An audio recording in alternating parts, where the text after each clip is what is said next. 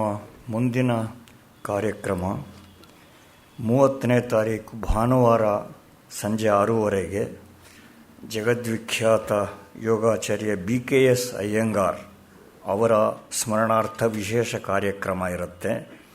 ವಿದ್ವಾನ್ ಗಣೇಶ ಭಟ್ ಹೋಬಳಿ ಅವರಿಂದ ಪಾತಂಜಲ ಯೋಗ ಸೂತ್ರ ಕುರಿತು ಉಪನ್ಯಾಸ ಇರುತ್ತೆ. ಭಾನುವಾರ ಸಂಜೆ 6:30ಗೆ. ಕಳೆದ 5 ದಿವಸಗಳಿಂದ ಶತಾವಧಾನಿ ಡಾಕ್ಟರ್ ರಾ ಗಣೇಶ್ ಅವರಿಂದ ನಮ್ಮ ಹಬ್ಬ ಹರಿದಿನಗಳು ಕುರಿತ ಮೊದಲ ಪ್ರವಚನ ಮಾಲೆ ನಡೆದಿದೆ. ಹಬ್ಬ, ಪೂಜೆ, ವ್ರತ, ಉತ್ಸವಗಳು ನಮ್ಮ ಸಂಸ್ಕೃತಿಯ ಒಂದು ಪ್ರಮುಖ ವೈಶಿಷ್ಟ್ಯ ಅನ್ನೋದು ಸ್ಪಷ್ಟವೇ ಆಗಿದೆ. ನಮ್ಮ ಹಬ್ಬಗಳ ಸ್ವರೂಪವನ್ನು, ತಾತ್ವಿಕ ಹಿನ್ನೆಲೆಯನ್ನು ಕುರಿತು ಮೊದಲ 3 ದಿವಸಗಳಲ್ಲಿ ಗಣೇಶವರು ವಿಸ್ತಾರವಾಗಿ ಸಮೀಕ್ಷೆ ಮಾಡಿದ್ದಾರೆ. ಚೈತ್ರದಿಂದ ಆರಂಭಿಸಿ ನಮ್ಮ ಪ್ರಮುಖ ವ್ರತ ಪರ್ವಗಳ ಪರಿಚಯ ಈಗ ನಡೆದಿದೆ. ದೇಶದ ಎಲ್ಲ ಕಡೆ ನಡೆಯೋವು, ಕೆಲವು ಪ್ರಾಂತಗಳಲ್ಲಿ ನಡೆಯೋವು, ಕೆಲವು ಸಮುದಾಯಗಳು ಆಚರಿಸುವಂಥವು ಹಬ್ಬಗಳೊಡಗೂಡಿದ ಸಂಭ್ರಮೋತ್ಸಾಹಗಳು ಇವೆಲ್ಲ ಜೀವನವನ್ನು ಉಲ್ಲಾಸಮಯವಾಗಿ ಮಾಡಿವೆ, ಬದುಕನ್ನು ಹೆಚ್ಚು ಅರ್ಥಪೂರ್ಣವನ್ನಾಗಿ ಮಾಡಿವೆ. ಇಷ್ಟಾಗಿ ಇವನ್ನೆಲ್ಲ ಜನ ತಾವಾಗಿ ಸ್ವಪ್ರೇರಣೆಯಿಂದ ಆಚರಿಸ್ತಾರೆ, ಯಾವುದೇ ನಿರ್ಬಂಧ ಇಲ್ಲ. ಹೇಗೆ ಈ ಹಬ್ಬಗಳು, ಪೂಜೆಗಳು ಸಂಭ್ರಮಭರಿತವಾಗಿರೋದು ಮಾತ್ರವಲ್ಲದೆ ಸಂಸ್ಕಾರಕಾರಕವೂ ಆಗಿವೆ ಅನ್ನೋದನ್ನು ಗಣೇಶವರ ಮಾತುಗಳಲ್ಲಿ ಹೆಜ್ಜೆ ಹೆಜ್ಜೆಗೆ ನಾವು ನೋಡಿದ್ದೇವೆ. ಹಬ್ಬ ಪೂಜೆಗಳನ್ನು ನಮ್ಮ ಜನ ಈ ಯಾಂತ್ರಿಕ ಕಾಲದಲ್ಲಿಯೂ ಕೈಬಿಟ್ಟಿಲ್ಲ.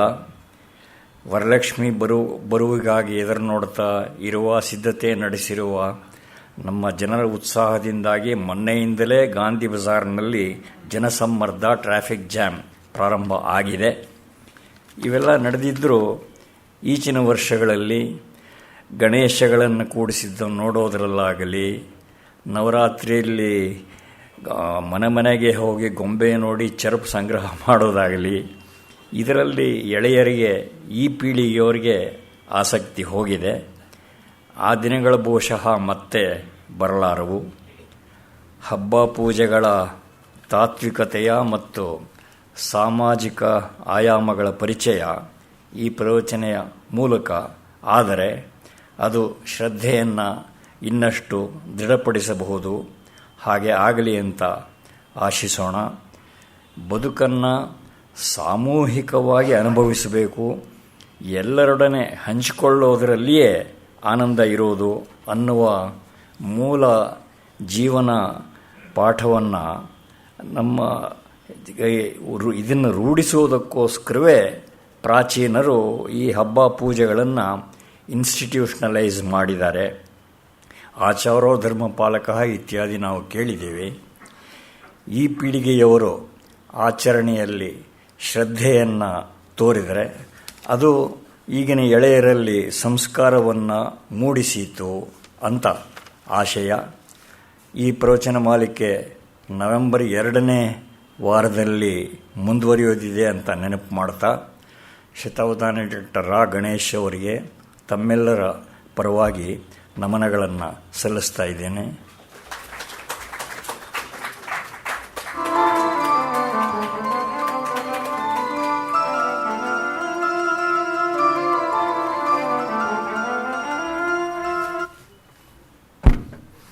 ಕಾರ್ಯಕ್ರಮದ ನಂತರ ಪ್ರಸಾದ ವಿತರಣೆ ವ್ಯವಸ್ಥೆಯನ್ನು ಸನ್ಮಾನ್ಯ MS ಶ್ರೀಕಂಠಯ್ಯನವರು ಮಾಡಿದ್ದಾರೆ. ಎಲ್ಲರೂ ಪ್ರಸಾದ ಸ್ವೀಕರಿಸಿ ತೆರಳಬೇಕು ಅಂತ ವಿನಂತಿ. ನಮ್ಮ ಸದಸ್ಯರಲ್ಲಿ ಅತ್ಯಂತ ಹಿರಿಯರು MS ಶ್ರೀಕಂಠಯ್ಯನವರು, ವಯಸ್ಸು 90 ದಾಟಿದೆ. ಅವ್ರು ನೋಡಿದ್ರೆ ಹಾಗೆ ಅನಿಸಲ್ಲ. ಅವರು ಒಂದು ಸಣ್ಣ ನಿವೇದನೆ ಮಾಡೋರಿದ್ದಾರೆ, ದಯವಿಟ್ಟು ವೇದಿಕೆಗೆ ಬರಬೇಕು ಅಂತ ಪ್ರಾರ್ಥನೆ ಮಾಡ್ತೀವಿ.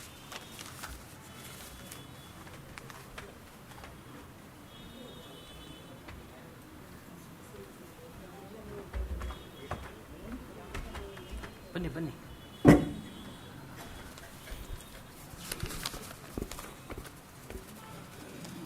ಕೊಡ್ತೀವಿ. ಎಲ್ಲರಿಗೂ ನಮಸ್ಕಾರಗಳು. ಈಗ 4-5 ದಿವಸಗಳಿಂದಲೂ ಹಬ್ಬ ಹರಿದಿನಗಳ ವಿಷಯದಲ್ಲಿ ಶತಾವಧಾನಿ ಆರ್ ಗಣೇಶ್ ಅವರು ನೀಡಿರುವ ಪ್ರವಚನಗಳನ್ನು ಕೇಳಿ ಮಹದಾನಂದವಾಗಿ ನನ್ನ ಮನಸ್ಸಿಗೆ ತೋರಿದ 4 ವಿಷಯಗಳನ್ನು ಹೇಳಬೇಕು ಅಂದ್ಬಿಟ್ಟು ನಾಡೋಜ ಗೌರವ ಕಾರ್ಯದರ್ಶಿಗಳಾದ ರಾಮಸ್ವಾಮಿ ಅವರಿಗೆ ವಿಜ್ಞಾಪಿಸ್ಕೊಂಡೆ. ಇಲ್ಲ, ನೀವೇ ಹೇಳಬೇಡಿ ಅಂತ ಹೇಳಿದ್ರು. ಅದರ ಮೇಲೆ ನಾನು ಬಂದು ಎರಡು ತೊದಲು ನುತಿಗಳನ್ನ ನನಗೆ ತೋರಿದ್ದನ್ನು ಹೇಳಬೇಕು ಅಂತ ನಿಂತಿದ್ದೀನಿ. ಏನು ಲೋಪದೋಷಗಳಿದ್ರೂ ದಯವಿಟ್ಟು ಕ್ಷಮಿಸಿ. ಪ್ರಾಚೀನ ಭಾರತದ ಹಬ್ಬ ಹರಿದಿನಗಳು ಋತು ಸಂವತ್ಸರ, ಸಸ್ಯ ಸಮೃದ್ಧಿ, ಫಲಪುಷ್ಪಗಳಿಗೆ ಅನುಗುಣವಾಗಿ ಋಷಿ ಮುನಿಗಳು ವೇದೋಪನಿಷತ್ತು, ಯಾಗ ಯಜ್ಞ, ಶ್ರದ್ಧಾಭಕ್ತಿ, ದಾನ ಧರ್ಮ, ಸಂತೋಷ ಸಮಾರಂಭಗಳಿಂದ ಹೊರಹೊಮ್ಮಿದ ಪೂಜೆ ಪುನಸ್ಕಾರ, ವೇದಪಾರಾಯಣ, ಪ್ರವಚನ, ಮನರಂಜನೆಯ ಸಂಗೀತ, ನೃತ್ಯ, ಹರಿಕತೆ ಮೊದಲಾದ ಸಂತೋಷ ಸಮಾರಂಭಗಳು ಜನಜೀವನದ ಹಾಸುಹೊಕ್ಕಾಗಿ ಬೆಳೆದು ಬಂದಿರುವ ಭಾರತೀಯ ಸಂಸ್ಕೃತಿ ಸರ್ವತೋಮುಖವಾಗಿ ಚಿರಸ್ಥಾಯಿಯಾಗಿ ನೆಲೆ ನಿಲ್ಲುವಂತಹ ಹಬ್ಬ ಹರಿದಿನಗಳು ಜನಸಾಮಾನ್ಯರ ಸೌಹಾರ್ದತೆ, ಶ್ರದ್ಧಾಭಕ್ತಿ, ದಾನ ಧರ್ಮಗಳ ಭಾವನೆಯಿಂದ ಸುಖ ಸಂತೋಷದಿಂದ ಆರೋಗ್ಯವಾಗಿ ಬದುಕಿ ಬಾಳಲೆಂದು ನಾಡಿನ ಜನತೆಗೆ ನೀಡಿರುವ ವರಪ್ರಧಾನ ಸನ್ನಿವೇಶದಲ್ಲಿ ಸವಿರುಚಿಯ ಸವಿನೆನಪಿ. ಇಷ್ಟೇ 2 ಮಾತುಗಳನ್ನ ಹೇಳಿ ಮುಗಿಸ್ತಿದ್ದೀನಿ, ದಯವಿಟ್ಟು ಕ್ಷಮಿಸಿ.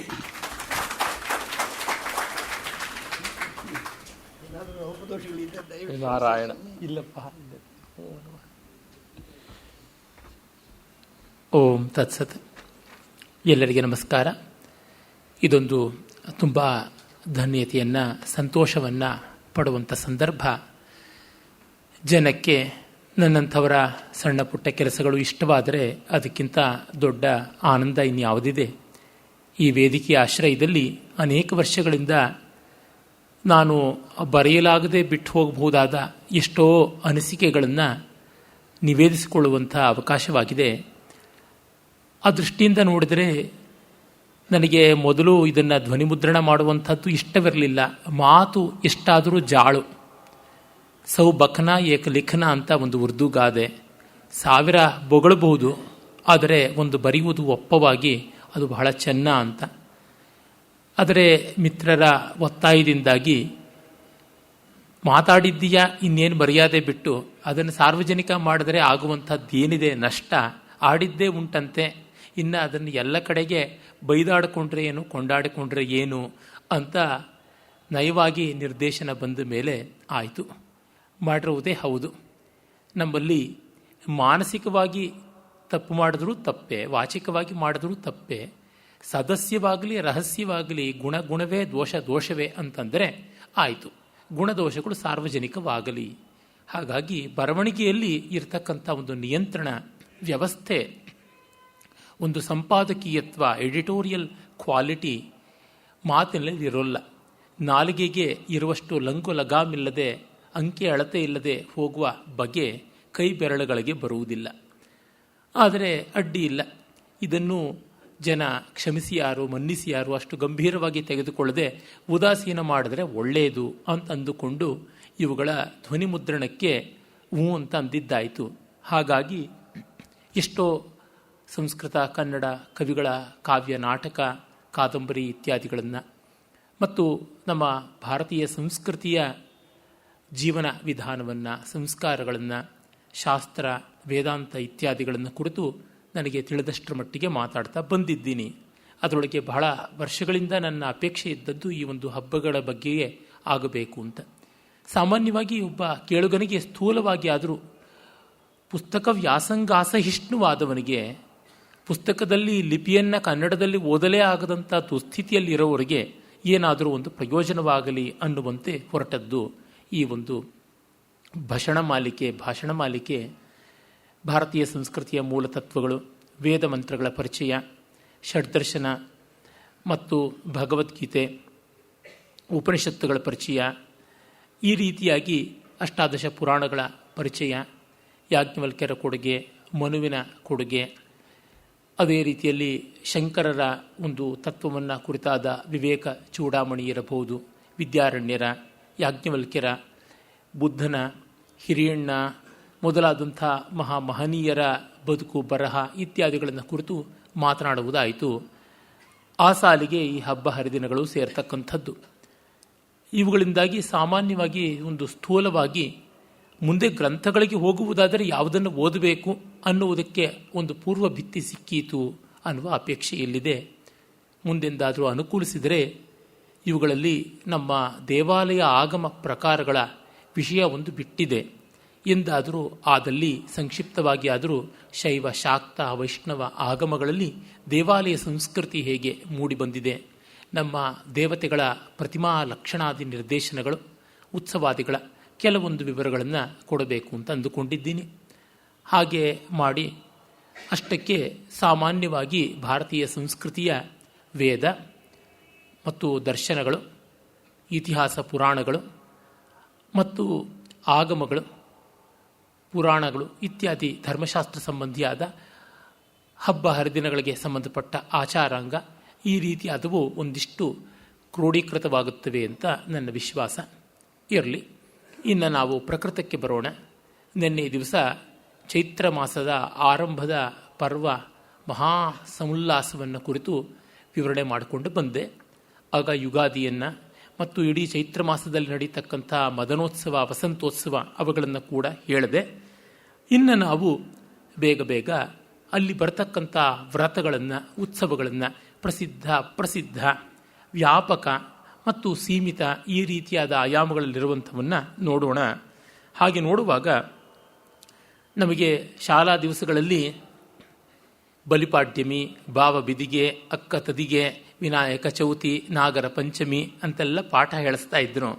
ಆ ಭಾವ ಬಿದಿಗೆ ಅನ್ನುವುದು ಭ್ರಾತೃದ್ವಿತೀಯ ಅಂತ ಕೆಲವರು ಈ ವಸಂತದಲ್ಲಿಯೇ ಮಾಡ್ತಾರೆ. ಯುಗಾದಿಯ ಮರುದಿವಸವೇ ಇರತಕ್ಕಂಥದ್ದು ಆ ಒಂದು ಭ್ರಾತೃದ್ವಿತೀಯ ಅಂತ, ಒಡಹುಟ್ಟಿದವರನ್ನು ಗೌರವಿಸ್ತಕ್ಕಂಥದ್ದು. ನಮ್ಮ ಆಧುನಿಕ ಜಗತ್ತಿನಲ್ಲಿ ಇವಕ್ಕೆಲ್ಲಕ್ಕೂ Father's Day, Mother's Day, Brother's Day, Sister's Day, Teacher's Day ಈ ರೀತಿ ಬಗೆ ಬಗೆಯ ದಿವಸಗಳು ಇವೆ. ಆದರೆ ನಮ್ಮ ಪರಂಪರೆ ಇವುಗಳನ್ನೆಲ್ಲ ಮೊದಲೇ ಕಂಡುಕೊಂಡಿವೆ, ಮೊದಲೇ ಮಾಡಿದೆ ಅನ್ನತಕ್ಕಂಥದ್ದು ತುಂಬ ಸಂತೋಷವನ್ನು ತರುವಂಥ ಮತ್ತು ಅವರ ದೂರದರ್ಶಿತ್ವವನ್ನು, ದೀರ್ಘದರ್ಶಿತ್ವವನ್ನು ತೋರಿಸುವಂಥದ್ದು ಆಗಿದೆ. ಇಲ್ಲಿ ಆ ಭ್ರಾತೃದ್ವಿತೀಯ ಅಷ್ಟು ಚೆನ್ನಾಗಿರ್ತಕ್ಕಂಥದ್ದು. ಇದನ್ನು ನಾಗರ ಪಂಚಮಿ ಆ ದಿವಸ ಕೂಡ ಮಾಡುವುದುಂಟು, ಹೆಣ್ಣು ಮಕ್ಕಳು ಮಾಡುವುದುಂಟು. ಅದಲ್ಲದೆ ಮುಂದೆ ನಾವು ಸಂಕ್ರಾಂತಿಯಲ್ಲಿ ಕೂಡ ನೋಡ್ತೀವಿ. ತಮಿಳುನಾಡು, ಆಂಧ್ರ ಪ್ರದೇಶ ಇತ್ಯಾದಿ ಸಂದರ್ಭಗಳಲ್ಲಿ ಸಂಕ್ರಾಂತಿಯಲ್ಲಿ ನೋಡ್ತೀವಿ. ಇಲ್ಲ ನಾಗರ ಪಂಚಮಿಯಲ್ಲಿ ಈ ಕಡೆಗೆ ಕಾಣುವಂಥದ್ದು ರೂಢಿಯಲ್ಲಿ ಉಂಟು. ಕೆಲವರು ಗೌರಿ ಹಬ್ಬದಲ್ಲಿ ಅಕ್ಕ ತಂಗಿಯರಿಗೆ ಅಣ್ಣ ತಮ್ಮಂದರು ಉಡುಗೊರೆ ಕೊಡೋದು ಒಂದು ದಿವಸ, ಸಾಮಾನ್ಯವಾಗಿ ಗೌರಿ ಹಬ್ಬಕ್ಕೆ ಇಲ್ಲ ಸಂಕ್ರಾಂತಿಗೆ ಅಂತ. ಅಣ್ಣ ತಮ್ಮಂದರಿಗೆ ಅಕ್ಕ ತಂಗಿಯರು ಕೊಡ್ತಕ್ಕಂಥದ್ದು ನಾಗರ ಪಂಚಮಿಗೆ, ಇಲ್ಲ ಈ ಭ್ರಾತೃದ್ವಿತೀಯ ಅಂತ ಆ ಹಬ್ಬಕ್ಕೆ ಅಂತ. ಇಲ್ಲೆಲ್ಲ ನಾವು ಆ ಪ್ರೀತಿ ವಿಶ್ವಾಸಗಳ ಹಂಚಿಕೊಳ್ಳುವಿಕೆಯನ್ನು ಗಮನಿಸ್ತೀವಿ. ಅದೇ ರೀತಿಯಲ್ಲಿ ದಶಾವತಾರಗಳಿಗೂ ಜಯಂತಿಗಳು ಉಂಟು. ನಮ್ಮ ಈ ಹೊತ್ತಿನ ಹಬ್ಬ ಹರಿದಿನಗಳ ಆಚರಣೆಯಲ್ಲಿ ವಿಶೇಷವಾಗಿ 2 ಅವತಾರಗಳಿಗೆ ತುಂಬ ದೊಡ್ಡ ಪ್ರಾಶಸ್ತ್ಯ ಸಿಕ್ಕಿದೆ.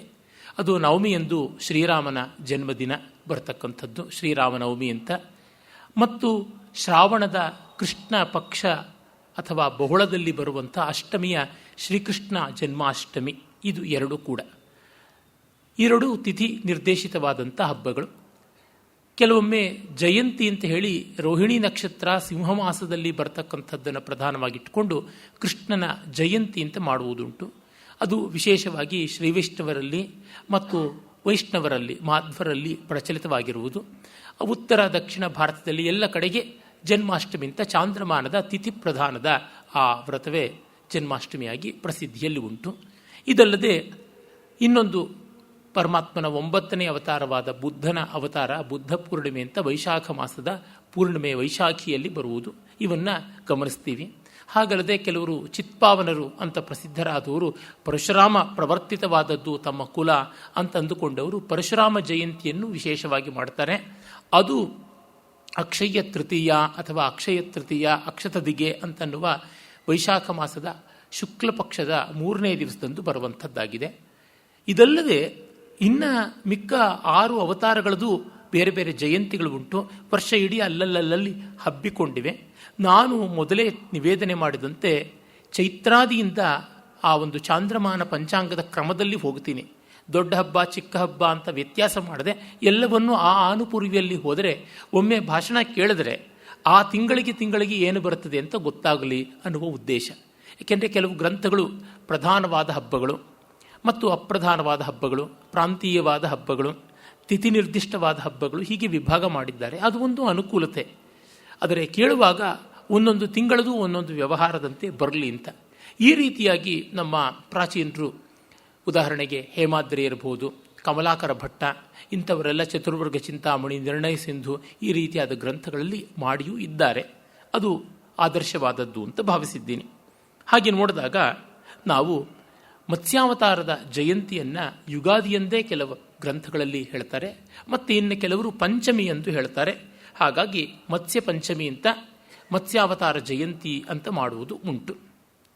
ಇದನ್ನು ನಾವು ಕಾಣ್ತೀವಿ. ಸಾಮಾನ್ಯವಾಗಿ ವರ್ಧಂತಿ ಮತ್ತು ಜಯಂತಿ ಎನ್ನುವುದಕ್ಕೆ ಏನು ವ್ಯತ್ಯಾಸ ಅಂತ ಹೇಳಿದರೆ, ದೊಡ್ಡವರು ಹಿರಿಯರು ಪೂಜನೀಯರಾದವರು ಬದುಕಿದ್ದಾಗ ಸಶರೀರಗಳಾಗಿದ್ದಾಗ ಅವರ ಜನ್ಮದಿನವನ್ನು ಆಚರಣೆ ಮಾಡುವುದು ವರ್ಧಂತಿ ಅಂತ. ಯತಿಗಳು, ರಾಜರು, ದೇಶ ನಾಯಕರು ಇತ್ಯಾದಿ ಜನ. ಹಾಗಲ್ಲದೆ ಅವರ ವಿದೇಹ ಮುಕ್ತಿಯಾದ ಮೇಲೆ ಮಾಡತಕ್ಕಂಥದ್ದು ಜಯಂತಿ.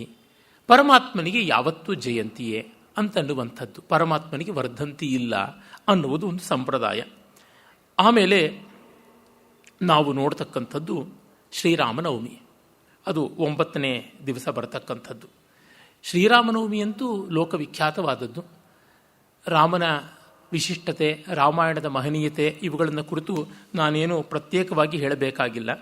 ಆದರೆ ಒಂದು ಸ್ವಾರಸ್ಯ ನೋಡಿ, ಅಮರಕೋಶದಲ್ಲಿ ವಿಷ್ಣು ಪರ್ಯಾಯ ಶಬ್ದಗಳಲ್ಲಿ ರಾಮ ಶಬ್ದ ಇಲ್ಲ, ಕೃಷ್ಣ ಶಬ್ದ ಇದೆ. ಅಲ್ಲಿ ರಾಮ ಅನ್ನುವುದು ಸಂಕರ್ಷಣವಾಚಿಯಾಗಿ, ಅಂದರೆ ಬಲರಾಮನಿಗೆ ಸಂಬಂಧಪಟ್ಟಂತೆ ಬಂದಿದೆ. ಅದರಿಂದ ಕಾಣಿಯಂಥ ವಿದ್ವಾಂಸರು ಹೇಳ್ತಾರೆ. ಇನ್ನೂ ಆರ್ ಜಿ ಭಂಡಾರ್ಕರ್ ಅಂತವರು ಕೂಡ ಹಿಂದೆಯೇ ತೋರ್ಪಡಿಸಿದ್ರು, ಕೃಷ್ಣ ಸಂಪ್ರದಾಯ ಬಂದು ಪ್ರಾಚೀನವಾಗಿ ಪ್ರವರ್ಧಮಾನವಾದಂತೆ ರಾಮ ಸಂಪ್ರದಾಯ ಅಷ್ಟು ಬೇಗ ಪ್ರವರ್ಧಮಾನವಾಗಲಿಲ್ಲ ಅಂತ. ಆಮೇಲೆ ಬಂದದ್ದು ತುಂಬ ವ್ಯಾಪಕವಾಗಿ ಬಂದಿದೆ. ದಕ್ಷಿಣ ಭಾರತದಲ್ಲಿಯೂ ಬಂತು, ಉತ್ತರ ಭಾರತದಲ್ಲಿಯೂ ಬಂತು. ಉತ್ತರ ಭಾರತದಲ್ಲಿ ವಿಶೇಷವಾಗಿ ಸ್ವಾಮಿ ರಾಮಾನಂದರಿಂದ ಅತಿಶಯವಾದ ಪ್ರಾಶಸ್ತ್ಯಕ್ಕೆ ಬಂತು. ದಕ್ಷಿಣ ಭಾರತದಲ್ಲಂತೂ ಸಾಕಷ್ಟು ಇದ್ದದ್ದೇ ಹೌದು. ಅದರೊಳಗೂ ನಾವು ನೋಡ್ತಕ್ಕಂಥದ್ದು ಶ್ರೀಧರ ಸ್ವಾಮಿ ಯಾವಾಳವರಾಗಲಿ, ತ್ಯಾಗರಾಜರು, ಅವರಿಗೆಲ್ಲ ದೊಡ್ಡ ಆದರ್ಶವಾಗಿದ್ದಂಥ ಉಪನಿಷತ್ ಬ್ರಹ್ಮೇಂದ್ರರು, ಬೋಧೇಂದ್ರರು, ಈ ರೀತಿಯಾದವರು, ಸದಾಶಿವ ಬ್ರಹ್ಮೇಂದ್ರರು, ಹೀಗೆ ಈ ಪರಂಪರೆಯಲ್ಲಿ ರಾಮ ಉಪಾಸನೆಗೆ ಸಂಬಂಧಪಟ್ಟಂತೆ ತುಂಬ ದೊಡ್ಡ ವ್ಯಾಪಕವಾದಂಥ ಚಳವಳಿಯಂಥದ್ದೇ ಆಗಿದೆ ಅಂತ ಗೊತ್ತಾಗುತ್ತದೆ. ಆದರೆ ಪ್ರಾಚೀನ ಗ್ರಂಥಗಳಲ್ಲಿಯೇ ನಮಗೆ ಕಡಿಮೆ ಅಂತಂದರೆ 1500 ವರ್ಷಗಳಿಂದಲೇ ಈ ರಾಮನವಮಿಯ ಒಂದು ಪ್ರಾಶಸ್ತ್ಯ ಕಾಣುತ್ತದೆ. ಯಾಕೆಂದರೆ ಕಾಳಿದಾಸನ ರಘುವಂಶದಲ್ಲಿಯೇ ಸ್ಪಷ್ಟವಾಗಿ ಸಂದೇಹಾತೀತವಾಗಿ ರಾಮ ಚೈತ್ರ ಮಾಸದಲ್ಲಿ ಜನಿಸಿದಂಥದ್ದು ಅನ್ನುವುದೆಲ್ಲ ಗೊತ್ತಾಗುತ್ತದೆ. ಭೋಜಾದಿಗಳು ಸ್ಪಷ್ಟವಾಗಿ ಪಂಚಾಂಗವನ್ನೇ ಕೊಟ್ಬಿಡ್ತಾನೆ. ಉಚ್ಚಸ್ತೆ ಗ್ರಹ ಪಂಚಕೆ ಸ್ವರ್ಗರು ಸೆಂದವು ನವಮ್ಯಾಂ ತಿಥೌ ಲಗ್ನೇ ಕರ್ಕಟಕೆ ಪುನರ್ವಸುಯುತೆ ಮೇಷಂಘತೆ ಪೂಷಣಿ ನಿರ್ದಗ್ಧುಂ ನಿಖಿಲ ಪಲಾಶ ಸಮಿಧೋ ಮೇಧ್ಯಾದಯೋಧ್ಯಾರಣೆ ರಾವಿರ್ಭೂತ ಮಭೂತ ಪೂರ್ವಮಪರಂ ಯತ್ಕಿಂಚಿದೇಕಂ ಮಹಃ ಅಂತ ಹೇಳಿ ಅವನು ಕರ್ಕಾಟಕ ಲಗ್ನದಲ್ಲಿ ಸುರಗುರವು ಸೇಂದವು ಉಚ್ಚಸ್ಥಾನದಲ್ಲಿ ಗುರು ಚಂದ್ರನ ಜೊತೆಗೆ ಇರುವಾಗ ಸೇಂದವು ನವಮ್ಯಾಂ ತಿಥವು ಲಗ್ನೇ ಕರ್ಕಟಕೆ ಮೇಷಂಗತೆ ಪೂಷಣೆ, ಸೂರ್ಯನು ಉಚ್ಚಸ್ಥಾನದಲ್ಲಿದ್ದಾನೆ. ರಾಮನ ಜಾತಕದಲ್ಲಿ 5 ಗ್ರಹಗಳು ಉಚ್ಚಸ್ಥಾನದಲ್ಲಿರ್ತಕ್ಕಂಥದ್ದು ಅಂತೆಲ್ಲ ನಮಗೆ ಗೊತ್ತಿದೆ. ಅದನ್ನು ವಾಲ್ಮೀಕಿ ರಾಮಾಯಣದಲ್ಲಿ ಕೂಡ ನಾವು ಕಾಣ್ತೀವಿ ಸ್ಪಷ್ಟವಾಗಿ ಆ ಪಂಚಾಂಗದ ವಿವರಗಳು. ಕೆಲವರು ಅದು ಆಮೇಲೆ ಬಂದದ್ದು ಅಂತ ಹೇಳ್ತಾರೆ. ಅದು ಏನೇ ಇದ್ದರೂ ಅದಕ್ಕೆ ಪ್ರಾಶಸ್ತ್ಯ ಮಹತ್ವ ಇದ್ದೇ ಇದೆ. ಹೀಗಾಗಿ ಆ ರಾಮನವಮಿ ಪ್ರಾಚೀನವಾದ ವ್ರತವಾಗಿಯೇ ನಾವು ಕಾಣ್ತೀವಿ. ಇಲ್ಲೆಲ್ಲ ಒಂದು ದೊಡ್ಡ ತಕರಾರು, ಎಂದು ಆ ಒಂದು ವ್ರತವನ್ನು ಮಾಡಬೇಕು ಅಂತ. ನಮ್ಮ ಚಾಂದ್ರಮಾನದ ತಿಥಿಗಳು ಸೂರ್ಯೋದಯದಿಂದ ಸೂರ್ಯಾಸ್ತದವರೆಗೆ ಇರುತ್ತವೆ ಅನ್ನುವಂಥ ಖಾತ್ರಿ ಇಲ್ಲ. ಅವು ದಿನದ ಯಾವುದೋ ಅವಧಿಯಲ್ಲಿ ಆರಂಭವಾಗಿ ಇನ್ಯಾವುದೋ ಅವಧಿಯಲ್ಲಿ ಮುಗಿಯುತ್ತವೆ. ಅವುಗಳಿಗೆ 24 ಗಂಟೆಗಳು ಅನ್ನುವಂಥ ಅಳತೆ ಇಲ್ಲ, ಹೆಚ್ಚು ಕಡಿಮೆ ಆಗ್ತಾ ಇರ್ತದೆ. ಅದು ಚಂದ್ರನ ಗತಿಗೆ ಸಂಬಂಧಪಟ್ಟಿದ್ದರಿಂದ ಈ ಸಮಸ್ಯೆ ಉಂಟು. ಹೀಗಾಗಿ ಒಂದೇ ದಿವಸದಲ್ಲಿ 2 ತಿಥಿ ಬರುವುದುಂಟು, ಅಥವಾ ಒಂದು ತಿಥಿ ದಿವಸವೊಂದನ್ನು ವ್ಯಾಪಿಸಿ ಮತ್ತೊಂದು ದಿವಸಕ್ಕೂ ಆಚೆಗೆ ಚೆಲ್ಲುವರಿಯುವಂಥದ್ದು ಉಂಟು. ಬಹಳ ವಿರಳವಾಗಿ ಒಂದೇ ದಿವಸದಲ್ಲಿ 3 ತಿಥಿಯೂ ಬರುವುದುಂಟು. ಹಾಗಾಗಿಯೇ 13 ತಿಥಿಗಳ ಪಕ್ಷ ಅದು ನಾವು ಮಹಾಭಾರತದಲ್ಲಿ ನೋಡ್ತೀವಿ. ಅಂದರೆ ಪಕ್ಷ 15 ದಿವಸದ್ದಾದರೂ ಕೆಲವು ತಿಥಿಗಳು ದಿವಸಾತೀತವಾಗಿ ವ್ಯಾಪ್ತವಾಗಿದ್ದರಿಂದಾಗಿ 13 ದಿವಸಗಳ ಪಕ್ಷ ಬಂದದ್ದು ಮಹಾಭಾರತ ಯುದ್ಧ ಕಾಲದಲ್ಲಿ ಮತ್ತು ಶ್ರೀಕೃಷ್ಣ ನಿರ್ಯಾಣ ಕಾಲದಲ್ಲಿ ಆದದ್ದು ಅಂತ ಗೊತ್ತಾಗುತ್ತದೆ ಅಂತ. ಹೀಗಾಗಿ ಯಾವ ದಿವಸ ಮಾಡಬೇಕು, ಅದು ವೇಧೆ ಅಂತಂದರೆ ಅವಶೇಷ ಇದ್ದಾಗ ಫೊಕ್ಕ ತಿಥಿಯ ಮಿಕ್ಕ ತಿಥಿಯ ಅಂತ ತುಂಬ ದೊಡ್ಡ ಪ್ರಶ್ನೆ ಉಂಟು. ಅದಕ್ಕೆ ಸಾಮಾನ್ಯವಾಗಿ ಶಾಸ್ತ್ರಕಾರರೆಲ್ಲ ಸ್ಮಾರ್ತರು ವೇದ ಇರುವ ತಿಥಿಯಲ್ಲಿ ವ್ರತವನ್ನು ಮಾಡಬಹುದು, ಆದರೆ ವೈಷ್ಣವರು ಮಾತ್ರ ವೇದ ಇಲ್ಲದೆ ಇರುವ ತಿಥಿನಲ್ಲಿ ಮಾಡಬೇಕು ಅಂತ. ಅದನ್ನು ಶ್ರೀ ರಂಗಪ್ರಿಯ ಸ್ವಾಮಿಗಳು ಬಹಳ ಚೆನ್ನಾಗಿ ಪರಿಹಾರ ಮಾಡ್ತಾರೆ. ಯಾರಿಗೆ ಚತುರ್ವಿಧವಾದ ಪುರುಷಾರ್ಥಗಳು ಬೇಕು ಅಂತಿರುತ್ತೋ ಅವರು ಸವೇದವಾದ ತಿಥಿಯಲ್ಲಿಯೂ ಮಾಡಬಹುದು. ಯಾರಿಗೆ ಮೋಕ್ಷೈಕ ಕಾಮ ಇರುತ್ತದೋ ಅವರು ವೇದ ಇಲ್ಲದೆ ತಿಥಿಯಲ್ಲಿ ಮಾಡಬೇಕು. ಸ್ಮಾರ್ತ ವೈಷ್ಣವ ಈ ರೀತಿಯಾದ ಈ ಕಾಲದ ಭೇದಗಳು ಆ ಕಾಲದ ಶಾಸ್ತ್ರಜ್ಞರಲ್ಲಿ ಇದ್ದದ್ದಲ್ಲ. ಸ್ಮೃತಿಯನ್ನು ಅನುಸರಿಸುವವರೆಲ್ಲ ಸ್ಮಾರ್ತರು. ವ್ಯಾಪ್ನೋತೀತಿ ವಿಷ್ಣು, ಎಲ್ಲ ಕಡೆ ವ್ಯಾಪಿಸಿರುವ ಪರಮಾತ್ಮನನ್ನು ಆರಾಧಿಸುವವರೆಲ್ಲ ವೈಷ್ಣವರು, ಪರಮೈಕಾಂತಿಗಳು ಅನ್ನುವ ಭಾವದಿಂದ ವೈಷ್ಣವರು ಅಂತ. ಹೀಗೆ ಅವರು ಶ್ರೀರಂಗ ಮಹಾಗುರುಗಳ ಮಾತಿನಂತೆ ಪರಿಷ್ಕಾರ ಮಾಡಿದ್ದಾರೆ. ಅದು ತುಂಬ ಯುಕ್ತ ಅಂತ ನನಗನ್ನಿಸುತ್ತದೆ. ಹಾಗಾಗಿ ವೇದ ಇರುವಂಥ ತಿಥಿ ಮಾಡಿದಾಗ ನಮಗೆ ಚತುರ್ವರ್ಗಗಳು ಸಿಗುತ್ತವೆ ಅಂತ. ವೇದ ಇಲ್ಲದೆ ದಿವಸ ಮಾಡುವಂತಾದರೆ ನಾವು ಮೋಕ್ಷೈಕ ಕಾಮಿಗಳು ಅಂತ ಹೇಗೂ ಬೇಕಾದರೂ ಮಾಡಿಕೊಳ್ಬಹುದು. ಯಾಕೆಂದರೆ ಪಂಚಾಂಗವೇ ಮೊದಲಿಗೆ ತಪ್ಪಾಗಿದೆ, ತಿದ್ದಬೇಕಾಗಿದೆ. ನಾನು ಅದನ್ನು ನಿನ್ನೆಯೂ ಹೇಳಿದೆ. ಹೀಗಾಗಿ ಈ ತಿಥಿ ಎಂದು ಮಾಡಬೇಕು ಅನ್ನೋದ್ರ ಬಗ್ಗೆ ಮಾಡುವುದಕ್ಕಿಂತ ಹೆಚ್ಚಾಗಿ ತಲೆ ಕೆಡಿಸ್ಕೊಂಡ್ರೆ ಅದು ಅನ್ಯಾಯವೇ. ಆ ಕಾರಣದಿಂದ ಅವುಗಳ ಬಗ್ಗೆ ಹೆಚ್ಚು ತಲೆ ಕೆಡಿಸ್ಕೊಳ್ತಕ್ಕಂಥದ್ದು ಪ್ರಕೃತಕ್ಕೆ ಉಪಯೋಗಿ ಅಲ್ಲದ್ದು ಅನ್ನುವ ದೃಷ್ಟಿಯಿಂದ ಇದನ್ನೊಂದು ಸಾರ್ವತ್ರಿಕವಾದ ಸಿದ್ಧಾಂತವಾಗಿ ಮಾಡಿಕೊಳ್ಳುವಂಥದ್ದು ಯುಕ್ತ ಅಂತ ಅನಿಸುತ್ತದೆ. ಆಮೇಲೆ ರಾಮ ಚೈತ್ರ ಮಾಸದ ಶುಕ್ಲ ಪಕ್ಷದ ನವಮಿ ಪುನರ್ವಸು ನಕ್ಷತ್ರದಲ್ಲಿ ಮಧ್ಯಾಹ್ನ ಜನಿಸಿದ ಅಂತ. ಈ ವಿಷಯದಲ್ಲಿ ತುಂಬ ಪ್ರಶ್ನೆಗಳುಂಟು. ದ್ವಾದಶೇ ಮಾಸಿ ಅಂತ ವಾಲ್ಮೀಕಿ ರಾಮಾಯಣದಲ್ಲಿ ಬರ್ತದೆ. 12ನೇ ತಿಂಗಳು ಹೇಗಾಗುತ್ತದೆ? ಚೈತ್ರ ಮೊದಲನೇ ತಿಂಗಳಲ್ವಾ? ಅದಕ್ಕೆ ಲೆಕ್ಕಗಳೆಲ್ಲ ಹಾಕಿ ತೋರ್ಪಡಿಸ್ತಾರೆ. ಇಲ್ಲ, ಆ ಕಾಲಕ್ಕೆ ಚೈತ್ರ 12ನೇ ತಿಂಗಳಾಗಿತ್ತು, ವೈಶಾಖವೇ ಮೊದಲನೇ ತಿಂಗಳಾಗಿತ್ತು ಅನ್ನುವುದನ್ನೆಲ್ಲ ಜ್ಯೋತಿರ್ವಿದರಾದವರು ಹೇಳಿದ್ದಾರೆ. ನನ್ನೆಯೂ ಕೂಡ ಅದನ್ನು ತಿಳಿಸಿದ್ದೀನಿ. ಆದರೆ ರಾಮನ ಸಂಸ್ಮರಣೆ ಮಾಡುವುದಕ್ಕೆ, ರಾಮಾವತಾರವನ್ನು ಆರಾಧನೆ ಮಾಡೋದಕ್ಕೆ ಒಂದು ವಿಶೇಷವಾದ ಕಾಲ ಅಂತ ಅದನ್ನು ಮಾಡಿಕೊಂಡಿರುವಂಥದ್ದಾಗಿದೆ. ಆಮೇಲೆ ಅಲ್ಲಿ ಬಹಳ ವಿಸ್ತರಿಸಿ ರಂಗಪ್ರಿಯ ಸ್ವಾಮಿಗಳು ತಮ್ಮ ಗ್ರಂಥದಲ್ಲಿ ಅವತಾರ ತತ್ವವನ್ನು ಹೇಳ್ತಾರೆ. ತುಂಬ ಚೆನ್ನಾಗಿರ್ತಕ್ಕಂಥದ್ದು, ಬಹಳ ಬೋಧಪ್ರದವಾದಂಥದ್ದು. ಅವರ ಗ್ರಂಥವನ್ನು ಎಲ್ಲರೂ ಓದಬೇಕಾದದ್ದು. ಭಾರತೀಯರ ಹಬ್ಬ ಹರಿದಿನಗಳು, ಈಚೆಗೆ ಆಂಗ್ಲ ಭಾಷೆಯ ಆವೃತ್ತಿ ಕೂಡ ಬಂದಿದೆ. ತುಂಬ ಚೆನ್ನಾಗಿರ್ತಕ್ಕಂಥದ್ದು. ಅಲ್ಲಿ ತುಂಬ ವ್ಯಾಪಕವಾಗಿ ತೋರ್ಪಡಿಸ್ತಾರೆ. ಆ ಅವತಾರದ ತತ್ವಗಳೆಲ್ಲ ಪ್ರಕೃತದ ಒಂದು ಹಬ್ಬ ಹರಿದಿನಗಳ ವಿಷಯಕ್ಕೆ ಅಷ್ಟು ವಿಸ್ತಾರ ಬೇಡ ಅಂತ ಭಾವಿಸಿ ನಾನು ಅದನ್ನು ಆಸಕ್ತರು ಓದಿಕೊಳ್ಳಿ ಅಂತ ಅದನ್ನು ಬಿಡ್ತಾ ಇದ್ದೀನಿ. ಇಷ್ಟಂತೂ ನಿಜ, ರಾಮ ದೇವರೋ ಅಲ್ಲವೋ, ಅವತಾರಿ ಹೌದೋ ಅಲ್ಲವೋ, ಆ ವಿಚಾರಗಳು ತಕರಾರುಗಳನ್ನು ಯಾರು ಒಪ್ಪಲಿ ಬಿಡಲಿ, ರಾಮ ಅನಿವಾರ್ಯ ಅನ್ನೋದನ್ನು ಒಪ್ಪಬೇಕಾಗುತ್ತದೆ. ರಾಮನಂತಹ ವ್ಯಕ್ತಿ ಅನಿವಾರ್ಯ ಅಲ್ಲ ಅಂತಂದರೆ ಇನ್ನು ಯಾರು ಜಗತ್ತಿಗೆ ಅನಿವಾರ್ಯ? ಈ ದೃಷ್ಟಿಯಿಂದ ನೋಡಿದಾಗ ರಾಮ ಪ್ರತಿಪಾದಿಸುವ ಮೌಲ್ಯಗಳು ಸಕಲ ಜೀವೋತ್ಕರ್ಷಕ್ಕೆ ಬೇಕಾಗಿರುವಂಥದ್ದು ಅನ್ನುವುದನ್ನು ಇಟ್ಟುಕೊಂಡು ನಾವು ಮುಂದೆ ಹೋಗಬಹುದು. ಪುನರ್ವಸು ನಕ್ಷತ್ರ ಮತ್ತು ಈ ನವಮಿ ತಿಥಿ ಎರಡೂ ಬಂದರೆ ಅತ್ಯಂತ ಪ್ರಶಸ್ತ ಅಂತ. ಸಾಮಾನ್ಯವಾಗಿ ಜನ್ಮ ದಿವಸಗಳನ್ನು ಆರಾಧನೆ ವಿಶೇಷವಾಗಿ ಮಾಡತಕ್ಕಂಥದ್ದೆಲ್ಲ ಜನ್ಮ ನಕ್ಷತ್ರ ಬಂದಾಗ ಅಂತ. ತಿಥಿಗನುಸಾರವಾಗಿ ಮಾಡೋದುಂಟು, ಆದರೆ ನಕ್ಷತ್ರದ್ದು ಚತುರ್ಗುಣಿತವಾಗಿ ಫಲವನ್ನು ಕೊಡುತ್ತದೆ ಅಂತ. ಹಾಗಾಗಿ ಪುನರ್ವಸು ನಕ್ಷತ್ರದ್ದು ಯಾತಕ್ಕೆ ಮಾಡಬಾರದು ಅಂದರೆ ಅದಕ್ಕೆ ವ್ರತ ಅನ್ನೋದಕ್ಕೆ ಚಾಂದ್ರಮಾನವನ್ನೇ ಆಶ್ರಯಿಸಬೇಕು ಅಂತಿರುವುದು. ಹಾಗಾಗಿ ವ್ರತ ಅಂದರೆ ಒಂದು ವಿಶೇಷವಾದ ದೀಕ್ಷೆಯ ಆರಾಧನೆ. ಅದರಿಂದಾಗಿ ಪುನರ್ವಸು ನಕ್ಷತ್ರ ಮತ್ತು ನವಮಿ ತಿಥಿ ಸೇರಿ ಬಂದಾಗ ಅತಿಶಯ ಅದು ಬಹಳ ವಿರಳವಾಗಿ ಬರುತ್ತದೆ. ಬರುವಂಥದ್ದಾದರೆ ಒಳ್ಳೆಯದು, ಇಲ್ಲದೇ ಇದ್ದರೆ ನವಮಿ ತಿಥಿಯಲ್ಲಿಯೇ ಮಾಡಬೇಕಾದದ್ದು ಅಂತ. ಪುನರ್ವಸು ನಕ್ಷತ್ರ ಅದಿತಿ ದೇವತೆಗೆ ಪ್ರೀತಿಪಾತ್ರವಾದ ನಕ್ಷತ್ರ. ಅದಿತಿ ದೇವಮಾತೆ ಅದರ ಅಧಿಷ್ಠಾತ್ರಿ. ಹಾಗಾಗಿ ಆ ನಕ್ಷತ್ರ ದೇವಮಾತೆಯ ಗರ್ಭದಲ್ಲಿ ಪರಮಾತ್ಮ ವಾಮನ ಇತ್ಯಾದಿ ರೂಪದಿಂದ ಜನಿಸಿದಂತೆಯೇ ಕೌಸಲ್ಯ ಬಸಿರಿನಲ್ಲಿ ಕೂಡ ಹುಟ್ಟಿದ ಅನ್ನುವಂಥದ್ದನ್ನು ಪರಂಪರೆ ವಿಶೇಷವಾಗಿ ಆಧರಿಸಿದೆ. ನಾನು ಮೊದಲೇ ಹೇಳಿದಂತೆ ತಿಥಿರೇಕ ಗುಣ ಪ್ರೋಕ್ತ ನಕ್ಷತ್ರಂತೂ ಚತುರ್ಗುಣಂ ಅಂತನ್ನುವ ಮಾತಿನಂತೆ ಇದ್ದರೂ ತಿಥಿಯನ್ನೇ ವಿಶೇಷವಾಗಿ ಆರಾಧನೆ ಮಾಡ್ತಾರೆ. ಮತ್ತು ಇಲ್ಲಿ ರಾಮನವಮಿಯನ್ನು ಕಾಮ್ಯವ ನಿತ್ಯವ್ರತವ ಅಂತ ಎಷ್ಟೋ ಜನ ಚರ್ಚೆ ಮಾಡ್ತಾರೆ. ಯಾವ ರೀತಿ ತಗೊಂಡ್ರೂ ಕೂಡ ಅದು ಪ್ರಶಸ್ತವಾದದ್ದರೊಳಗೆ ಸಂದೇಹವೇ ಇಲ್ಲ ಅಂತ ನಮ್ಮ ಅಭಿಪ್ರಾಯವಾಗುತ್ತದೆ. ಮತ್ತು ರಾಮನವಮಿಯಲ್ಲಿ ಎಲ್ಲ ವ್ರತಗಳಲ್ಲಿದ್ದಂತೆ ಉಪವಾಸ ಆರಾಧನೆ ಎರಡೂ ಸೇರಿ ಬರತಕ್ಕಂಥದ್ದಾಗಿದೆ. ಮತ್ತು ರಾಮನವಮಿಯಲ್ಲಿ ರಾಮನ ಬಿಂಬಕ್ಕೆ ಪೂಜೆ ಮಾಡತಕ್ಕಂಥದ್ದು. ನಮ್ಮ ಶಾಸ್ತ್ರ ಸಂಪ್ರದಾಯಗಳಲ್ಲಿ ಯಾವುದೇ ಒಂದು ಬಿಂಬವನ್ನು ಕಲಶವನ್ನು ಇಟ್ಟು ಅದರೊಳಗೆ ಪರಮಾತ್ಮನನ್ನು ಆವಾಹಿಸಿ ಪೂಜೆ ಮಾಡಿದ ಮೇಲೂ ಅದನ್ನು ದಾನ ಕೊಡಬೇಕು ಅಂತಿದೆ.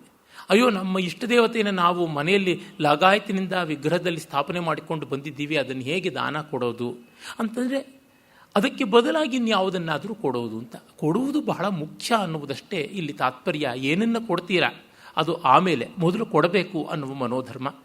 ಸಾಮಾನ್ಯವಾಗಿ ಗಣಪತಿ ಹಬ್ಬದಲ್ಲಿ ಗಣಪತಿಯನ್ನು ಜಲದಲ್ಲಿ ವಿಸರ್ಜನೆ ಮಾಡೋದು ಎಲ್ಲ ಉಂಟಲ್ಲ. ಆದರೆ ಪ್ರಾಚೀನ ಶಾಸ್ತ್ರಕಾರರೆಲ್ಲ ಹೇಳ್ತಕ್ಕಂಥದ್ದು ವಿನಾಯಕಸ್ಯ ಪ್ರತಿಮಾಂ ದಾನರೂಪೇಣ ದದ್ಯಾತ್ ಅಂತ, ದಾನರೂಪವಾಗಿ ಕೊಡಬೇಕು ವಿನಾಯಕನ ವಿಗ್ರಹವನ್ನು ಅಂತೆಲ್ಲ ಹೇಳುವಂಥದ್ದು ಉಂಟು.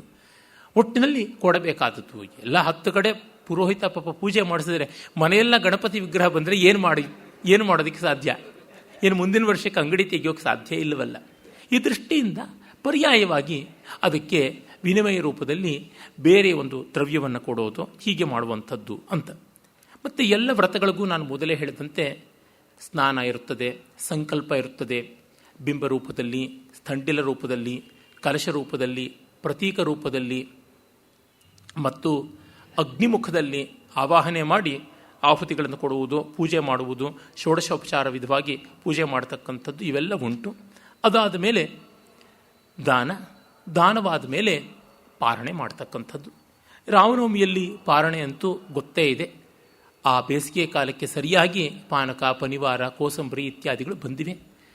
ನಾನು ಮೊದಲೇ ಹೇಳಿದ್ದೆ, ಆಯಾ ಋತುಮಾನಕ್ಕೆ ತಕ್ಕಂತೆ ಕೆಲವೊಂದು ಹಬ್ಬಗಳು ಪ್ರಾತಿನಿಧಿಕವಾಗಿ ಆಹಾರ ಕ್ರಮವನ್ನು ರೂಪಣ ಮಾಡಿವೆ ಅಂತ.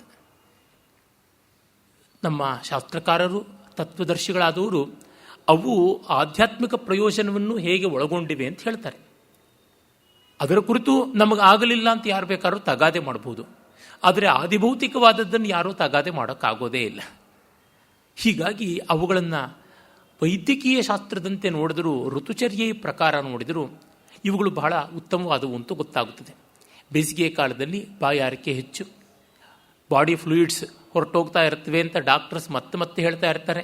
ಈಗಂತೂ ಹೈಡ್ರೋಥೆರಪಿ ಅಂತ ಎಲ್ಲಿಲ್ಲದೆ ಬೆಳಗಾಗೆದ್ದು 1 ಚೊಂಬು ನೀರು ಕುಡೀರಿ, ಆ ಮಲಗೋಕ್ಕೆ ಮುಂಚೆ 2 ಚೊಂಬು ನೀರು ಕುಡೀರಿ, ಮಧ್ಯೆ ಚೊಂಬುಗಟ್ಟಲೆ ನೀರು ಕುಡಿತಾ ಇರಿ, ಈ ತರಹ ಮಾಡ್ತಾ ಇದ್ದಾರೆ. ಅಷ್ಟೆಲ್ಲ ಕೋಲಾಹಲ ಬೇಕಿಲ್ಲ. ಬಾಯಾರಿಕೆ ಆದಾಗ ನೀರು ಕುಡೀರಿ ಅಂತಕ್ಕಂಥದ್ದು ಆಯುರ್ವೇದದ ದಾರಿ ಅಷ್ಟೇ. When you want it then you have it ಅಂತ. ಆ ಪಾನಕ ಪನಿವಾರಗಳಲ್ಲಿ ಕೇವಲ ನೀರನ್ನೇ ಕುಡಿದ್ರೆ ಅದು ಅಗ್ನಿಯನ್ನು ಮಂದಗೊಳಿಸುತ್ತದೆ, ಪಿತ್ತ ಪ್ರಕೋಪವನ್ನು ಉಂಟು ಮಾಡುತ್ತದೆ ಅನ್ನೋದಕ್ಕೋಸ್ಕರವಾಗಿ ಅದಕ್ಕೆ ಉಪಶಾಮಕವಾಗಿ ಬೆಲ್ಲವನ್ನು ಹಾಕಬೇಕು. ಅದು ಕಫವನ್ನು ವೃದ್ಧಿಸುತ್ತದೆ ಅನ್ನೋದಕ್ಕಾಗಿ ಕಫಹರವಾಗಿ ಮೆಣಸು ಇತ್ಯಾದಿಯನ್ನು ಹಾಕಬೇಕು.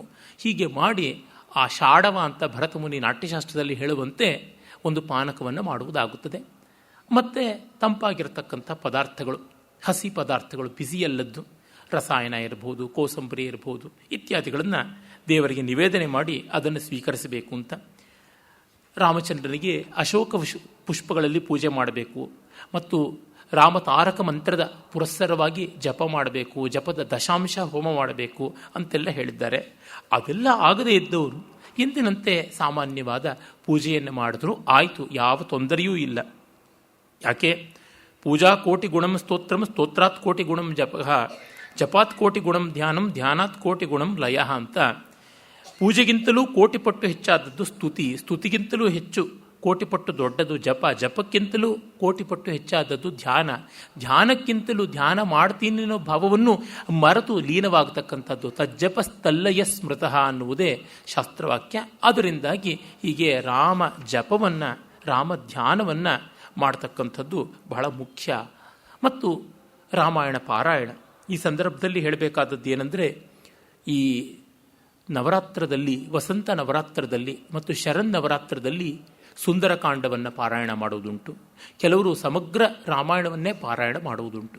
ಹಾಗೆ ಪಾರಾಯಣ ಮಾಡುವವರು ಪ್ರಾಯಿಕವಾಗಿ ಸುಂದರಕಾಂಡದಿಂದಲೇ ಆರಂಭ ಮಾಡುವಂಥದ್ದು ಉಂಟು. ಯಾಕೆಂದರೆ ಅತ್ಯಂತ ಮಂಗಳಕಾರಿಯಾದ ಕಾಂಡ, ಅಲ್ಲಿಂದ ಮೊದಲು ಮಾಡಬೇಕು ಅಂತ ಸಂಪ್ರದಾಯ. ಮಹಾಭಾರತವನ್ನು ಪಾರಾಯಣ ಮಾಡುವವರು ವಿರಾಟ ಪರ್ವದಿಂದ ಆರಂಭ ಮಾಡ್ತಾರೆ. ಅದು ಒಂದು ಪ್ರಶಸ್ತವಾದ ರೀತಿ ಅಂತ. ಮತ್ತು ಉತ್ತರಕಾಂಡವನ್ನು ಪಾರಾಯಣ ಮಾಡೋಲ್ಲ. ಮಹಾಭಾರತವನ್ನು ಪಾರಾಯಣ ಮಾಡುವವರು ಧರ್ಮರಾಜನ ಪಟ್ಟಾಭಿಷೇಕಕ್ಕೆ ನಿಲ್ಲಿಸ್ತಾರೆ, ಅಂದರೆ ಒಂದು ಮಂಗಳ ಅಂತ. ಆದರೆ ಆ ಥರ ಪಾರಾಯಣದ ಕ್ರಮ ಇಟ್ಟುಕೊಂಡು ಮಾಡಿ ಸಂತೋಷ ಪಡೋರು ಪಡಲಿ. ಆದರೆ ಹಾಗೆ ಓದಿಕೊಂಡು ಮೂಲವನ್ನು ಅರ್ಥ ಮಾಡಿಕೊಳ್ಳಬಲ್ಲವರು ಬದುಕಿನಲ್ಲಿ ಒಮ್ಮೆಯಾದರೂ ಸಮಗ್ರವಾಗಿ ರಾಮಾಯಣವನ್ನು ಮಹಾಭಾರತವನ್ನು ಓದುವಂತಾದರೆ ಒಳ್ಳೆಯದು. ಆ ಭಯಗಳಿಗೆಲ್ಲ ಹೆಚ್ಚಾಗಿ ಕಟ್ಟಿ ಬೀಳದೆ ಉತ್ತರಕಾಂಡ ತುಂಬ ಜೀವಶೋಧಕವಾದದ್ದು. ರಾಮಚಂದ್ರನ ಸಂದಿಗ್ಧತೆ ನಮಗೆ ಅರ್ಥ ಆಗಬೇಕು, ಜೀವ ಮಾತ್ರದ ಹೊಯ್ದಾಟ ಯಾವ ಮಾತ್ರದ್ದು ಅಂತ ಗೊತ್ತಾಗಬೇಕು, ಧರ್ಮ ಸೂಕ್ಷ್ಮಗಳ ಕಠೋರತೆ ಎಂಥದ್ದು ಅಂತ ತಿಳಿಯಬೇಕು ಅಂದರೆ ಉತ್ತರಕಾಂಡವನ್ನು ಓದಬೇಕು. ಹಾಗೆ ಮಹಾಭಾರತದ ಶಾಂತಿ ಅನುಶಾಸನೋತ್ತರವಾಗಿ ಆಶ್ರಮವಾಸಿಕ, ಮೌಸಲ, ಸ್ವರ್ಗಾರೋಹಣ, ಮಹಾಪ್ರಸ್ಥಾನಾದಿ ಪರ್ವಗಳನ್ನು ಓದಿದಾಗಲೇ ನಮಗೆ ಪೂರ್ಣತೆಯ ಭಾವ ಬರತಕ್ಕಂಥದ್ದು. ಶ್ರೀರಂಗ ಮಹಾಗುರುಗಳು ಹೇಳ್ತಾ ಇದ್ರಂತೆ, ವೈಕುಂಠದಿಂದ ಬಂದ ದೇವರನ್ನು ವೈಕುಂಠಕ್ಕೆ ಕಳಿಸದೇ ಇದ್ದರೆ ಹೇಗೆ ಅಂತ. ದೇವಸ್ಥಾನದಿಂದ ಬಂದ ಮೂರ್ತಿಯನ್ನು ಮೆರವಣಿಗೆ ಮಾಡಿಸಿ ಅರ್ಧಾಂತಕವಾಗಿ ಬಿಟ್ಟು ಹೋಗ್ಬಿಡೋದಾ, ಮತ್ತೆ ಕಳಿಸಬೇಕು ಅಂತ. ಆ ರೀತಿಯಾಗಿ ಸಮಗ್ರವಾದ ಪಾರಾಯಣ ಬೇಕು. ಮತ್ತು ಪಾರಾಯಣ ಮಾಡುವವರು ಅದೊಂದು ಯಾಂತ್ರಿಕವಾಗಿ ಮಾಡಿಕೊಳ್ಳದೆ ಕಟ್ಟಲೆಯ ಜಿದ್ದಾಜಿದ್ದಿಗೆ ಬಿದ್ದರೆ ಆಗುವುದಿಲ್ಲ. ನನ್ನ ಸ್ನೇಹಿತರ ತಾಯಿ ರಾಮಾಯಣ ಪಾರಾಯಣ ಮಾಡ್ತಾಯಿದ್ರು, ನಾನು ಇಂಜಿನಿಯರಿಂಗ್ ಓದ್ತಾ ಇದ್ದ ಕಾಲದಲ್ಲಿ. ಅವರಿಗೆ ಪಾರಾಯಣ ಮಾಡಿ ಮಾಡಿ ಶ್ಲೋಕಗಳು ಬಾಯಿಗೆ ಬಂದಿತ್ತು. ರಾಮನಾಮ ಬರೆಯೋದನ್ನು ಆಗಲೇ ಸಮಯ ಯಾಕೆ ವೇಸ್ಟ್ ಆಗಬೇಕು ಅಂತ ಬಾಯಿನಲ್ಲಿ ಹೇಳಿಕೊಂಡು ಕೈನಲ್ಲಿ ರಾಮನಾಮ ಬರೀತಾ ಇದ್ರು. ಅದೊಂದು ಬಹಳ ಕಷ್ಟದ ಕೆಲಸ. ಬಾಯಲ್ಲಿ ಒಂದು ಬರ್ತಾ ಇರಬೇಕು, ಕೈನಲ್ಲಿ ಇನ್ನೊಂದು ಆಗಬೇಕು. ಸುಂದರಕಾಂಡ ಪಾರಾಯಣ ಮಾಡ್ತಾ ಇದ್ರು ಪ್ರತಿ ದಿವಸ. ಅದು ಇತ್ಲಾಗೆ ರಾಮ ನಾಮ ರಚನೆಯೂ ಕೂಡ ಏಕಾಗ್ರತೆಯಿಂದ ಆಗ್ತಿರಲಿಲ್ಲ. ಇನ್ನು ಸುಂದರಕಾಂಡದಂತಹ ಅತ್ಯಂತ ರಮಣೀಯವಾದ ಹೃದಯವಾದ ಕಾವ್ಯಭಾಗ ಅದು ಮನಸ್ಸಿಗೆ ಬರ್ತಾ ಇರಲಿಲ್ಲ. ನಾನು ಒಂದು 5-6 ಸರ್ತಿ ನೋಡಿದೆ ಅವ್ರ ಮನೆಗೆ ಹೋಗಿ. ನನ್ನ ಎಂದಿನ ಸ್ವಭಾವದಂತೆ ಹೇಳಿಬಿಟ್ಟೆ, ಇದು ಏನಮ್ಮ ಇದು ಹೀಗೆ ಮಾಡ್ತಾ ಇದ್ದೀರಾ, 2 ಕಣ ಕಾದಂಥ ರೈತನ ಕೆಲಸ ಆಗುವಂಥದ್ದಲ್ಲ, ಇದೋ ಮಾಡಿ ಅದೋ ಮಾಡಿ, ಯಾವುದೋ ಒಂದು ಮಾಡಿ ಪೂರ್ಣವಾದಂಥ ಸಂತೋಷ ಇರುತ್ತದೆ ಅಂತ. ಮತ್ತೆ ಹೇಳಿದೆ, ಪಾರಾಯಣವನ್ನು ಅರ್ಥಕ್ರಮದಿಂದ ಮಾಡಿ ನಾಮಜಪ ಯಾರಿಗೆ ಪಾರಾಯಣಾದಿಗಳನ್ನು ಮಾಡೋಕ್ಕೆ ಆಗದೇ ಇದ್ದವರಿಗೆ ರಾಮಕೋಟಿಯನ್ನು ಬರೆಯೋದು ಅಂತ. ನಿಮಗೆ ಮೂಲವನ್ನೇ ಓದಿಕೊಂಡು ಕೆಳಗಡೆ ಅನಗನಾಥ್ ಶರ್ಮರ ಅನುವಾದವನ್ನು ಅರ್ಥ ಮಾಡ್ಕೊಳ್ಳೋಕ್ಕೆ ಬರುತ್ತದೆ ಅಂತಂದರೆ ಯಾತಕ್ಕೆ ಈ ತೊಂದರೆ ಅಂತಂತೆ ಅವರು ಕೇಳದಂತೆ ಕಾಣೆ. ಇರಲಿ, ಅಂದರೆ ನಾವು ಮಾಡುವಾಗ ಜೀವ ಸಂಸ್ಕಾರಕವಾಗಬೇಕು ಅನ್ನುವುದೇ ಬಹಳ ಮುಖ್ಯ. ಇವುಗಳೆಲ್ಲ ಕಟ್ಟ ಕಡೆಗೆ ಅದೇ. ಅಧಿತ್ಯ ಚತುರ್ವೇದಾನ್ ವ್ಯಾಖ್ಯಾಯ 18 ಸ್ಮೃತಿ ಅಹೋ ಶ್ರಮಸ್ಯ ವೈಫಲ್ಯಂ ಆತ್ಮಾಪಿ ಕಲಿತೋ ನಚೇತ್. ಇಷ್ಟೆಲ್ಲ ಮಾಡಿಯೂ ನಮಗೆ ಒಂದು ಸ್ವಲ್ಪವೂ ಅಂತಃಪ್ರಾವಣ್ಯ ಬರಲಿಲ್ಲ ಅಂತಂದರೆ ಏನು ಗತಿ? ಈ ದೃಷ್ಟಿಯಿಂದ ರಾಮಾಯಣದ ಪಾರಾಯಣವನ್ನು ಹಾಗೆ ಗಮನಿಸಿಕೊಳ್ಳಬೇಕಾಗುತ್ತದೆ. ರಾಮಾಯಣ ಗ್ರಂಥ ದಾನ ಕೂಡ ಅಲ್ಲಿ ಪ್ರಶಸ್ತವಾದದ್ದು ಅಂತ ಹೇಳಿದ್ದಾರೆ. ಮತ್ತು ರಾಮಾಯಣದಲ್ಲಿ ಮರ್ತ್ಯಾವತಾರಸ್ತ್ವಿಹ ಮರ್ತ್ಯ ಶಿಕ್ಷಣಂ ಅಂತಲೇ ಅಲ್ಲಿ ಬಂದಿರತಕ್ಕಂಥದ್ದು. ಮಾನವಾವತಾರ ಮಾನವತೆಯನ್ನು ಬೋಧಿಸೋದಕ್ಕೆ, ಪಾಠಕ್ಕಾಗಿ ಅಂತ ಮಾಡಿರುವಂಥದ್ದು. ಹೀಗಾಗಿ ಅವುಗಳನ್ನು ಅದೇ ರೀತಿಯಲ್ಲಿ ನಡೆಸೋದು ತುಂಬ ಒಳ್ಳೆಯದು ಅಂತ ನಿಮಗೆ ಗೊತ್ತಾಗುತ್ತದೆ. ಆಮೇಲೆ ರಾಮಾಯಣದ ಮಹತ್ವ ಇರತಕ್ಕಂಥ ರಾಮನವಮಿಯನ್ನು ಬೀಳ್ಕೊಡ್ತೀವಿ. ಮುಖ್ಯವಾಗಿ ನಮಗೆ ರಾಮಕಥೆ ಅಂತರಂಗಕ್ಕೆ ಸ್ಫುರಿಸಬೇಕು. ಅದು ತುಂಬ ದೊಡ್ಡದಾದದ್ದು. ಪುಣ್ಯವಶಾತ್ ರಾಮನವಮಿ ಒಂದು ದೊಡ್ಡ ಸಾರ್ವತ್ರಿಕ ಮಹೋತ್ಸವವಾಗಿದೆ. ಕೇವಲ ವ್ರತ ಮಾತ್ರವಾಗಿ ಮನೆಗೆ ಸೀಮಿತವಾಗದೆ, ವ್ಯಕ್ತಿಗಳಿಗೆ ಸೀಮಿತವಾಗದೆ, ಇಡೀ ರಾಷ್ಟ್ರಾದ್ಯಂತ ವ್ಯಾಪಕವಾಗಿರ್ತಕ್ಕಂಥದ್ದು. ಅದು ಸಂಗೀತ, ನೃತ್ಯ, ಪ್ರವಚನ, ಹರಿಕತೆ ಇತ್ಯಾದಿ ರೂಪವಾಗಿ ವಿಸ್ತಾರವಾಗಿ ಶತಕೋಟಿ ಪ್ರವಿಸ್ತರಂ ಅಂತ ರಾಮಾಯಣದ ಬಗೆಗೆ ವಾಲ್ಮೀಕಿ ಮಹರ್ಷಿಗಳೇ ಹೇಳಿದಂತೆ ಎಲ್ಲ ಕಡೆ ವ್ಯಾಪಿಸಿರುವುದು ತುಂಬ ಒಳ್ಳೆಯದು. ಆ ಸಂಸ್ಕೃತಿಯನ್ನು ಮತ್ತಷ್ಟು ಇನ್ನಷ್ಟು ಉಜ್ಜೀವನ ಮಾಡಬೇಕು. ರಾಮಾಯಣ ಮಹಾಭಾರತಗಳನ್ನು ಉಳಿಸಿಕೊಳ್ಳದೇ ಇದ್ದರೆ ನಾವು ಮನುಷ್ಯರಾಗಿ ಉಳಿಯೋದು ಕಷ್ಟ, ಸನಾತನ ಧರ್ಮ ಉಳಿಯೋದು ಮತ್ತೂ ಕಷ್ಟ. ಆ ಕಾರಣದಿಂದ ಅವುಗಳನ್ನು ಕಾಪಾಡಿಕೊಳ್ಳಬೇಕು. ಅದಕ್ಕೆ ರಾಮಾಯಣವನ್ನು ಮಕ್ಕಳಿಗೆ ವಿಶೇಷವಾಗಿ ಹೇಳಬೇಕು. ನಾವು ಕೇಳದೇ ಇದ್ದರೆ ಅವರೆಲ್ಲಿ ಕೇಳ್ತಾರೆ? ಅದರಿಂದ ನಮ್ಮ ಆಚರಣೆಯಿಂದ, ನಮ್ಮ ಮಾತುಗಳಿಂದ ಅವರಲ್ಲಿ ಪ್ರೇರಣೆ ಕೊಡಬೇಕಾಗುತ್ತದೆ. ಅದು ರಾಮನವಮಿ ವಿಶೇಷತೆ. ಅದಾದ ಮೇಲೆ ನಾವು ನೋಡ್ತಕ್ಕಂಥದ್ದು ಚೈತ್ರ ಶುಕ್ಲ ತ್ರಯೋದಶಿಯಂದು ಭಗವಾನ್ ಮಹಾವೀರ ಜಯಂತಿ. ನಮ್ಮ ಜೈನ ಬಂಧುಗಳಿಗೆ ಅತ್ಯಂತ ಪವಿತ್ರವಾದ ದಿವಸಗಳಲ್ಲಿ ಒಂದು. 24 ಜನ ತೀರ್ಥಂಕರರ ಪೈಕಿ 24ನೆಯವರು ಮಹಾವೀರರು. ವರ್ಧಮಾನ ಮಹಾವೀರ, ನಿರ್ಗ್ರಂಥ ಜ್ಞಾತಿಪುತ್ರ ಅಂತ ಕೂಡ ಗ್ರಂಥಗಳಲ್ಲಿ ಉಲ್ಲೇಖಗೊಂಡಿರುವುದು. ವೈಶಾಲಿಯಲ್ಲಿ ಆತ ಜನಿಸಿದ್ದು. ಸಿದ್ಧಾರ್ಥ ಮತ್ತು ತ್ರಿಶಲಾದೇವಿ ಅವರಿಬ್ಬರ ಮಗನಾಗಿ ಹುಟ್ಟಿದಾತ. ಆ ಲಿಚ್ಛವಿ ಗಣದ ನಾಯಕರ ಕುಟುಂಬದಲ್ಲಿ ಹುಟ್ಟಿದ್ದು ಮತ್ತು ವೈರಾಗ್ಯ ಸಂಪನ್ನರಾಗಿ ಚಿಕ್ಕ ವಯಸ್ಸಿಗೇನೆ ವಿರಕ್ತರಾಗಿ ಹೋಗಿದ್ದು. ವಿವಾಹಿತರಾಗಿದ್ದರು ಅಂತ ಕೂಡ ಹೇಳ್ತಾರೆ. ತಾತ್ಪರ್ಯತಃ ಜೈನ ಪರಂಪರೆ ಅಹಿಂಸೆಯನ್ನು, ಮಹಾವ್ರತಗಳನ್ನು, ಶಮದಮಾದಿಗಳನ್ನು, ಯೋಗವನ್ನು ಇವನ್ನೆಲ್ಲವನ್ನೂ ಮೈಗೂಡಿಸಿಕೊಂಡು ಬಂದದ್ದು. ಸನಾತನ ಧರ್ಮಕ್ಕೆ ವಿರೋಧವೇನೂ ಅಲ್ಲ. ಭಾಗವತದಲ್ಲಿ ವೃಷಭದೇವನ ಒಂದು ಅವತಾರ ಅಂತ ಬರುತ್ತದೆ. ಮಹಾವಿಷ್ಣುವಿನ 24 ಅಥವಾ 22 ಅವತಾರಗಳಲ್ಲಿ ಆದಿನಾಥ, ಆದಿತೀರ್ಥಂಕರ ಅಂತ ಹೆಸರಾಗಿದ್ದ ವೃಷಭದೇವನೇ ಈತ ಅಂತ. ಒಂದು ಕಡೆಗೆ ಬುದ್ಧಾವತಾರ ಆಗಲಿ, ಇನ್ನೊಂದು ಕಡೆಗೆ ವೃಷಭದೇವ ಅವತಾರವಾಗಲಿ, ಬೌದ್ಧ ಜೈನ ಪರಂಪರೆ ಕೂಡ ಸನಾತನ ಧರ್ಮಕ್ಕೆ ಯಾವ ರೀತಿಯಿಂದಲೂ ದೂರವಾದದ್ದು ಅಲ್ಲ ಅಂತ ತೋರಿಸೋದಕ್ಕೆ ಭಾಗವತದಲ್ಲಿ ಕಾಣತಕ್ಕಂಥದ್ದಾಗಿದೆ. ವರ್ಧಮಾನ ಮಹಾವೀರರನ್ನು ಮತ್ತು ತತ್ಪೂರ್ವದ 23ನೇ ತೀರ್ಥಂಕರರಾದ ಪಾರ್ಶ್ವನಾಥ ಸ್ವಾಮಿಗಳನ್ನು ಇಬ್ಬರನ್ನೇ ಇತಿಹಾಸಜ್ಞರು, ಐತಿಹಾಸಿಕ ವ್ಯಕ್ತಿಗಳು, ಇನ್ನು ಮಿಕ್ಕ 22 ತೀರ್ಥಂಕರರು ಕೇವಲ ಪುರಾಣ ಕಲ್ಪಿತವಾದದ್ದು ಅಂತಾರೆ. ಅವುಗಳ ಸತ್ಯಾಸತ್ಯತೆ ಏನೇ ಇರಲಿ, ಕ್ರಿಸ್ತಪೂರ್ವ 7ನೇ ಶತಮಾನದಲ್ಲಿ ಪಾರ್ಶ್ವನಾಥ ಸ್ವಾಮಿ, 5ನೇ ಶತಮಾನಗಳಲ್ಲಿ ಮಹಾವೀರ ಸ್ವಾಮಿ ಅಂತ ಬುದ್ಧರ ಸಮಕಾಲೀನ, ಭಗವಾನ್ ಬುದ್ಧನ ಜೊತೆಯಲ್ಲೇ ಇದ್ದಾತ. ಒಂದು 20 ವರ್ಷ ವಯಸ್ಸಿನಲ್ಲಿ ಹೆಚ್ಚಾದವರು ಅಂತ ಕೂಡ ಹೇಳ್ತಾರೆ.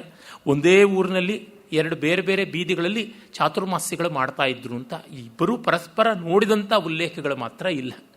ಎಲ್ಲ ಕಾಲದಲ್ಲೂ ಇಷ್ಟೇನೆ. ಬೆಟ್ಟಗಳು ಪರಸ್ಪರ ಒಂದೊಂದು ಮುಖ ಇನ್ನೊಂದು ನೋಡೋಲ್ಲ, ಮಹಾವಟವೃಕ್ಷಗಳು ಚಲಿಸೋಲ್ಲ ಅನ್ನುವಂತೆ. ಇರಲಿ, ಏನೇ ಇದ್ದರೂ ಅದು ತುಂಬ ದೊಡ್ಡದಾದ ದಿವಸ. ಎಲ್ಲ ಇದ್ದ ಸಂಪತ್ತಿ ಸಮಸ್ತವೂ ಇದ್ದ ವ್ಯಕ್ತಿ ಅಷ್ಟು ವಿರಕ್ತರಾಗುವುದಿದೆಯಲ್ಲ, ಅದೊಂದು ದೊಡ್ಡದು, ಮಹಾಮಹನೀಯವಾದದ್ದು. ಎಲ್ಲಿಯಾದರೂ ಭೋಗ ಪ್ರಪಂಚದ ಶಿಖರದಲ್ಲಿದ್ದವರು ಅದನ್ನು ಸ್ವಪ್ರೇರಣೆಯಿಂದ, ಒಳಗಿನ ಒತ್ತಡದಿಂದ ಬಿಟ್ಟು ಬರುವುದೇ ತುಂಬ ದೊಡ್ಡ ಆದರ್ಶ. ಆ ನಿವೃತ್ತಿ ಮಾರ್ಗವನ್ನು ತೋರಿಸಿಕೊಟ್ಟಂಥ ವ್ಯಕ್ತಿ. ಅವರು ಬಟ್ಟೆಯನ್ನೇ ಧರಿಸ್ತಾ ಇರಲಿಲ್ಲ ಅಂದರೆ ಬಟ್ಟೆ ಬಿದ್ದೋಯಿತು ಅನ್ನೋದು. ಅವರಿಗೆ ಮೈಮೇಲಿನ ಪರಿವೆಯೇ ಇಲ್ಲದೆ ಇರತಕ್ಕಂಥದ್ದು. ಬಟ್ಟೆ ಬಿಚ್ಚಿಕೊಂಡು ನಿಂತವರೆಲ್ಲ ಮಹಾವೀರ ಸ್ವಾಮಿ ಆಗೋದಿಲ್ಲ, ಜಿನರಾಗೋದಿಲ್ಲ. ಜಿನ ಅಂದರೆ ಗೆದ್ದವನು ಅಂತ. ತೀರ್ಥಂಕರ, ತೀರ್ಥಕರ, ತೀರ್ಥಕ ಅಂತಂದರೆ ಪವಿತ್ರತರವಾದವರು ಅಂತ. ಅರ್ಹನ್ ಅಂದರೆ ಯುಕ್ತತರ ಅಂತ. ಫಿಟ್ಟಿಂಗ್ ಅನ್ನುವ ಅರ್ಥ. ಇವೆಲ್ಲ ವೇದಗಳಲ್ಲಿ ಬರತಕ್ಕಂಥ ಶಬ್ದವೇ. ಯಾವುದು ಜೈನರಲ್ಲಿ, ಬೌದ್ಧರಲ್ಲಿ ಪವಿತ್ರವಾದ ಉನ್ನತೋನ್ನತವಾದ ವ್ಯಕ್ತಿಗಳಿಗೆ ಹೇಳ್ತಕ್ಕಂಥದ್ದು ಅಂತ ಇದೆ, ಆ ಮಾತುಗಳು ವೇದಗಳಲ್ಲಿ ಕೂಡ ಬರ್ತಕ್ಕಂಥವೇ ಆಗಿದೆ. ಅದೇ ಅರ್ಥದಲ್ಲೇ ಬಂದಿದೆ. ಹೀಗಾಗಿ ಅವರು ಉಚ್ಚಾತಿ ಉಚ್ಚ ಅಂತ ಹೇಳ್ತಕ್ಕಂಥ ಮಾತುಗಳು, ಸ್ಥಾನಗಳು ವೇದೋದಿತವಾಗಿಯೇ ಇದೆ ಅನ್ನೋದ್ರೊಳಗೆ ಯಾವ ಸಂದೇಹವೂ ಕಾಣಿಸುವಂಥದ್ದಲ್ಲ. ಬೆಸ್ಟ್ ಆಫ್ ಜೈನ ಅಂಡ್ ಬೌದ್ಧ ಆರ್ ಫೌಂಡ್ ಇನ್ ಸನಾತನ ಧರ್ಮ. ಹೀಗಾಗಿ ಸನಾತನ ಧರ್ಮೀಯನಾಗಿದ್ದರೆ ಇದೆಲ್ಲವೂ ಕೂಡ ಆಗಿರ್ತಾನೆ.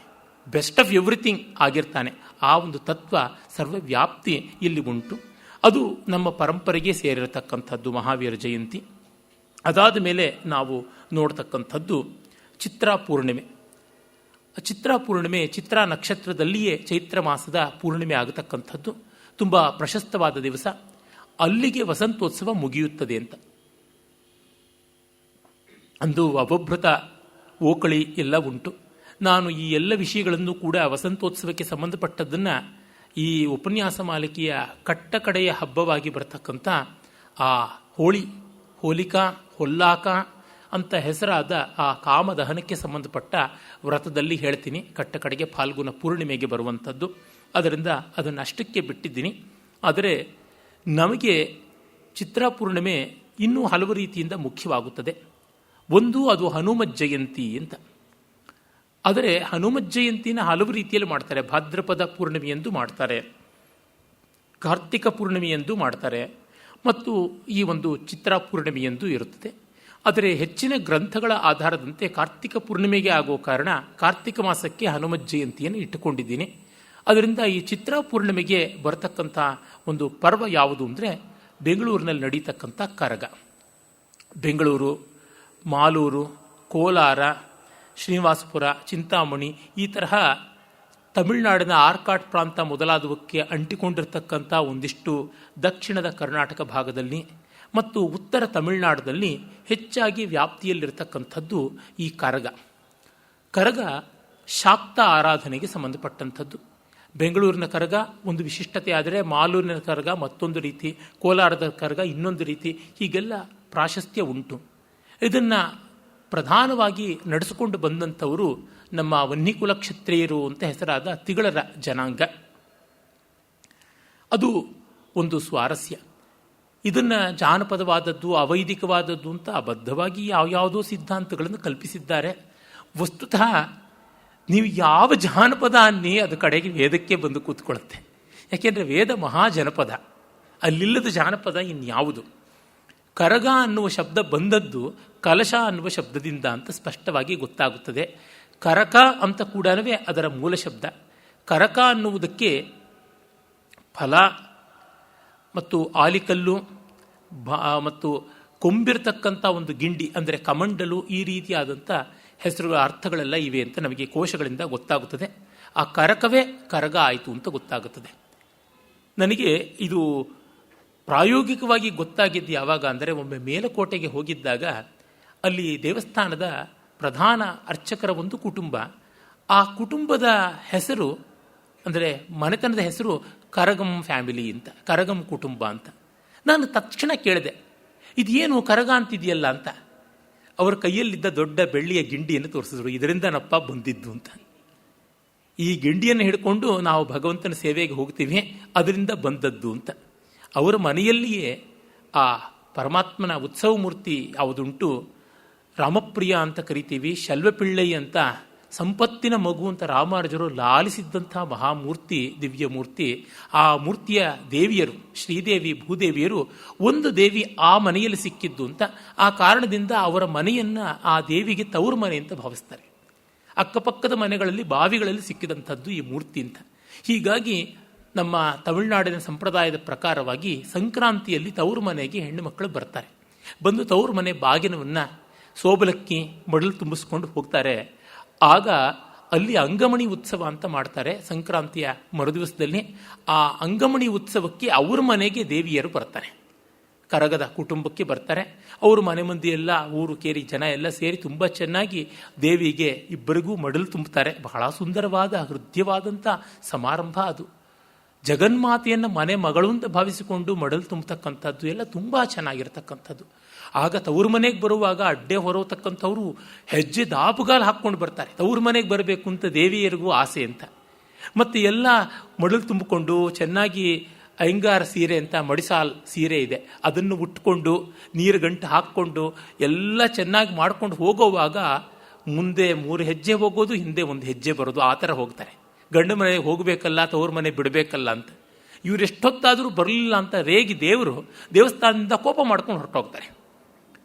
ಆಗ ಬಂತೆಲ್ಲ ಕೂತು ತವ್ರ ಮನೆ ಪ್ರೀತಿಯಿಂದ ಬಂದರೆ ಗಂಡನ ಮನೆ ಎರವಾಗ ಹೋಗ್ಬಿಡುತ್ತಲ್ಲ ಅಂತ ಅಂದುಕೊಂಡಾಗ ಈ ತವ್ರ ಮನೆಯವರು, ಅಮ್ಮ ಯೋಚನೆ ಮಾಡಬೇಡ, ನಿನ್ನ ಗಂಡನಿಗೆ ಅಪಶಕನ ಆಗುವಂತೆ ಮಾಡಿ ವಾಪಸ್ ಮನೆಗೆ ಬರುವಂತೆ ಮಾಡ್ತೀವಿ ಅಂತ ಅಲ್ಲಿ ಅಪಶಕನ ಆಗುವಂತೆ ಮೊಲವನ್ನು ಬಿಡ್ತಾರೆ. ಅಪಸವ್ಯವಾಗಿ ಮೊಲವನ್ನು, ಬೆಕ್ಕನ್ನು ಎಲ್ಲ ಬಿಟ್ಟರೆ ವಾಪಸ್ ಬರಬೇಕು ಅಂತ. ಹಾಗಾಗಿ ಶಲ್ವಪಿಳ್ಳೆ ವಾಪಸ್ ಬರೋದ್ರೊಳಗಾಗಿ ಅಮ್ಮನವರಿಬ್ಬರು ಹೋಗಿ ದೇವಸ್ಥಾನದೊಳಗೆ ಸೇರ್ಕೊಂಡು ಬಾಗಿಲು ಹಾಕ್ಕೊಂಡು ಬಿಡ್ತಾರೆ. ಹಾಕಿಕೊಂಡು, ನಾವು ಮೊದಲು ಮನೆಗೆ ಬಂದಿದ್ದೀವಿ, ನಾವಿಲ್ಲ ಅಂತ ನೀನು ಕಾಡ್ಮೆಯ್ಯೋಕ್ಕೆ ಹೋಗಿದ್ದೀಯಾ ಅಂತ ಆಕ್ಷೇಪ ಮಾಡ್ತಾರೆ. ನಾವು ದೇವತೆಗಳನ್ನು ಇಷ್ಟು ಚೆನ್ನಾಗಿ ಆಟ ಆಡಿಸ್ತೀವಿ, ಇಷ್ಟು ಪ್ರೀತಿ ತೋರಿಸ್ತೀವಿ. ಅಲ್ಲಿ ಆ ತವರು ಮನೆಗೆ ಬರೋ ದೇವಿಯರಿಗೆ ನಡೆಮಡಿ ಹಾಸ್ತಕ್ಕಂಥದ್ದು, ಸಮಸ್ತ ಜಾತಿಯವರು ದೇವಿಯ ಸಂಕೀರ್ತನೆ ಮಾಡತಕ್ಕಂಥದ್ದು, ಅದನ್ನು ನೋಡಿದಾಗ ಗೊತ್ತಾಗುತ್ತದೆ ಈ ಭಾವನೆ ಎಷ್ಟು ಉನ್ನತವಾದದ್ದು ಅಂತ. ಹೀಗಾಗಿ ಆ ಕರಗ ಅನ್ನುವುದು ಒಂದು ಕಲಶಕ್ಕೆ ಸಂಬಂಧಪಟ್ಟಂಥದ್ದು. ವಸ್ತುತಃ ಅಲ್ಲಿ ಕರಗದ ಪೂಜಾರಿ ಯಾರಿದ್ದಾರೆ, ತಲೆ ಮೇಲೆ ಆ ಹಸಿ ಮಣ್ಣಿನ ಕರಗವನ್ನು ಹೊರತಕ್ಕಂಥದ್ದು ಅದು ಕಲಶವೇ ಆಗಿರುವಂಥದ್ದು. ಅದಕ್ಕೆ ವೇದದ ಮೂಲ ಯಾವುದು ಅಂತಂದರೆ, ಎಲ್ಲ ಮಹಾಯಜ್ಞಗಳಲ್ಲಿಯೂ ಮಾರ್ಜಾಲಿಯಾಜ್ಞೆಯ ಕಡೆಗೆ ಹೋಗಿ ಆ ಮಾರ್ಜಾಲಿಯ ಕ್ಷೇತ್ರದಲ್ಲಿ ಯಾವ ಪಾತ್ರೆ ಪರಡಿಗಳನ್ನೆಲ್ಲ ತೊಳೆಯಬೇಕಾಗಿದೆ ಅದಕ್ಕೆ ಉದಕ ಕುಂಭಗಳನ್ನು ತಲೆ ಮೇಲೆ ತೆಗೆದುಕೊಂಡು ಹೋಗಿ ಕೊಡ್ತಕ್ಕಂಥ, ಆ ಸಂದರ್ಭದಲ್ಲಿ ಸಾಮಗಾನ ಮಾಡಿಕೊಂಡು ಕುಣಿತಕ್ಕಂಥ ಮಾರ್ಜಾಲಿಯ ಕನ್ಯೆಯರೇ ಅದಕ್ಕೆ ಮೂಲ ಅಂತ ನನಗನ್ನಿಸುತ್ತದೆ. ಹೀಗೆ ವೇದೋದಿತವಾದದ್ದು ಮತ್ತು ಪಾಂಡವರಿಗೆ ಸಂಬಂಧಪಟ್ಟಂಥದ್ದು. ಪಾಂಡವ ಪತ್ನಿ ಶಕ್ತಿ ಸ್ವರೂಪಿಣಿಯಾದ ದ್ರೌಪದಿಯ ಆರಾಧನೆಗೆ ಈ ಒಂದು ಪರ್ವ ಸಂಬಂಧಪಟ್ಟಿದೆ. ಅದನ್ನು ದೊಡ್ಡ ವಿದ್ವಾಂಸರಾಗಿದ್ದಂತಹ ಡಾಕ್ಟರ್ ಎಸ್ ಶ್ರೀಕಂಠಶಾಸ್ತ್ರಿಗಳು ಅಲ್ಲಿ ಬರ್ತಕ್ಕಂಥ ಕರಗ ಕುಂಭ ಈ ಪ್ರವರ್ಗ್ಯ ಅಂತ ಯಾವ ಒಂದು ಅಂಗ ಉಂಟು ಸೋಮಯಾಗಗಳಲ್ಲಿ, ಆ ಪ್ರವರ್ಗ್ಯದ ಪಾತ್ರೆ ಮಹಾವೀರ ಪಾತ್ರೆ ಅಂತ ಕರೀತಾರೆ, ಅದಕ್ಕೆ ಸಂಬಂಧಪಟ್ಟಿದೆ ಅಂತ ಹೇಳ್ತಾರೆ. ಮಹಾವೀರ ಪಾತ್ರೆ 3 ಕವಲಾಗಿ ತೋರ್ಕೊಳ್ಳುತ್ತದೆ. ಆ 3 ಕವಲು ಆಗಿ ತೋರ್ತಕ್ಕಂಥದ್ದೇ 3 ಕಲಶ ಅಂತ ಹೇಳ್ತಾರೆ. ಆ ಪ್ರವರ್ಗ್ಯ ಪಾತ್ರ ವಸ್ತುತಃ ಮಹಾವಿಷ್ಣುವಿನ ತಲೆಯ ಪ್ರವರ್ಗ್ಯ ಪಾತ್ರ ಅಂತ. ಆತ ಒಮ್ಮೆ ಬಿಲ್ಲಿನ ಕೊಪ್ಪಿನ ಮೇಲೆ ತಲೆ ಇಟ್ಟುಕೊಂಡಿದ್ದಾಗ ಬಿಲ್ಲಿನ ಹೆದೆ ತುಂಡಾಗಿ ತಲೆ ಹಾರಿ ಹೋಯಿತು, ಅದು ಮಹಾವೀರ ಪಾತ್ರವಾಯಿತು ಅಂತ ಹೇಳಿ ಶತಪಥ ಬ್ರಾಹ್ಮಣಾದಿಗಳಲ್ಲಿ ಬರುವಂಥದ್ದು. ತೈತ್ರಿಯ ಐತರಿಯ ಬ್ರಾಹ್ಮಣಾದಿಗಳಲ್ಲಿ ಕೂಡ ಮಹಾವೀರ ಪಾತ್ರೆ ಎಲ್ಲಿಂದ ಬಂದದ್ದು ಅಂತ ಹೇಳ್ತಾರೆ. ಆ ಮಹಾವೀರ ಪಾತ್ರವನ್ನೇ ಇಲ್ಲಿ ದ್ರೌಪದಿ ಶಕ್ತಿ ಹೊರತಕ್ಕಂಥದ್ದು ಅಂತ. ವನ್ಹಿ ಪುರಾಣ ಅಂತಲೇ ಒಂದು ಉಪಪುರಾಣ ಉಂಟು, ಸ್ಥಳ ಪುರಾಣ. ಆ ಪ್ರಕಾರವಾಗಿ ಈ ಆಚರಣೆಯನ್ನು ಮಾಡ್ಕೊಂಡು ಬರ್ತಾರೆ. ಚೈತ್ರ ಶುದ್ಧ ಸಪ್ತಮಿಯಿಂದಲೇ ಮೊದಲು ಮಾಡ್ಕೊಳ್ತಾರೆ. ಚೈತ್ರ ಶುದ್ಧ ಸಪ್ತಮಿಯಂದು ಧ್ವಜಾರೋಹಣ, ಅಂಕುರಾರ್ಪಣ ಮಾಡ್ತಾರೆ. ಪ್ರತಿಸರ ಬಂಧನ ಅಂತ ಕಂಕಣ ಕಟ್ಕೊಳ್ತಾರೆ. ಆಗ ಗೌಡ ಅಂದರೆ ಊರಿನ ಗೌಡ, ಗಣಾಚಾರಿ, ಪೋತರಾಜು, ಕರಗದ ಪೂಜಾರಿ, ದುರ್ಗ ಪೂಜಾರಿ, ವೀರಕುಮಾರರು ಮತ್ತು ಭಂಕಾದಾಸರು ಅಂತ 8 ವಿಭಾಗದವರು ಇದ್ದು ಮಾಡ್ತಕ್ಕಂಥದ್ದು ಅಂತ. ಅದು ಒಂದೇ ಸಮುದಾಯವಾದರೂ ಎಲ್ಲರೂ ಸೇರಿಕೊಳ್ತಾರೆ. ಬ್ರಾಹ್ಮಣ ಪುರೋಹಿತರೂ ಇರ್ತಾರೆ, ಆ ತಿಗಳರ ವನ್ಯಕುಲ ಕ್ಷತ್ರಿಯರ ವರ್ಗದವರು ಇರ್ತಾರೆ. ಎಲ್ಲ ರೀತಿಯಾದಂಥ ಜನಗಳು ಸೇರಿ ಕರಗದ ದರ್ಶನ ಮಾಡ್ತಕ್ಕಂಥದ್ದು, ಕರಗದ ಮೇಲೆ ಮಲ್ಲಿಗೆ ಹೂ ಚೆಲ್ತಕ್ಕಂಥದ್ದು ಪುಣ್ಯಕರ ಅಂತ ಭಾವಿಸಿಕೊಳ್ತಾರೆ. ಆಮೇಲೆ ಈ ಒಂದು ಹಸಿ ಕರಗ ಅಂತ ಮಾಡುವುದುಂಟು. ಆ ಧ್ವಜಾರೋಹಣ ಆದ ಮೇಲಿಂದ ಧರ್ಮರಾಜನ ದೇವಸ್ಥಾನದಲ್ಲಿ ಇದೆಲ್ಲ ನಡೆಯುತ್ತದೆ. ರಥ ಪ್ರತಿಷ್ಠೆ ಮಾಡ್ತಾರೆ. ಮತ್ತು ಸಪ್ತಪ್ರಾಕಾರ ಪುರಿ ದೇವಿ ಅಂತ ಮಾಳಿ ದೇವತೆ ಅಂತ ಕರೀತಾರೆ, ಒಂದು ಶಕ್ತಿ ದೇವತೆ. ಮತ್ತು ಮುತ್ಯಾಲಮ್ಮ, ಈ 2 ದೇವತೆಗಳಿಗೆ ಪೂಜೆ ಮಾಡ್ತಾರೆ. ಪ್ರತಿದಿನ ಆರತಿ ನಡೆಯುತ್ತದೆ. ಹೀಗೆ ಸಪ್ತಮಿಯಿಂದ ತ್ರಯೋದಶಿವರೆಗೆ ನಡೆದು ತ್ರಯೋದಶಿ ಸಂಜೆ ಹತ್ತಿರದ ಒಂದು ವಿಶಿಷ್ಟವಾದ ಕೆರೆ ಅಂತಿರುತ್ತೆ, ಬೆಂಗಳೂರಿನಲ್ಲಿ ಸಂಪಂಗಿ ಕೆರೆ ಅಂತಾರೆ. ಆ ಕೆರೆಗೆ ಹೋಗಿ ಹಸಿ ಮಣ್ಣಿನಲ್ಲಿ ಕರಗವನ್ನು ಮಾಡ್ತಾರೆ. ಮಣ್ಣಿನಲ್ಲಿ ಆ ಕರಗದ ಕಲಶಗಳನ್ನು ಮಾಡ್ತಾರೆ. ಮಾಡಿ ಅದರೊಳಗೆ ಮಂಗಲ ದ್ರವ್ಯಗಳನ್ನು, ದೇವಿಯ ಸ್ವರ್ಣ ವಿಗ್ರಹವನ್ನು ಇಟ್ಟು ಕಟ್ಟಿಡ್ತಾರೆ. ಆಮೇಲೆ ಆ ಪೂಜಾರಿ ಅಲ್ಲಿವರೆಗೂ ವ್ರತದಲ್ಲಿರಬೇಕು ಅಂತ. ಆತ ಸ್ತ್ರೀವೇಷವನ್ನು ತಾಳ್ತಕ್ಕಂಥದ್ದು. ನಮ್ಮ ಎಷ್ಟೋ ಜಾನಪದ ಆರಾಧನೆಗಳಲ್ಲಿ ನಮ್ಮ ಈ ಜಾನಪದ ವಿದ್ವಾಂಸರು ಹೇಳ್ತಾರೆ, ಈ ಆವೇಶವನ್ನು ಮಾಡಿಕೊಳ್ಳುವುದು ತಾನು ಇನ್ನೊಂದಾಗುವುದು ಕಾಣುತ್ತದೆ ಅಂತ. ಅದೊಂದು ದೊಡ್ಡ ಇನೋವೇಷನ್. ಇದು ವೈದಿಕದಲ್ಲಿ ಆಗೋಲ್ಲ ಅಂತ. ಶುದ್ಧ ಮೂಢತನ ಅದು. ಪ್ರತಿಯೊಂದರೊಳಗೂ ಆಗತಕ್ಕಂಥದ್ದಿದ್ದೇನೆ. ಶ್ರೌತಯಾಗದಲ್ಲಿ 16 ಜನ ಋತ್ವಿಜನು, ಹೋತ್ರಗಣ, ಉದ್ಗಾತ್ರಗಣ, ಅಧ್ವರ್ಯುಗಣ, ಬ್ರಹ್ಮಗಣ ಅಂತ, ಮತ್ತು ಅದರ ಜೊತೆಗೆ ಉಪದ್ರಷ್ಟ ಬರ್ತಾನೆ, ಆಮೇಲಿಂದ ಶಾಮಿತ್ರ ಬರ್ತಾನೆ, ಮತ್ತು ಆ ಸಮಯವನ್ನೆಲ್ಲ ನೋಡಿ ಹೇಳ್ತಕ್ಕಂಥ ಆ ಕಾಲಿಕ ಬರ್ತಾನೆ. ಇವರು ಎಲ್ಲರೂ ಇನ್ನೂ ಹೆಚ್ಚಿನ ಋತ್ವಿಜರು ಸೇರ್ಕೋತಾರೆ. ಅವರೆಲ್ಲರೂ ಕೂಡ ತಮ್ಮ ತಮ್ಮ ಹೆಸರುಗಳನ್ನು ಬಿಟ್ಟು ತಾವು ಬೇರೆಯೇ ಆಗಬೇಕು. ಆ ಹೆಸರಿಂದ ಅವ್ರ ಹೆಸರು ಯಾವುದೋ ವೆಂಕಟರಮಣ ಶರ್ಮ ಅಥವಾ ಇನ್ಯಾವುದೋ ಕೈಲಾಸ ಶಾಸ್ತ್ರಿ ಅಂತಿದ್ರೆ ಅದೆಲ್ಲ ಕರೆಯೋದಿಲ್ಲ. ಪೋತಃ ಏಹಿ, ಉದ್ಗಾತಃ ಆಗಚ್ಚ, ಉನ್ನೇತ ಸ್ವೀಕುರು, ಈ ರೀತಿಯಾಗಿ ಪೋತ, ನೇಷ್ಟ, ಉನ್ನೇತ, ಸುಬ್ರಹ್ಮಣ್ಯ, ಪ್ರತಿಪಸ್ತೋತ, ಗ್ರಾವಸೃತ್, ಆಗ್ನಿಧ್ರ, ಈ ರೀತಿ ಅವರವರು ಆಯಾ ಋತ್ವಿಜರ ಹೆಸರಿನಲ್ಲೇ ಇರಬೇಕು, ಅದು ಅವರಾಗಿರ್ತಾರೆ ಅಂತ. ಹೀಗೆ ತಾವು ಬೇರೊಂದು ರೀತಿ ಅಂತ ಮಾಡಿಕೊಳ್ತಕ್ಕಂಥದ್ದು, ಅದಕ್ಕೆ ತಕ್ಕಂಥ ದೀಕ್ಷಾ ವಸ್ತ್ರಗಳನ್ನು ಉಡುವಂಥದ್ದು, ಅದಕ್ಕೆ ಬೇಕಾಗಿರುವ ಶಪಥವನ್ನು ಸ್ವೀಕಾರ ಮಾಡೋದು, ಸಂಕಲ್ಪ ಮಾಡೋದು, ಇವೆಲ್ಲ ಉಂಟು. ಪ್ರತಿ ಆರಾಧನೆಯಲ್ಲೂ ಕೂಡ ತಾನು ಇನ್ನೊಂದಾಗಬೇಕು ಅಂತಿದೆ. ಕಲೆಯಲ್ಲೂ ಇದೇ ಆಗತಕ್ಕಂಥದ್ದು. ಕಲೆಯಲ್ಲಿ ತಾನು ಆ ಪಾತ್ರವಾಗಬೇಕು ಅಂತ ಪರಕಾಯ ಪ್ರವೇಶ ಮಾಡುವುದಾಗುತ್ತದೆ. ಯಕ್ಷಗಾನದ ಕಲಾವಿದರಲ್ಲಿ ಎಲ್ಲ ನಾನು ನೋಡಿದ್ದೀನಿ, ಕಥಕಳಿ ಕಲಾವಿದರಲ್ಲಿ ನೋಡಿದ್ದೀನಿ. ಆ ಬಣ್ಣದ ವೇಷ ಇತ್ಯಾದಿ ಮಾಡಿಕೊಳ್ಳುವಾಗ 7-8 ಗಂಟೆಗಳ ಕಾಲ ಬೇಕಾಗುತ್ತದೆ. ಆ ಬಣ್ಣ ಹಚ್ಚಿಕೊಳ್ಳೋಕ್ಕೆ ಚುಟ್ಟಿ ಇಡೋದು ಅಂತೆಲ್ಲ ಅಂತಾರೆ. ಮುಳ್ಳದಂತೆ ಉದ್ದುದ್ದಕ್ಕೆ ಕೋರೆಯಂತೆ ಬೆಳೆಸ್ಕೊಂಡಿರ್ತಾರೆ. ಮುಖದ ಮೇಲೆಲ್ಲ ಸುಣ್ಣ ಮತ್ತು ಅಕ್ಕಿ ಹಿಟ್ಟು ಸೇರಿಸಿಕೊಂಡು ಅದನ್ನೆಲ್ಲ ಮಾಡಿಕೊಳ್ಳುವಾಗ ಆ ಪಾತ್ರದ ಒಳಗೆ ಅವರು ಸರಿತಾ ಇರ್ತಾರೆ. ಅದೊಂದು ಪರಕಾಯ ಪ್ರವೇಶ, ಅದೊಂದು ಆವೇಶವೇನೆ. ಅದೇ ರೀತಿಯಲ್ಲೇ ಇದು ಮಾಡ್ತಕ್ಕಂಥದ್ದು. ಪ್ರತಿಯೊಂದರೊಳಗೂ ಅದು ಉಂಟು. ಹೀಗಾಗಿ ಇದು ಜಾನಪದಕ್ಕೆ ಮಾತ್ರ ಸೀಮಿತ, ಇದು ವೈದಿಕ, ಅದು ಅವೈದಿಕ ಅಂತ ಏನೋ ಈ ಜಾನಪದದ ಅತಿಮಡಿ ಈಚೆಗೆ ಒಂದು ಬಂದಿದೆ. ಅದೊಂದು ಭ್ರಾಂತಿ. ಇವೆಲ್ಲ ಬಂದಿರೋದು ಕಟ್ಟ ಕಡೆಗೆ ವೇದದ್ವೇಷದಿಂದ ಸತ್ವದ್ವೇಷದಿಂದ ಬಂದಿರತಕ್ಕಂಥದ್ದು, ಇನ್ಯಾವುದೂ ಅಲ್ಲ, ಸತ್ಯದಿಂದ ಬಂದಂಥದ್ದು ಅಲ್ಲ. ಹಾಗಾಗಿ ಆ ಗಣಾಚಾರಿ ಆಗಲಿ, ಆ ಕರಗದ ಪೂಜಾರಿ ಆಗಲಿ, ಇವರೆಲ್ಲರೂ ಆ ವೇಷ ತೊಡೋದುಂಟಲ್ಲ. ವೀರಕುಮಾರರು ಅವರದಾದ ಒಂದು ವೇಷ ತೊಡ್ತಾರೆ.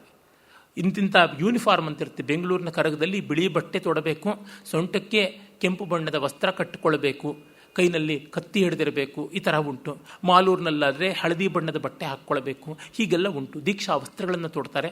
ಕರಗ ಹೊರತಕ್ಕಂಥ ಪೂಜಾರಿ ತನ್ನ ಪತ್ನಿಯ ಮಾಂಗಲ್ಯ ಮೊದಲುಗೊಂಡು ತಾನು ಧರಿಸ್ಕೊಳ್ಳೋದುಂಟು. ಬಳೆ ತೊಡಿಸೋದಕ್ಕೆ ಒಂದು ದಿವಸ ಅಂತ ಇರುತ್ತದೆ. ಅಲ್ಲೆಲ್ಲ ಕೂಡ ಎಲ್ಲ ವ್ರತಗಳಲ್ಲೂ ಇರತಕ್ಕಂಥ ಬಗೆಯಲ್ಲೇನೆ ಉಂಟು ಆಹಾರದ ವಿಹಾರದ ನಿಯಮ. ಪಂಚೇಂದ್ರಿಯಗಳು ಯಾವ ಆಹಾರ ಉಂಟೋ ಅವೆಲ್ಲಕ್ಕೂ ಬೇಕಾದ ನಿಯಮವನ್ನು ಮಾಡ್ತಾರೆ. ಹಾಗೆ ಮಾಡಿ ಆ ಸುಮಾರು 25 kg ತೂಕ ಇರುತ್ತದೆ ಮಲ್ಲಿಗೆ ಹೂವಿನದು ಎಲ್ಲ ಸೇರಿಕೊಂಡು ಕರಗ. ಅದನ್ನು ಹೊತ್ತುಕೊಂಡು ಇಡೀ 4 ಜಾವದ ರಾತ್ರಿ ಬೆಂಗಳೂರು ಬೀದಿಗಳಲ್ಲಿ ಸುತ್ತೋದು ಅಂತಂದರೆ ಮನುಷ್ಯ ಮಾತ್ರರಿಗೆ ಸಾಧ್ಯವೇ? ಅದು ನಿಂತಲ್ಲಿ ನಿಲ್ಲೋಲ್ಲ, ಕರಗ ಓಡದಂಗೆ ಅಂತಲೇ ಗಾದೆ ಮಾತು ಉಂಟು. ಅದೊಂದು ದೈವಾವೇಶ. ಎಲ್ಲ ಕಡೆಯಲ್ಲೂ ನಾವು ನೋಡ್ತೀವಿ ಈ ರೀತಿಯಾದದ್ದು. ಪೋತರಾಜ ಅದು ಒಂದು ಆವೇಶ. ಅಲ್ಲಿ ಸಿಡಿ ಅಂತ ಮಾಡ್ತಾರೆ, ಅದು ಇದೇ ಬಗೆಯಲ್ಲಿರುತ್ತದೆ. ಹಾಗೆಯೇ ಪೂರ್ಣಿಮೆಯಂದು ಸಂಜೆ ಆ ಪೂಜಾರಿ ಎಲ್ಲ ವೇಷ ಮಾಡಿಕೊಂಡು ದೇವಿಯನ್ನು ತನ್ನಲ್ಲಿ ಆವಾಹನೆ ಮಾಡಿಕೊಂಡು ಒಂದು ಕೈಯಲ್ಲಿ ಬೆಳ್ಳಿ ದಂಡ, ಮತ್ತೊಂದು ಕೈಯಲ್ಲಿ ಬಂಗಾರದ ಚುರಿಕೆ ಅದನ್ನು ಹಿಡ್ಕೊಂಡು ಅದಕ್ಕೆ ನಿಂಬೆಹಣ್ಣನ್ನು ಸಿಕ್ಕಿಸಿಕೊಂಡು ದೀಕ್ಷಾವಸ್ತ್ರಗಳನ್ನು ಧರಿಸಿ ಅದು ನಿರ್ಣೀತವಾದಂಥ ಮುಹೂರ್ತದಲ್ಲಿ ರಾತ್ರ ಆದ ಮೇಲೆ ಪರರಾತ್ರದಲ್ಲಿ ಹೊರಡುವುದು ಉಂಟು. ಹೊರಟು ಆ ಹಳೆಯ ಬೆಂಗಳೂರು ಅಂತ ಯಾವುದಿವೆ, ಹಳೆಯ ಊರು ಅಂತ ಯಾವುದಿವೆ, ಅಲ್ಲಿ ಓಡಾಡುವಂಥದ್ದು ಉಂಟು. ಆ ಎಲ್ಲ ಪೇಟೆಗಳಲ್ಲಿ 16 ಪೇಟೆಗಳಲ್ಲಿ ಓಡಾಡಬೇಕು ಅಂತ.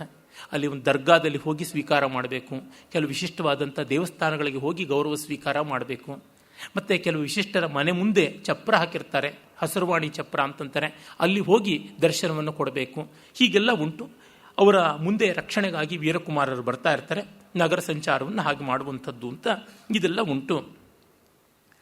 ಹೀಗೆ ನಾವು ಈ ಕರಗದ ಉತ್ಸವವನ್ನು ನೋಡ್ತೀವಿ. ಅದು ಕರಗದೇ ಇರತಕ್ಕಂಥ ಉತ್ಸವ.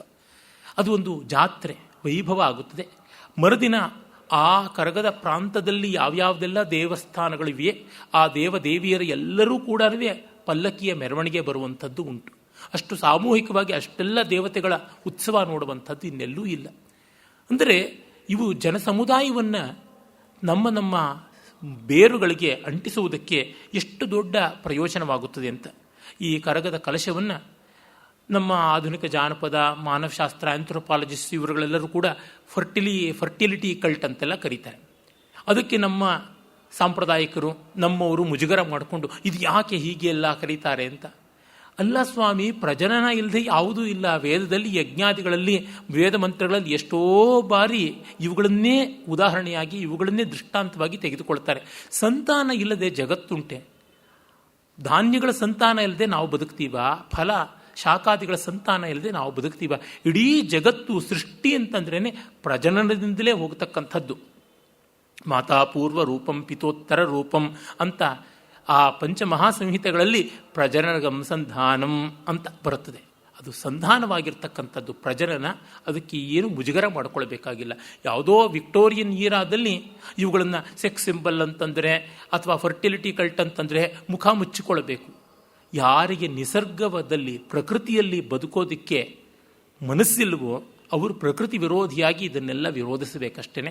ಆ ಮುಜುಗರ ನಮಗೇನೂ ಬೇಕಿಲ್ಲ. ಹೌದು, ನಾವು ಜೀವವನ್ನು ಉತ್ಕರ್ಷ ಅಂತ ಹೇಳ್ತೀವಿ, ಸಾವನ್ನು ಅಲ್ಲ. ಅಸತೋಮ ಸದ್ಗಮಯ ಅನ್ನುವಂಥದ್ದೇ ಅಲ್ಲಿ ಕಂಡುಬರುವಂಥದ್ದು ಅಂತ ನಮಗೆ ಗೊತ್ತಾಗುತ್ತದೆ. ಅಲ್ಲಿಗೆ ನಿಲ್ಲದೆ ನಾವು ಇಡೀ ಆ ಕರಗ ಜಲಪೂರಿತವಾದ ಕಲಶ ಮಂಗಳ ದ್ರವ್ಯ ಪೂರಿತವಾದದ್ದು ಬ್ರಹ್ಮಾಂಡ ಅಂತನ್ನುವ ಭಾವನೆಯನ್ನೇ ಮಾಡಿಕೊಳ್ತೀವಿ. ಯಾವ ಸ್ವರ್ಣ ರೂಪೆಯಾದ ಸ್ವರ್ಣಮಯವಾದ ಅಂಡ ಆ ಹಿರಣ್ಯ ಗರ್ಭ ಒಡೆದು ಮೇಲಿನದು ಆಕಾಶ ಕೆಳಗಿನದು ಭೂಮಿ ಆಯಿತು ಅಂತ ವೇದಗಳ ಹಿರಣ್ಯ ಗರ್ಭಾದಿ ಸೂಕ್ತಗಳಲ್ಲಿ ಬರ್ತದೆ. ಅದೇ ಇಲ್ಲಿಯ ತಾತ್ಪರ್ಯ ಅಂತ ನಮಗೆ ಗೊತ್ತಾಗುತ್ತದೆ. ಆಮೇಲೆ ನಾವು ಈ ಒಂದು ಚಿತ್ರಾ ಪೂರ್ಣಿಮೆಯ ಕರಗದ ಬಳಿಕವ ಮುಂದೆ ನಾವು ಹೋಗ್ತಕ್ಕಂಥದ್ದು ಅಕ್ಷಯ ತೃತೀಯಾಗಿ. ಅಕ್ಷಯ ತೃತೀಯನ್ನು ಕುರಿತು ಬಹಳ ವಿಶೇಷವಾಗಿ ನಮ್ಮ ಗ್ರಂಥಗಳಲ್ಲಿ ಬಂದಿವೆ. ಆದರೆ ಈಚೆಗೆ ಅಕ್ಷಯ ತೃತೀಯ ನಮಗೆ ತುಂಬ ದೊಡ್ಡದಾಗಿ ಪರಿಣಮಿಸಿರ್ತಕ್ಕಂಥದ್ದು ವಾಣಿಜ್ಯ ವ್ಯವಹಾರದಿಂದಾಗಿ. It is wrongly known, for wrong reasons it is known ಅಂತ. ಅಡ್ಡಿ ಇಲ್ಲ. ಆದರೆ ಏನಂದರೆ ನಾವು ಒಂದನ್ನು ಮರೆಯಬಾರದು. ಅದರ ಮೂಲ ಉದ್ದೇಶ ಇದ್ದದ್ದು ಏನು ಅಂತಂದರೆ, ಯಾವುದನ್ನು ದಾನ ಮಾಡಿದ್ರೂ ಕೂಡ ಅದು ಅತ್ಯಂತ ಪ್ರಶಸ್ತವಾಗಿ ಫಲಕಾರಕವಾಗುತ್ತದೆ ಅನ್ನುವುದು ಇದ್ದದ್ದನ್ನು ಈಗ ನಾವು ಸಂಪೂರ್ಣ ವ್ಯತಿರಿಕ್ತವಾಗಿ ಕೊಂಡದ್ದು ಅಕ್ಷಯ ಆಗತ್ತೆ ಅಂತ ಮಾಡಿಕೊಂಡಿದ್ದೀವಿ. ಕೊಟ್ಟದ್ದು ಅಕ್ಷಯವಾಗತ್ತೆ ಅನ್ನೋದು ಹೋಗಿ ಕೊಂಡದ್ದು ಅಕ್ಷಯವಾಗುತ್ತದೆ ಅಂತ. ಇದಕ್ಕಿಂತ ದೊಡ್ಡ ವಿಡಂಬನೆ ಇನ್ಯಾವುದೂ ಇಲ್ಲ. ವಸ್ತುತಃ ಯಾವ ಗ್ರಂಥದಲ್ಲೂ ಕೂಡ ನಾನು ಈ ಸಂದರ್ಭದಲ್ಲಿ ಮತ್ತೆ ಕೃತ್ಯಾಕಲ್ಪತರುವಿನಿಂದ ಮೊದಲುಗೊಂಡು ಎಲ್ಲ ಗ್ರಂಥಗಳನ್ನೂ ಜಾಲಾಡಿ ನೋಡಿದೆ. ಎಲ್ಲಿಯೂ ಕೂಡ ಕೊಂಡರೆ ಅದು ಅಕ್ಷಯ ಅಂತ ಹೇಳಿಲ್ಲ, ಕೊಟ್ಟದ್ದು ಅಕ್ಷಯ ಅಂತ ಹೇಳಿದೆ ಅಷ್ಟೇ. ದಾನ ದಿವಸ ಹೋಗಿ ವಾಣಿಜ್ಯ ದಿವಸ ಆಗಿಬಿಟ್ಟಿದೆ. ವಿಷ್ಣು ಧರ್ಮೋತ್ತರ ಪುರಾಣದಲ್ಲಿಯೇ ಮೊತ್ತ ಮೊದಲಿಗೆ ಇದರ ಉಲ್ಲೇಖ ಬರತಕ್ಕಂಥದ್ದು. ವಿಷ್ಣು ಧರ್ಮೋತ್ತರ ತುಂಬ ಗೌರವನೀಯವಾದ ಪುರಾಣಗಳಲ್ಲಿ ಒಂದು. ಅಲ್ಲಿ ಮತ್ತು ಮತ್ಸ್ಯ ಪುರಾಣವು ತುಂಬ ಪ್ರಾಚೀನವಾದ ಪುರಾಣಗಳಲ್ಲಿ ಒಂದು. ಅಲ್ಲಿ ಕೂಡ ನಮಗೆ ಗೊತ್ತಾಗುತ್ತದೆ. ಮತ್ತು ನಾರದೀಯ ಪುರಾಣದಲ್ಲೂ ಬರ್ತದೆ. ಇಲ್ಲೆಲ್ಲ ದಾನ, ಜಪ, ಹೋಮ ಯಾವುದು ಮಾಡಿದ್ರೂ ಕೂಡ ಅದು ತುಂಬ ಪ್ರಯೋಜನವಾಗುತ್ತದೆ ಅಂತ. ಮತ್ತು ಈ ಅಕ್ಷಯ ತೃತೀಯದಲ್ಲಿ ಕೃತ್ತಿಕಾ ನಕ್ಷತ್ರ ಸೇರಿಕೊಂಡ್ರೆ ಮತ್ತೂ ಉತ್ತಮ ಅಂತ. ಇದಕ್ಕೊಂದು ಸ್ವಾರಸ್ಯ ಉಂಟು. ಕೃತ್ತಿಕಾ ನಕ್ಷತ್ರ ಯಾವುದಿದೆ ಅದು ಬಹಳ ಪ್ರಶಸ್ತವಾದಂಥ ನಕ್ಷತ್ರ. ಆ ಕೃತ್ತಿಕಾ ನಕ್ಷತ್ರದಲ್ಲಿಯೇ ಪ್ರಾಚೀನ ಕಾಲದಲ್ಲಿ ವರ್ಷಾರಂಭ ಇದ್ದಿದ್ದು ಕಾರ್ತಿಕ ಮಾಸದಲ್ಲಿ ಅಂತ ಗೊತ್ತಾಗುತ್ತದೆ. ಅತಿಶಯವಾದದ್ದು ಅಂತ. ಪ್ರಾಯಶಃ ಅವುಗಳೆಲ್ಲ ಸೇರಿಸಿಕೊಂಡೇ ಆ ಕೃತ್ತಿಕಾ ನಕ್ಷತ್ರಕ್ಕೆ ಮಹಾತ್ಮ್ಯವನ್ನು ಕೊಟ್ಟಿದ್ದಾರೆ. ಜೊತೆಗೆ ಆ ನಕ್ಷತ್ರದಿಂದಲೇ ಮೊದಲಿಗೆ ನಮ್ಮ ನಕ್ಷತ್ರ ಎಷ್ಟಿ ಸೂಕ್ತ ಅಂತಿದೆಯಲ್ಲ, ಅಗ್ನಿರ್ನಪ್ಪಾತು ಕೃತ್ತಿಕಾ ಅಂತಲೇ ಆರಂಭ. ಕೌಂಟ್ ಆಫ್ ದಿ ಸ್ಟಾರ್ಸ್ ಅಲ್ಲಿಂದಲೇ ಆರಂಭವಾಗ್ತಾ ಇತ್ತು. ಹಾಗಾಗಿ ಅದು ವರ್ಷಾರಂಭ ಅಂತ. ಮತ್ತು ಅಗ್ನಿ ನಕ್ಷತ್ರ, ಅಗ್ನಿ ನಮ್ಮೆಲ್ಲರಿಗೂ ತುಂಬ ಬೇಕಾದವನು, ಗಾಯತ್ರ ಪ್ರತಿಪಾದ್ಯವಾದ ತತ್ವ ಅಗ್ನಿ ಅಂತಂತಾರೆ. ಹೀಗಾಗಿ ಆ ಕೃತ್ತಿಕಾ ನಕ್ಷತ್ರ ಸೇರಿದಾಗ ಮತ್ತೂ ಫಲದಾಯಕ ಅಂತ ಭವಿಷ್ಯೋತ್ತರದಲ್ಲಿ ಕೃಷ್ಣ ಧರ್ಮರಾಜನಿಗೆ ಹೇಳ್ತಾನೆ ಅಂತ ಬರುತ್ತದೆ. ಇಲ್ಲಿ ಯಾವುದು ದಾನ ಕೊಡಬಹುದು, ಇದು ಅದು ಅಂತ ಏನೂ ಇಲ್ಲ ಅಂತನ್ನುವುದು ನಮಗೆ ಗೊತ್ತಾಗುತ್ತೆ. ಮತ್ತು ಈ ಅಕ್ಷಯ ತೃತೀಯದಲ್ಲಿ ಯಾವ ಹೊತ್ತು ಮತ್ತೆ ಅದೇ ವೇದೆ ಇತ್ಯಾದಿ ಬಂದರೆ ಪೂರ್ವದಲ್ಲಿ ನಾನು ಹೇಳಿದಂಥದ್ದನ್ನೇ ನಾವು ನೋಡ್ಕೊಳ್ಬೇಕಾಗುತ್ತದೆ. ಎಲ್ಲವೂ ಪ್ರಶಸ್ತವೇ. ಹೊಕ್ಕ ತಿಥಿಯಾಗಲಿ ಮಿಕ್ಕ ತಿಥಿಯಾಗಲಿ ಯಾವ ತಿಥಿಯಾಗಲಿ ಪರವಾಗಿಲ್ಲ, ಕೊಡುವುದು ಬಹಳ ಮುಖ್ಯವಾದದ್ದು ಅಂತ. ಈ ಅಕ್ಷಯ ತೃತೀಯ ಅಂದು ತೀರ್ಥಸ್ನಾನವನ್ನು ಮಾಡ್ತಾರೆ. ಗಂಗಾದಿ ತೀರ್ಥಸ್ನಾನಗಳಿಗೆ ಬಹಳ ಪ್ರಶಸ್ತವಾದಂಥ ದಿವಸ ಅಂತ. ಆ ತೀರ್ಥಸ್ನಾನ ಸಂಕಲ್ಪ ಎಲ್ಲ ಉಂಟು. ಮಲಾಪಕರ್ಷಣ ಇತ್ಯಾದಿಗಳನ್ನು, ಅಘಮರ್ಷಣ, ನದಿ ಸೂಕ್ತ ಇತ್ಯಾದಿಗಳನ್ನು ಹೇಳಿಕೊಂಡು ಆ ಒಂದು ತೀರ್ಥವನ್ನು ಸೇವನೆ ಮಾಡ್ತಾರೆ ಅಂತ. ಇಲ್ಲಿ ತೀರ್ಥಸ್ನಾನ ಅಂದರೆ ತೀರ್ಥಗಳನ್ನು ಕೊಚ್ಚೆ ಮಾಡಬೇಕು ಅನ್ನೋ ಅರ್ಥ ಅಲ್ಲ. ನಮ್ಮ ವೇದಾದಿಗಳಲ್ಲಿಯೇ ಸ್ಪಷ್ಟವಾಗಿದೆ. ನಾಪ್ಸುಮೂತ್ರ ಪುರೀಶಂಕುರ್ಯಾನ್ನ ವಾನಿಷ್ಠೀವೇತ್ ಅಂತ. ನದಿಯಲ್ಲಿ, ಸರೋವರದಲ್ಲಿ, ತಟಾಕದಲ್ಲಿ, ಕೆರೆ ಬಾವಿಗಳಲ್ಲಿ ಉಗಿಯಬಾರದು, ಮಲಮೂತ್ರ ವಿಸರ್ಜನೆ ಮಾಡಬಾರದು. ಒಂದು ಮುಳುಗು ಹಾಕಿದರೆ ಅದರೊಳಗಿರುವ ಕೆಸರನ್ನು 3 ಹಿಡಿ ತೆಗೆದು ಎತ್ತೆಸಿಬೇಕು ಹೊರಕ್ಕೆ. ಹೀಗೆ ನ್ಯಾಚುರಲ್ ಡೀಸಿಲ್ಟಿಂಗ್ ಮಾಡಬೇಕು. ಇವನ್ನೆಲ್ಲವನ್ನು ಕೂಡ ಇದು ನಾರದೀಯ ವಿಷ್ಣು ಸ್ಮೃತಿಯಂತಹ ಸ್ಮೃತಿಶಾಸ್ತ್ರಗಳಲ್ಲಿ ನಾವು ನೋಡ್ತೀವಿ. ಆ ಬಗೆಯಲ್ಲಿ ತೀರ್ಥಗಳನ್ನು ನಡೆಸ್ಕೊಳ್ಬೇಕು ಅಂತ. ಮತ್ತು ತೀರ್ಥಕ್ಷೇತ್ರದಲ್ಲಿ ಮಾಡಿದ ಪಾಪ ಎಲ್ಲಿಯೂ ಹೋಗೋದಿಲ್ಲ. ಅನ್ಯಕ್ಷೇತ್ರೇ ಕೃತಂ ಪಾಪಂ ತೀರ್ಥಕ್ಷೇತ್ರೇ ವಿನಶ್ಯತಿ, ತೀರ್ಥಕ್ಷೇತ್ರೇ ಕೃತಂ ಪಾಪಂ ವಜ್ರಲೇಪಂ ಭವಿಷ್ಯತಿ ಅಂತ ಮಾತು ಉಂಟು. ಬೇರೆ ಕಡೆ ಮಾಡಿದಂಥ ಪಾತಕ ತೀರ್ಥಕ್ಷೇತ್ರದಲ್ಲಿ ಹೋದರೆ, ತೀರ್ಥಕ್ಷೇತ್ರದಲ್ಲಿ ಮಾಡಿದ ಪಾಪ ನಮಗೆ ಅದು ಹಾಗೆ ವಜ್ರಗಾರಿಯಂತೆ ಅಂಟಿಕೊಂಡು ಬಿಡುತ್ತೆ, ಅರಾಲ್ಡೇಟ್ ಫೆವಿಕಾಲ್ಗಿಂತ ಗಟ್ಟಿಯಾಗಿ ಹೋಗುವಂಥದ್ದು ಅಲ್ಲ. ಹೀಗಾಗಿ ಅವುಗಳಲ್ಲಿ ಮಾಲಿನ್ಯವನ್ನು ಮಾಡಬಾರದು, ನಿರ್ಮಲತೆಯನ್ನು ಕಾಪಾಡಿಕೊಳ್ಳಬೇಕು ಅನ್ನುವಂಥದ್ದು ಗೊತ್ತಾಗುತ್ತದೆ. ಮತ್ತು ನಾವು ಕಾಣತಕ್ಕಂಥದ್ದು ತೀರ್ಥ ಅನ್ನುವಲ್ಲಿ ಪರಮಾರ್ಥವೂ ಉಂಟಲ್ಲ. ಕಾಶಿ ಕ್ಷೇತ್ರಂ ಶರೀರಂ ತ್ರಿಭುವನ ಜನನಿ ವ್ಯಾಪಿನಿ ಜ್ಞಾನ ಗಂಗಾ ಅಂತಲೇ ಕಾಶಿ ಪಂಚಕದಲ್ಲಿ ನಾವು ನೋಡ್ತೀವಿ. ಈ ಶರೀರವೇ ಕಾಶಿ ಕ್ಷೇತ್ರ, ಜ್ಞಾನವೇ ಗಂಗೆ. ಮತ್ತೆ ಮತ್ತೆ ಜ್ಞಾನ ನಿಷ್ಠೆಯನ್ನು ಪಡ್ಕೊಳ್ಳುವುದೇ ಇಲ್ಲಿರುವ ತಾತ್ಪರ್ಯ ಅಂತ ನಮಗೆ ಗೊತ್ತಾಗುತ್ತದೆ. ಈ ಒಂದು ಅಕ್ಷಯ ತೃತೀಯಲ್ಲಿ ಆಪೂಪದಾನವನ್ನು ಮಾಡ್ತಾರೆ. ಯಾವುದನ್ನು ಮಾಡಬಹುದು, ಇದು ಇಷ್ಟು ಹೀಗೆ ಅಂತನ್ನುವುದು ಕೆಲವೊಮ್ಮೆ ಕೊಟ್ಟರೆ ಏನೋ ಒಂದು ಸ್ಪೆಸಿಫಿಕೇಶನ್ ಬೇಕಲ್ಲ ಅಂತ ಶಾಸ್ತ್ರಕಾರರು ಕೊಡ್ತಾರೆ. ನೀವು ಯಾವುದನ್ನೂ ಮಾಡಬಹುದು, ಅದು ಕರ್ತೃವಿನ ಶಕ್ತಿ ಮತ್ತು ಯುಕ್ತಿಗಳಿಗೆ ಸಂಬಂಧಪಟ್ಟಂಥದ್ದು ಅಂತ ಗೊತ್ತಾಗುತ್ತದೆ. ಅದೇ ದಿವಸವೇ ಪರಶುರಾಮ ಜಯಂತಿ ಬರುತ್ತದೆ. ಪರಶುರಾಮ ಅತ್ಯಂತ ಮಹೋನ್ನತವಾದ ವ್ಯಕ್ತಿತ್ವಗಳಲ್ಲಿ ಒಂದು. ನಮ್ಮ ಪುರಾಣ ಸಂಪ್ರದಾಯದಲ್ಲಿ ಇರುವ ದಿವ್ಯಾತಿ ದಿವ್ಯವಾದ ವ್ಯಕ್ತಿತ್ವಗಳಲ್ಲಿ ಪರಶುರಾಮ ಚಾರಿತ್ರ್ಯವೂ ಅತ್ಯಂತ ಮಹನೀಯವಾದದ್ದು. ಕ್ಷಾತ್ರ ಯಾವ ರೀತಿ ನಿರ್ಮಾಣವಾಗುತ್ತದೆ ಬ್ರಹ್ಮದಿಂದ ಅನ್ನೋದಕ್ಕೆ ದೊಡ್ಡ ನಿದರ್ಶನವಾಗಿ ನಿಲ್ಲುವಂಥದ್ದು. ಅದೊಂದು ಆಪದ್ಧರ್ಮವಾಗಿ ಬ್ರಾಹ್ಮ ಕ್ಷಾತ್ರವನ್ನು ಸ್ವೀಕರಿಸಿ ಲೋಕ ವ್ಯವಸ್ಥೆಯನ್ನು ಮಾಡೋದಕ್ಕೆ ದೊಡ್ಡ ನಿದರ್ಶನವಾಗಿ ಬಂದದ್ದು. ಪರಶುರಾಮ ತಾನು ಭಾರ್ಗವ ಕುಲಶ್ರೇಷ್ಠ. ಭೃಗುಗಳು ಈ ಜಗತ್ತಿಗೆ, ವಿಶೇಷವಾಗಿ ಭಾರತಕ್ಕೆ, ಅದರ ಅಭ್ಯುದಯಕ್ಕೆ ಅನೇಕ ವಿಧವಾಗಿ ನೆರವಾದವರು. ನಾನು ಹಿಂದೆ ಎಲ್ಲ ಹೇಳಿದ್ದೀನಿ, ಲಕ್ಷ್ಮಿಯೇ ಸಾಕ್ಷಾತ್ ಭಾರ್ಗವಿ ಅಂತ. ಭೃಗುವಂಶದ ಸಂಪತ್ತಿಯ ಪ್ರತೀಕವಾಗಿ ಭಾರ್ಗವಿ ಲಕ್ಷ್ಮಿ ಇದ್ದಾಳೆ. ಅಲ್ಲಿಯೇ ಚ್ಯವನ, ಆಯುರ್ವೇದದ ಮಹಾಶಿಖರವಾಗಿ ಚ್ಯವನ ಮಹರ್ಷಿ ಆತ. ಮತ್ತು ಅಲ್ಲಿಯೇ ಶುಕ್ರಾಚಾರ್ಯ, ಅರ್ಥಶಾಸ್ತ್ರಕ್ಕೂ ಕಾವ್ಯಶಾಸ್ತ್ರಕ್ಕೂ ಪರಮೋಚ್ಚ ಸ್ಥಾನವಾಗಿ ಕವೀನಾಂ ಉಶನಾ ಕವಿಹಿ ಅಂತಲೇ ಗೀತೆಯಲ್ಲಿ ಕೃಷ್ಣ ಹೇಳ್ತಾನೆ. ಕವಿಹಿ ಅಂತಂದ್ರೇ ಕಾವ್ಯ, ಕವಿ ಇತ್ಯಾದಿಗಳೆಲ್ಲ ಶುಕ್ರಾಚಾರ್ಯರಿಗಿರುವ ಪರ್ಯಾಯ ಪದಗಳು ಅಂತ ಗೊತ್ತಾಗುತ್ತದೆ. ಭೃಗುಗಳು ಮೊದಲಿನಿಂದಲೂ ಕೂಡ ನೌಕಾ ನಿರ್ಮಾಣ, ದೇಶ ವಿದೇಶ ವಾಣಿಜ್ಯ, ಶ್ರೀಮಂತಿಕೆ ಇತ್ಯಾದಿಗಳಿಗೆ ಪ್ರಸಿದ್ಧರಾದಂಥವರು. ಅದನ್ನು ಹಿಂದಿನ ಎಷ್ಟೋ ಭಾಷೆಗಳಲ್ಲಿ ತಿಳಿಸಿರೋ ಕಾರಣ ಮತ್ತೆ ಪ್ರಪಂಚಿಸಬೇಕಾಗಿಲ್ಲ. ಅವರಿಗೂ ಹೇಹೇರಿಗೂ ಬಂದ ಸಂಘರ್ಷ ಯಾವುದಿದೆ, ಹತ್ತಿರದ ಆನರ್ತ, ಮಾಹಿಷ್ಮತಿ ಈ ಪ್ರಾಂತದಲ್ಲೇ ಇದ್ದವರು. ನರ್ಮದಾ ನದಿಯ ತೀರದಲ್ಲಿ ಮಾಹಿಷ್ಮತಿ ಬರುತ್ತದೆ. ಆ ನರ್ಮದಾ ನದಿ ಸಮುದ್ರವನ್ನು ಸೇರುವ ಮುಖಭೂಮಿ ಯಾವುದಿದೆ ಅದೆಲ್ಲ ಆನರ್ತ ಪ್ರದೇಶ, ದ್ವಾರಾವತಿಯವರೆಗೆ ಬರುತ್ತದೆ. ಆ ಪ್ರದೇಶವೆಲ್ಲ ಯಾದವರ ಒಂದು ಕವಲಾದ ಹೈಹೇರ ಕೈಯಲ್ಲಿ ಇದ್ದದ್ದು. ಅಲ್ಲಿಯೇ ಭೃಗುಗಳು ಇದ್ದದ್ದು. ಈ ಒಂದು ಪಶ್ಚಿಮೋತ್ತರ ಭಾರತ ವಿಶೇಷವಾಗಿ ಅಥರ್ವವೇದಕ್ಕೆ ಪ್ರಸಿದ್ಧವಾದದ್ದು. ಭಾರ್ಗವರು ಅಥರ್ವವೇದಕ್ಕೆ ನಿಷ್ಣಾತರಾದಂಥವರು. ಅಗ್ನಿ ಅವರ ಕುಲದೇವತೆ. ಅಥರ್ವಾಂಗಿರೋ ವೇದ ಅಂತಲೇ ಕರೀತಾರೆ. ಆ ಅಥರ್ವಾಂಗಿರಸ ವೇದಕ್ಕೆ ಇವರು ತುಂಬ ದೊಡ್ಡ ನಿಧಿಗಳಾಗಿದ್ದರು. ಈ ಮೆಟೀರಿಯಲಿಸಮ್ ಅಂತ ಏನು ಹೇಳ್ತೀವಿ, ಆ ಒಂದು ಮೌಲ್ಯಾತ್ಮಕವಾದ ಆದರೆ ವಾಸ್ತವ ದ್ರವ್ಯಶೀಲವಾದ ಸಮಾಜ, ಕುಟುಂಬ, ಸಂಸ್ಕೃತಿ, ಅದಕ್ಕೆ ಹೆಸರಾಗಿದ್ದವರು ಭೃಗುಗಳು. ಅಲ್ಲಿಂದ ಬಂದವನು ಈ ಪರಶುರಾಮ. ರಾಜಸಮೂರ್ತಿಯಾದರೂ ಕಟ್ಟ ಕಡೆಗೆ ಸತ್ವದಲ್ಲಿ ವಿಲಯಿಸಿದಂಥವನು. ಎಲ್ಲ ಜಗತ್ತನ್ನು ತನ್ನದನ್ನಾಗಿ ಮಾಡಿಕೊಂಡು ದುಷ್ಟಕ್ಷತ್ರಿಯರನ್ನು ದಮನ ಮಾಡಿದ ಮೇಲೂ ಕಟ್ಟ ಕಡೆಗೆ ಅದನ್ನು ಶಿಷ್ಟರಿಗೆ ಹಂಚಿ ತಾನು ನಿಲ್ಲಕ್ಕೂ ನೆಲೆ ಬೇಡ ಅಂತ ಮಾಡಿಕೊಂಡು ತನ್ನದಾದ ಎಡೆಯನ್ನು ಬೇರೆಯಾಗಿ ಮಾಡಿಕೊಂಡು ಬಂದದ್ದು. ಅದರ ಒಂದು ಸಂಕೇತವೇ ಪಶ್ಚಿಮದ ಕರಾವಳಿ ಪರಶುರಾಮ ಕ್ಷೇತ್ರ ಅಂತ ಪ್ರಸಿದ್ಧವಾದಂಥದ್ದು. ಆ ಸಮುದ್ರದ ಹಿಮ್ಮೆಟ್ಟುವಿಕೆ, ಅದಕ್ಕೆಲ್ಲ ಭೂಗರ್ಭಶಾಸ್ತ್ರದ ಎಷ್ಟೆಷ್ಟೋ ವಿಶೇಷಗಳನ್ನು ಕೂಡ ಹೇಳ್ತಾರೆ ವಿದ್ವಾಂಸರು. ನಾನು ಅದರ ವಿಸ್ತಾರಕ್ಕೆ ಹೆಚ್ಚು ಹೋಗೋದಿಲ್ಲ. ತಾತ್ಪರ್ಯವಿಷ್ಟೇ, ಪರಶುರಾಮ ಈ ಕರಾವಳಿಯ ಪ್ರಾಂತದಲ್ಲಿ ಸನಾತನ ಧರ್ಮವನ್ನು ವಿಶೇಷವಾಗಿ ಉದ್ಧಾರ ಮಾಡಿದ ವ್ಯಕ್ತಿ. ಆಗ ಪಿತೃಶ್ರಾದ್ದ ಮಾಡುವಲ್ಲಿ ಬ್ರಾಹ್ಮಣರು ಸಿಗಲಿಲ್ಲ ಅಂತ ಆಗಿ ಚಿತೆಯಲ್ಲಿದ್ದಂಥವ್ರನ್ನ ಎಬ್ಬಿಸಿ ಅವರನ್ನು ಉದ್ಧಾರ ಮಾಡಿ ಬ್ರಾಹ್ಮಣರನ್ನಾಗಿ ಮಾಡಿದ್ದು ಅಂತ. ಹಾಗಲ್ಲ, ಬ್ರಾಹ್ಮಣೇತರರಿಗೆ ಬ್ರಾಹ್ಮಣತ್ವವನ್ನು ಕೊಟ್ಟು ಉದ್ಧಾರ ಮಾಡಿತ್ತು. ಹೀಗೆಲ್ಲ ಕಥೆಗಳು ಉಂಟು. ಚಿತೆಯಿಂದ ಪಾವನರಾಗಿ ಬಂದವರು ಚಿತಾಪಾವನ, ಚಿತ್ತಪಾವನ, ಚಿತ್ಪಾವನ ಅಂತ ಹೀಗೆಲ್ಲ ಹೇಳ್ತಾರೆ. ಒಟ್ಟಲ್ಲಿ ತಾತ್ಪರ್ಯವಿಷ್ಟು, ಸನಾತನ ಧರ್ಮ ವಾಟರ್ ಟೈಟ್ ಕಂಪಾರ್ಟ್ಮೆಂಟ್ ಅಲ್ಲ. ತನ್ನ ಸಮಾಜದಲ್ಲಿ ಆರ್ಥಿಕ, ಸಾಂಸ್ಕೃತಿಕ, ಸಾಮಾಜಿಕ ರಂಗಗಳಲ್ಲಿ ಯಥೇಷ್ಟವಾಗಿ ಆದಾನ ಅವಾಪ ಉದ್ವಾಪಗಳನ್ನು ಮಾಡಿಕೊಂಡು ಬೆಳೆದುಕೊಂಡು ಬಂದಿದೆ. ಅದಕ್ಕೆ ಪರಶುರಾಮ ತುಂಬ ದೊಡ್ಡ ರೀತಿಯಲ್ಲಿ ಸ್ಪಂದನ ಮಾಡಿದ್ದು ಅಂತ ಸಿಗುತ್ತದೆ. ಆತನನ್ನು ಸಂಸ್ಮರಣೆ ಮಾಡುವುದು.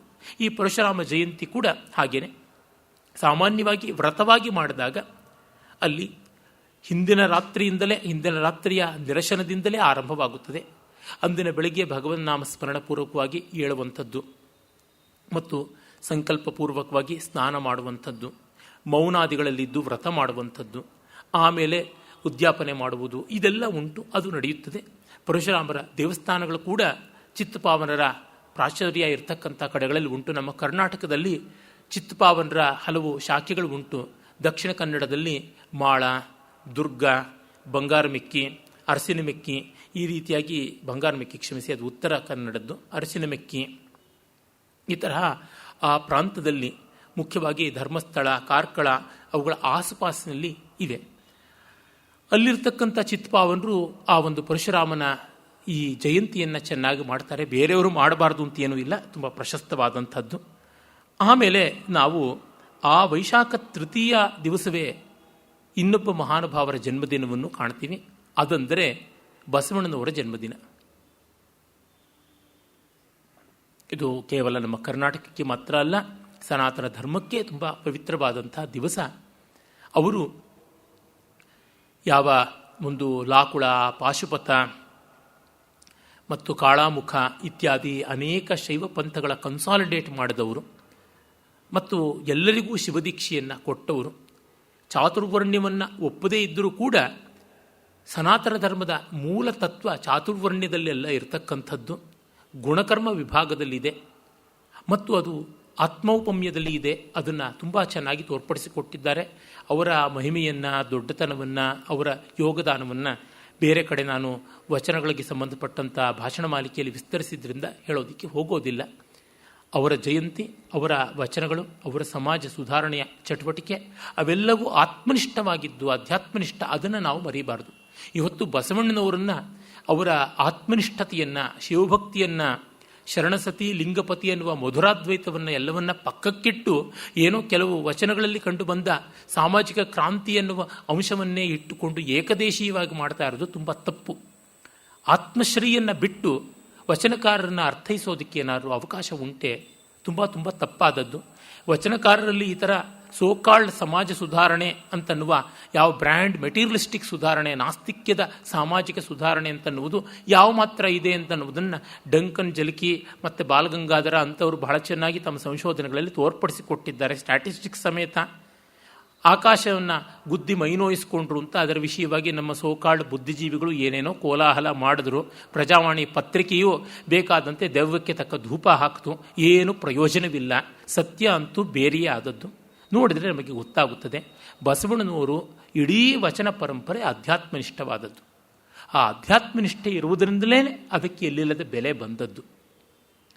ಹೀಗಾಗಿ ಅಲ್ಲಿ ಬರತಕ್ಕಂಥ ಆ ಮಾಹೇಶ್ವರ ತತ್ವ ಆತ್ಮೌಪಮ್ಯದಲ್ಲಿ ಲಯಿಸ್ತಕ್ಕಂಥದ್ದು. ಅದು ಆ ಒಂದು ಆವರಣ ಷಟ್ಕ ಯಾವುದಿದೆ, ಷಟ್ಸ್ಥಲ ಯಾವುದಿದೆ, ಅದಕ್ಕೆ ಸಂಬಂಧಪಟ್ಟಂಥ ಮೌಲ್ಯವೆಲ್ಲ ಯೋಗದ ವಿವಿಧ ಭೂಮಿಕೆಗಳಿಗೆ ಅನ್ವಿತ ಆಗತಕ್ಕಂಥದ್ದು. ಸಿದ್ಧಾಂತ ಶಿಖಾಮಣಿ ಇತ್ಯಾದಿ ಗ್ರಂಥಗಳನ್ನು ನೋಡಿದ್ರೆ ಸ್ಪಷ್ಟವಾಗಿ ಗೊತ್ತಾಗುತ್ತದೆ. ಬಸವಣ್ಣನವರು ಆ ಮಹಾಗ್ರಂಥದಿಂದಲೇ ಸ್ಫೂರ್ತಿ ಪಡೆದದ್ದು. ಅವರ ವಚನಗಳಲ್ಲಿ ಎಷ್ಟು ಸಂಸ್ಕೃತದ ಉಲ್ಲೇಖಗಳಿವೆ, ಎಷ್ಟು ವೇದಾಗಮಾದಿಗಳ ಉಲ್ಲೇಖ ಉಂಟು ಅನ್ನುವುದು ನಮಗೆ ಗೊತ್ತಿದೆ. ಈಚೆಗೆ ಅವನ್ನು ಎತ್ನಿಕ್ ಕ್ಲೆನ್ಸಿಂಗ್ ಮಾಡಬೇಕು ಅಂತ ವಚನಗಳಿಂದ ಸಂಸ್ಕೃತೋದ್ಧರಣಗಳನ್ನು ಕಿತ್ತಾಕುವ ದುಷ್ಪ್ರಯತ್ನವೂ ಮಾಡ್ತಾ ಇದ್ದಾರೆ. ಅದು ವಚನಕಾರರಿಗೆ ಮಾಡತಕ್ಕಂಥ ದೊಡ್ಡ ಅನ್ಯಾಯ. ಒಮ್ಮೆ ಯಾರೋ ಒಬ್ಬರು ಸಂತೆ ಅಂತ ಹೆಸರಾದವರು ಬಸವಣ್ಣನವರ ಅಂಕಿತವನ್ನು ಬದಲಾಯಿಸಬೇಕು ಅಂತ ನೋಡಿದ್ರು. ಕೂಡಲ ಸಂಗಮ ಅನ್ನೋದನ್ನು ಲಿಂಗದೇವ ಅಂತ ಮಾಡಕ್ಕೆ ನೋಡಿದ್ರು. ಅದಕ್ಕೆ ಇಡೀ ಸಮಾಜ ಕೋಲಾಹಲ ಮಾಡಿ ಗಲಾಟೆ ಮಾಡ್ತು. ಆದರೆ ಅದಕ್ಕಿಂತಲೂ ತುಂಬ ದೊಡ್ಡ ಅಪಚಾರ ವಚನಕಾರರು ಅಂಗೀಕರಿಸಿ ಮಾಡಿದಂಥ ಉಲ್ಲೇಖಗಳನ್ನು ಕಿತ್ತಾಕೋಕೆ ಹೋಗತಕ್ಕಂಥದ್ದು. ಉರ್ಲಿಂಗ ಪದ್ದಿ ಅಂತ ಇವತ್ತಿನ ದಲಿತರು ಅಂತನ್ನುವ ಆ ಕಾಲದ ಪಂಚಮ ವರ್ಗಕ್ಕೆ ಸೇರಿದಾದ ಬೇಕಾದಷ್ಟು ಆಗಮಾದಿಗಳಿಂದ, ವೇದೋಪನಿಷತ್ತುಗಳಿಂದ ಉಲ್ಲೇಖಿಸ್ತಾರೆ ತಮ್ಮ ವಚನದಲ್ಲಿ. ಅದೇ ರೀತಿ ಇವರು ಚನ್ನಬಸವಣ್ಣನವರು, ಅಲ್ಲಮಪ್ರಭುಗಳಂತೂ ಶಿವಾದ್ವೈತದ ಶಿಖರ ಅಂತನ್ನಬೇಕು. ಹೀಗಿರುವಾಗ ಬಸವಣ್ಣನವರು ಸನಾತನ ಧರ್ಮದ ಅವಿಭಾಜ್ಯ ಅಂಗ. ಅದನ್ನು ಗೌರವಿಸುವಂಥ ದಿವಸ ಅದು ಬಹಳ ಪ್ರಶಸ್ತವಾದದ್ದು. ಅಲ್ಲಿ ಅವರ ವಚನಾನುಸಂಧಾನ ನಡೆಯಬೇಕು. ಅವರ ವ್ಯಕ್ತಿತ್ವವನ್ನು ಅಂತರಂಗಕ್ಕೆ ತುಂಬಿಕೊಳ್ಳಬೇಕು. ಆಮೇಲೆ 5ನೆಯ ದಿವಸ ಅಂದರೆ ವೈಶಾಖ ಮಾಸದ ಶುದ್ಧ ಪಂಚಮಿಯಂದು ಭಗವಾನ್ ಶ್ರೀ ಶಂಕರ ಭಗವತ್ಪಾದರ ಜಯಂತಿ. ಶಂಕರ ಭಗವತ್ಪಾದರ ವ್ಯಕ್ತಿತ್ವ, ಅವರ ಕೃತಿತ್ವ, ಅವರ ಯೋಗದಾನ ಅದು ನಿರತಿಶಯವಾದದ್ದು. ಅದು ಹೋಲಿಕೆಗೆ ನಿಲುಕದೇ ಇರತಕ್ಕಂಥದ್ದು. ಇವತ್ತು ಸನಾತನ ಧರ್ಮ ಉಳಿದಿದೆ ಅಂತಂದರೆ ಅವರದೇ ದೊಡ್ಡ ಯೋಗದಾನ. ಎಲ್ಲ ಹಂತಗಳಲ್ಲಿಯೂ ಅವರು ಸೇವೆ ಮಾಡಿದ್ದಾರೆ. ನಾನು ಅವರ ವ್ಯಕ್ತಿತ್ವ ಕೃತಿತ್ವಗಳ ವಿಸ್ತಾರಕ್ಕೆ ಹೋಗೋದಿಲ್ಲ. ಅವರ ಜನ್ಮ ಆವತ್ತು ಅಂತ ಶ್ರದ್ಧೆ. ಅವರು ಜಾತಕದಲ್ಲೂ 5 ಗ್ರಹಗಳು ಉಚ್ಚಸ್ಥಾನದಲ್ಲಿದ್ವು ಇತ್ಯಾದಿ ಎಲ್ಲ ತೋರಿಸ್ತಾರೆ. ಅದು ಡೂಪ್ಲಿಕೇಟು, ಒರಿಜಿನಲ್ ಅಲ್ಲ, ಹೀಗೂ ವಾದಗಳಿವೆ. ಏನೇ ಇರಲಿ, ಅವರು ಇದ್ರಲ್ವ, ಅವರು ಎಂದೋ ಹುಟ್ಟಿರಬೇಕಲ್ವ, ಇದು ಅಂತ ನಾವು ತೆಗೆದುಕೊಂಡ್ರೆ ಯಾವ ತಪ್ಪೂ ಇಲ್ಲ. ಒಂದು ಉದಾಹರಣೆ ಕೊಡುವುದಿದ್ದರೆ, ಕಾಳಿದಾಸ ಯಾವತ್ತು ಹುಟ್ಟಿದ್ದು ನಮಗೆ ಗೊತ್ತಿಲ್ಲ. ಆದರೆ ಆತ ತನ್ನ 7 ಕೃತಿಗಳ ಪೈಕಿ 2 ತಿಥಿಯನ್ನು ಹೇಳ್ತಾರೆ. ಒಂದು ಆಷಾಢದ 1ನೇ ದಿವಸ, ಮತ್ತೊಂದು ಉತ್ಥಾನ ದ್ವಾದಶಿ, ಪ್ರಬೋಧಿನಿ ದ್ವಾದಶಿ ಅಂತಲೂ ಕರೀತಾರೆ ಅದನ್ನು. ಆ ಉತ್ಥಾನ ದ್ವಾದಶಿಯನ್ನೇ ಕಾಳಿದಾಸನ ಜಯಂತಿ ಅಂತ ಸ್ವೀಕಾರ ಮಾಡಿ ನಡೆಸ್ತಾ ಇದ್ದೀವಿ. ಎಂದೋ ಒಂದು ಕಾಲದಲ್ಲಿ ಹುಟ್ಟಿರಬೇಕು, ಎಲ್ಲೋ ಹುಟ್ಟಿರಬೇಕು, ಅದನ್ನು ನಾವು ಸ್ವೀಕರಿಸ್ತೀವಿ. ಶಂಕರರ ವಿಗ್ರಹವನ್ನು ಯಾರಾದರೂ ಕೆತ್ತಿದ್ರೆ, ಚಿತ್ರ ಬರೆದ್ರೆ, ಶಂಕರರ ಫೋಟೋ ಇತ್ತೇ ಏನಾದರೂ ಇಂಟರ್ನೆಟ್ಟಲ್ಲಿ ಸರ್ಚ್ ಮಾಡ್ತೀವ ನಾವು, ಇರುತ್ತೆ ಅಂತ. ಹೀಗಿರಬೇಕು ಅಂತ ಒಂದು ಕಲ್ಪನೆ. ಆಮೇಲೆ ಅದಕ್ಕೆ ತಕ್ಕಂತೆ ಶ್ರದ್ಧೆ, ಪ್ರೀತಿ ಎಲ್ಲ ಬರುತ್ತದೆ. ಹಾಗಾಗಿ ರವಿವರ್ಮಾನೋ ಮತ್ತಾರೋ ಕೊಟ್ಟರು ಆಕಾರ ಅಂದ ತಕ್ಷಣವೇ ನಾವು ಅಯ್ಯೋ ಶಂಕರರಿಗೆ ಆಕಾರ ಇಲ್ಲ ಅಂತ ಏನೂ ಸಂಕಟ ಪಡಬೇಕಾಗಿಲ್ಲ. ಹೇಗೋ ಹಾಗೇನೆ ಯಾವುದೋ ಒಂದು ತಿಥಿ ಅದಕ್ಕೆ ಅವರ ಜನ್ಮದಿನಕ್ಕೆ ಸಂಬಂಧಪಟ್ಟಿದ್ದು ಅಂತ ಹೇಳಿದ್ರೆ ಅಂದಾದರೂ ನೆನೆಯೋಕ್ಕೆ ಆಯ್ತಲ್ಲ ಅಂತ. ವಸ್ತುತಃ ಎಲ್ಲ ಕಾಲದಲ್ಲಿಯೂ ನೆನೆಬೇಕು ಇಂಥ ದೊಡ್ಡವರನ್ನ. ನಮ್ಮ ಅಶಕ್ತಿಯಿಂದಾಗಿ ಒಂದೊಂದು ದಿವಸವಾದರೂ ನೆನೆಯೋಣ ಅಂತ ಮಾಡಿರ್ತಕ್ಕಂಥದ್ದು. ಅಲ್ಲಿ ಅಷ್ಟೇ ವ್ರತ ಎಂದಿನಂತೆ ನಡೆಯುತ್ತದೆ. ಆಚಾರ್ಯರ ಭಾಷ್ಯಗಳ ಪಾರಾಯಣ ಇವುಗಳನ್ನು ಮಾಡ್ತಾರೆ. ಸಾಮಾನ್ಯವಾಗಿ ಶಂಕರನ್ನ ರುದ್ರಾಭಿಷೇಕ ಪುರಸ್ಸರವಾಗಿ ಅರ್ಚನೆ ಮಾಡೋದು ಹೀಗೆಲ್ಲ ಉಂಟು. ಆಮೇಲೆ ನಾವು ನೋಡ್ತಕ್ಕಂಥದ್ದು ಅದರ ಆಸುಪಾಸಿನಲ್ಲೇ ಬರತಕ್ಕಂಥದ್ದು ಭಗವಾನ್ ರಾಮಾನುಜಾಚಾರ್ಯರ ಜಯಂತಿ. ಅದು ನಕ್ಷತ್ರ ಪ್ರಧಾನವಾಗಿ ಬರ್ತದೆ. ಭಾಷ್ಯಕಾರ ತಿರುನಕ್ಷತ್ರಂ ಅಂತ ಹೇಳ್ತಾರೆ. ಆರ್ದ್ರ ನಕ್ಷತ್ರದಲ್ಲಿ ಅವರ ಜನ್ಮವಾಗಿದ್ದು ಅಂತ. ಎಷ್ಟೋ ಬಾರಿ ಶಂಕರ ಜಯಂತಿ, ಬಸವ ಜಯಂತಿ ಮತ್ತು ರಾಮಾನುಜ ಜಯಂತಿ ಮೂರು ಒಟ್ಟಿಗೆ ಬರುವುದು ಉಂಟು. ರಾಮಾನುಜಾಚಾರ್ಯರು 120 ವರ್ಷ ಕಾಲ ಬಾಳಿದಂಥ ಮಹಾನುಭಾವರು. ದೇವಸ್ಥಾನದ ಸಂಸ್ಕೃತಿಯನ್ನು ನಮ್ಮ ಪಾಲಿಗೆ ತುಂಬ ಚೆನ್ನಾಗಿ ಉಳಿಸಿಕೊಟ್ಟದ್ದು ಅವರ ಬಹಳ ದೊಡ್ಡ ಕೊಡುಗೆಗಳಲ್ಲಿ ಒಂದು. ಪ್ರೀತಿ, ವಾತ್ಸಲ್ಯ, ಕಾರುಣ್ಯ, ಭಕ್ತಿ ಇವುಗಳಿಗೆ ಸಾಕಾರವಾಗಿ ನಿಂತಹ ಮಹಾನುಭಾವರು. ಹೀಗಾಗಿ ಅವರ ಗ್ರಂಥಗಳು, ಅದಕ್ಕಿಂತ ಮಿಗಿಲಾಗಿ ಅವರ ಜೀವನ, ಅವರ ಜೀವ ಕಾರುಣ್ಯ. ಧನುರ್ದಾಸನಂತಹ ಶೂದ್ರನನ್ನು ಅವರು ನದಿಯಲ್ಲಿ ಸ್ನಾನ ಮಾಡಿದ ಮೇಲೆ ಊರೆಗೋಲಾಗಿ ಹಿಡ್ಕೊಂಡು ಹೋಗ್ತಾ ಇದ್ರು. ಹೋಗುವಾಗ ಬ್ರಾಹ್ಮಣ ಶಿಷ್ಯನ ಮೇಲೆ ಕೈ ಚಾಚಿಕೊಂಡು ಹೋಗ್ತಾ ಇದ್ದವರು, ಬರುವಾಗ ಧನುರ್ದಾಸನ ಮೇಲೆ ಕೈ ಚಾಚಿಕೊಂಡು ಬರ್ತಾ ಇದ್ರು. ಇದನ್ನು ಕಂಡಾದರೂ ನಮ್ಮ ಜನ ಬ್ರಾಹ್ಮಣರು ಮಡಿ ಮಾಡ್ತಾರೆ, ಬೇರೆಯವರು ದೂರ ಮಾಡ್ತಾರೆ ಅನ್ನೋದಕ್ಕೆ ಎಷ್ಟು ದೊಡ್ಡ ಅಪವಾದಗಳಿವೆ, ಮತ್ತು ಅದು ದೊಡ್ಡ ಮಾರ್ಗದರ್ಶನ ಅಂತ ನೋಡಬೇಕಾಗುತ್ತದೆ. ಆ ಭಗವದ್ ರಾಮಾನುಜಾಚಾರ್ಯರ ಜಯಂತಿ ಅದಾದರೂ ಅಷ್ಟೇ ಆಚಾರ್ಯರ ವಿಗ್ರಹಕ್ಕೆ ಷೋಡಶ ಪೂಜೆಯನ್ನು ಮಾಡತಕ್ಕಂಥದ್ದು, ಷೋಡಶಾಂಗವಾದ ಪೂಜೆಯನ್ನು ಮಾಡುವಂಥದ್ದು ಮತ್ತು ಅವರ ದಿವ್ಯ ಗ್ರಂಥಗಳ ಪಾರಾಯಣ ಮಾಡುವಂಥದ್ದು, ಇವೆಲ್ಲ ಎಂದಿನಂತೆ ಉತ್ಸವಾದಿಗಳೆಲ್ಲ ನಡೆದು ಬರುವಂಥದ್ದೇ ಆಗಿದೆ. ಇಲ್ಲೆಲ್ಲ ನೋಡಿ, ನಾವು ಈ ಸಂಪ್ರದಾಯ ಆ ಸಂಪ್ರದಾಯ ಅಂತಲ್ಲದೆ ಎಲ್ಲರೂ ನಮ್ಮ ಸಂಪ್ರದಾಯಕ್ಕೆ ಸೇರಿದವರು ಅಂತ ಗೌರವ ಕೊಡಬೇಕು ಅವರಿಗೆ. ಅದು ಹೃದಯಪೂರ್ವಕವಾಗಿ ಬರಬೇಕಾದಂಥದ್ದು. ಆಮೇಲೆ ವೈಶಾಖ ಶುದ್ಧ ಸಪ್ತಮಿ ಎಂದು ಜನ ಮರೆತಿರುವಂಥದ್ದು ಅದು ವಿದ್ಯಾರಣ್ಯರ ಜಯಂತಿ. ವಿದ್ಯಾರಣ್ಯರ ಜಯಂತಿಯನ್ನು ಕನ್ನಡದವರು ಮರೆತರಲ್ಲ ಅಂತ ನನಗೆ ಬಹಳ ಬೇಸರ ಉಂಟು. ಕನ್ನಡದವರು ಹಾಳಾಗಲಿ, ಶೃಂಗೇರಿ ಮಠವೇ ಮರೆತು ಕೂತಿದೆಯಲ್ಲ ಅಂತ ನನಗೆ ದುಃಖ. ನಾನು ಎಷ್ಟೋ ಪೀಠಾಧಿಪತಿಗಳಿಗೆ ಎಲ್ಲರಿಗೂ ಹೇಳಿದೆ, ವಿದ್ಯಾರಣ್ಯರ ಜಯಂತಿ ಅಂತ ಪುನರುಜ್ಜೀವನ ಮಾಡಿ ತುಂಬ ಉತ್ತಮವಾದೀತು ಅಂತ. ನಾನು ಎಷ್ಟೋ ವರ್ಷ ಶಂಕರ ಜಯಂತಿಯ ಭಾಷಣವನ್ನು ಶಂಕರ ಜಯಂತಿಯಾಗಿ ಮಾತಾಡೋಲ್ಲ, ವಿದ್ಯಾರಣ್ಯರ ಕುರಿತು ಮಾತಾಡ್ತೀನಿ ಅಂತ ಹೇಳ್ತಾ ಇದ್ದೆ. ಜನಕ್ಕೆ ಗೊತ್ತಾಗಲಿ, ಸನಾತನ ಧರ್ಮಕ್ಕೆ ದೊಡ್ಡ ತೊಂದರೆ ಬಂದಾಗ ಅವರು ಉದ್ಧಾರ ಮಾಡಿದ್ದದನ್ನು ಇಡೀ ದಕ್ಷಿಣ ಭಾರತ ಮುಸಲ್ಮಾನರ ಆಕ್ರಮಣದ ವಿರುದ್ಧವಾಗಿ, ಇಸ್ಲಾಮಿನ ವಿರುದ್ಧವಾಗಿ ಸೆಟೆದು ನಿಲ್ಲೋದಕ್ಕೆ ಬೇಕಾದಂತಹ ಸಾಮಗ್ರಿಯನ್ನು ಒದಗಿಸಿಕೊಟ್ಟ ಮಹಾನುಭಾವರು ವಿದ್ಯಾರಣ್ಯ ಸ್ವಾಮಿಗಳು. ಆ ದಿವಸವೇ, ಅವರ ಜನ್ಮದಿವಸವೇ ವಿಜಯನಗರದ ಶಂಕುಸ್ಥಾಪನೆ ದಿವಸವೂ ಹೌದು. ಹೀಗಾಗಿ ಕ್ರಿಸ್ತಶಕ 1336 ಇಸ್ವಿಯ ವೈಶಾಖ ಮಾಸದ ಸಪ್ತಮಿಯಂದು, ಶುಕ್ಲ ಸಪ್ತಮಿಯಂದು ವಿಜಯನಗರ ಸಾಮ್ರಾಜ್ಯ ಹುಟ್ಟಿದ್ದು ಅಂತ ನಮಗೆ ಗೊತ್ತಾಗುತ್ತದೆ. ಆ ವಿದ್ಯಾರಣ್ಯರ ಜಯಂತಿಯನ್ನು ನಾವು ನೆನೆಸಿಕೊಳ್ಳಬೇಕಾದಂಥದ್ದು, ಆಚರಣೆ ಮಾಡಬೇಕಾದದ್ದು. ಬ್ರಾಹ್ಮಕ್ಷಾತ್ರದ ಮಹಾಸಮಯೋಗ ಅವರಲ್ಲಿ ಉಂಟು. ಅದಾದ ಮೇಲೆ ನಾವು ನೋಡುವಂಥದ್ದು ವೈಶಾಖ ಶುಕ್ಲ ದಶಮಿಯಂದು ದೇವಿ ವಾಸವಿಯ ಕನ್ಯಕಾ ಪರಮೇಶ್ವರಿಯ ಜಯಂತಿ ಆಗುತ್ತದೆ. ವೈಶ್ಯವರ್ಗಕ್ಕೆ ತುಂಬ ದೊಡ್ಡ ಪ್ರಮುಖವಾದಂಥ ಪರ್ವಗಳಲ್ಲಿ ಒಂದು ಇದು. ವೈಶ್ಯಕುಲದಲ್ಲಿ ಹುಟ್ಟಿದಾಕೆ ಪರಮೇಶ್ವರಿ ಪೆನುಗೊಂಡೆಯಲ್ಲಿ ಆಕೆ ತಾನು ಶಿವನಿಗೇ ಸಮರ್ಪಿತವಾದ ಕುಸುಮಶ್ರೇಷ್ಠಿಯ ಮಗಳು. ಅವಳನ್ನು ಆ ಊರಿನ ಜೈನ ಮಹಾರಾಜ ದುರ್ಭಾವನೆಯಿಂದ ಕಂಡು ಮದುವೆ ಆಗಬೇಕು ಅಂತ ಒತ್ತಾಯ ಮಾಡ್ದ. ಇಲ್ಲ, ನನಗಿಷ್ಟವಿಲ್ಲ, ನಾನು ಶಿವಾರ್ಪಿತೆ, ನಗರೇಶ್ವರನಿಗೆ ಅರ್ಪಿತವಾಗಿದ್ದೀನಿ ಅಂತ ಎಷ್ಟು ಹೇಳಿದ್ರೂ ಕೇಳಲಿಲ್ಲ. ಕಡೆಗೆ ಮರುದಿವಸ ಅವಳು ಮನಸ್ಸು ಬದಲಾಯಿಸಿಕೊಂಡು ಅರಮನೆಗೆ ಬರಬೇಕು ಅಂತ ಅವನು ಆಜ್ಞೆ ಕೊಟ್ಟು ಹೋದ. ಆಗ ತನ್ನ ಕುಲದವರ ಜೊತೆ ಸಮಾಲೋಚನೆ ಮಾಡಿ, ನಾನು ಶಿವಾರ್ಪಿತವಾದ ಕುಸುಮ ಅಂತ ಹೇಳಿ ತಾನು ಮತ್ತು ತನ್ನ ತಂದೆ ತಾಯಂದಿರು ಕೂಡ ಅಗ್ನಿಪ್ರವೇಶ ಮಾಡದಂಥದ್ದು ಅಂತ. ಹೀಗಾಗಿ ತನ್ನ ಭಕ್ತಿಗೆ ತಾನು ತೆತ್ತುಕೊಂಡಂಥ ಮಹಾಮಹಿಳೆ ಆಕೆ. ಈಚೆಗೆ ವೈಶ್ಯಕುಲದಲ್ಲಿ ಬಿಟ್ಟು ಬೇರೆ ಕಡೆ ಕನ್ಯಕಾ ಪರಮೇಶ್ವರಿಯ ಹೆಸರನ್ನೂ ಕೇಳ್ತಾ ಇಲ್ವಲ್ಲ ಅಂತ ನನಗೆ ಬೇಜಾರಾಗುತ್ತದೆ. ನಾನು ಗೌರಿಬಿದನೂರಿನಲ್ಲೆಲ್ಲ ಇದ್ದಾಗ ಮನೆ ಹತ್ತಿರದಲ್ಲೇ ಕನ್ಯಕಾ ಪರಮೇಶ್ವರಿ ದೇವಸ್ಥಾನ. ಅಲ್ಲಿ ತುಂಬ ಸಾಂಗವಾಗಿ ಪಾಂಕ್ತವಾಗಿ ಪೂಜೆ ಮಾಡ್ತಾಯಿದ್ರು. ನವರಾತ್ರದಲ್ಲಿ ಅತಿಶಯವಾಗಿ ಅಲಂಕಾರ ಮಾಡ್ತಾಯಿದ್ರು. ಈಗಲೂ ಅಷ್ಟೇ ಮಲ್ಲೇಶ್ವರದಲ್ಲಾಗಲಿ ವಿಶ್ವೇಶ್ವರಪುರದಲ್ಲಾಗಲಿ ಕನ್ನಿಕಾ ಪರಮೇಶ್ವರಿ ದೇವಸ್ಥಾನಕ್ಕೆ ಹೋಗಿ ನೋಡಿ ಬಂದರೆ ಅದೊಂದು ಸಂತೋಷಕಾರಿಯಾದದ್ದು. ತುಂಬ ಸಂಲಕ್ಷಣವಾದ ಅಲಂಕಾರ ಪೂಜೆ ನಡೆಯುತ್ತದೆ. ವೈಶ್ಯ ಕುಲದವರು ಆ ದೇವಿಯನ್ನು ಕೇಂದ್ರದಲ್ಲಿಟ್ಟುಕೊಂಡು ಬಹಳ ಚೆನ್ನಾಗಿ ತಮ್ಮ ಕುಲವನ್ನು ಬೆಳೆಸಿಕೊಂಡು ಬಂದಿದ್ದಾರೆ. ಒಂದು ವರ್ಗ ಸಮಾಜದ ಒಂದು ಟ್ರಸ್ಟಿ ನ್ಯಾಸಪಾಲಕರಂತೆ ಇರತಕ್ಕಂಥ ಒಂದು ವರ್ಗದ ಕುಲದೇವತೆ ಇಷ್ಟು ದೊಡ್ಡದು, ಆಕೆಯ ಬಲಿದಾನ ಯಾವ ಮಟ್ಟದ್ದು, ಆಕೆ ಲಲಿತಾ ಪರಮೇಶ್ವರಿಯ ಅವತಾರ ಅಂತ ಶ್ರದ್ಧೆ ಉಂಟು.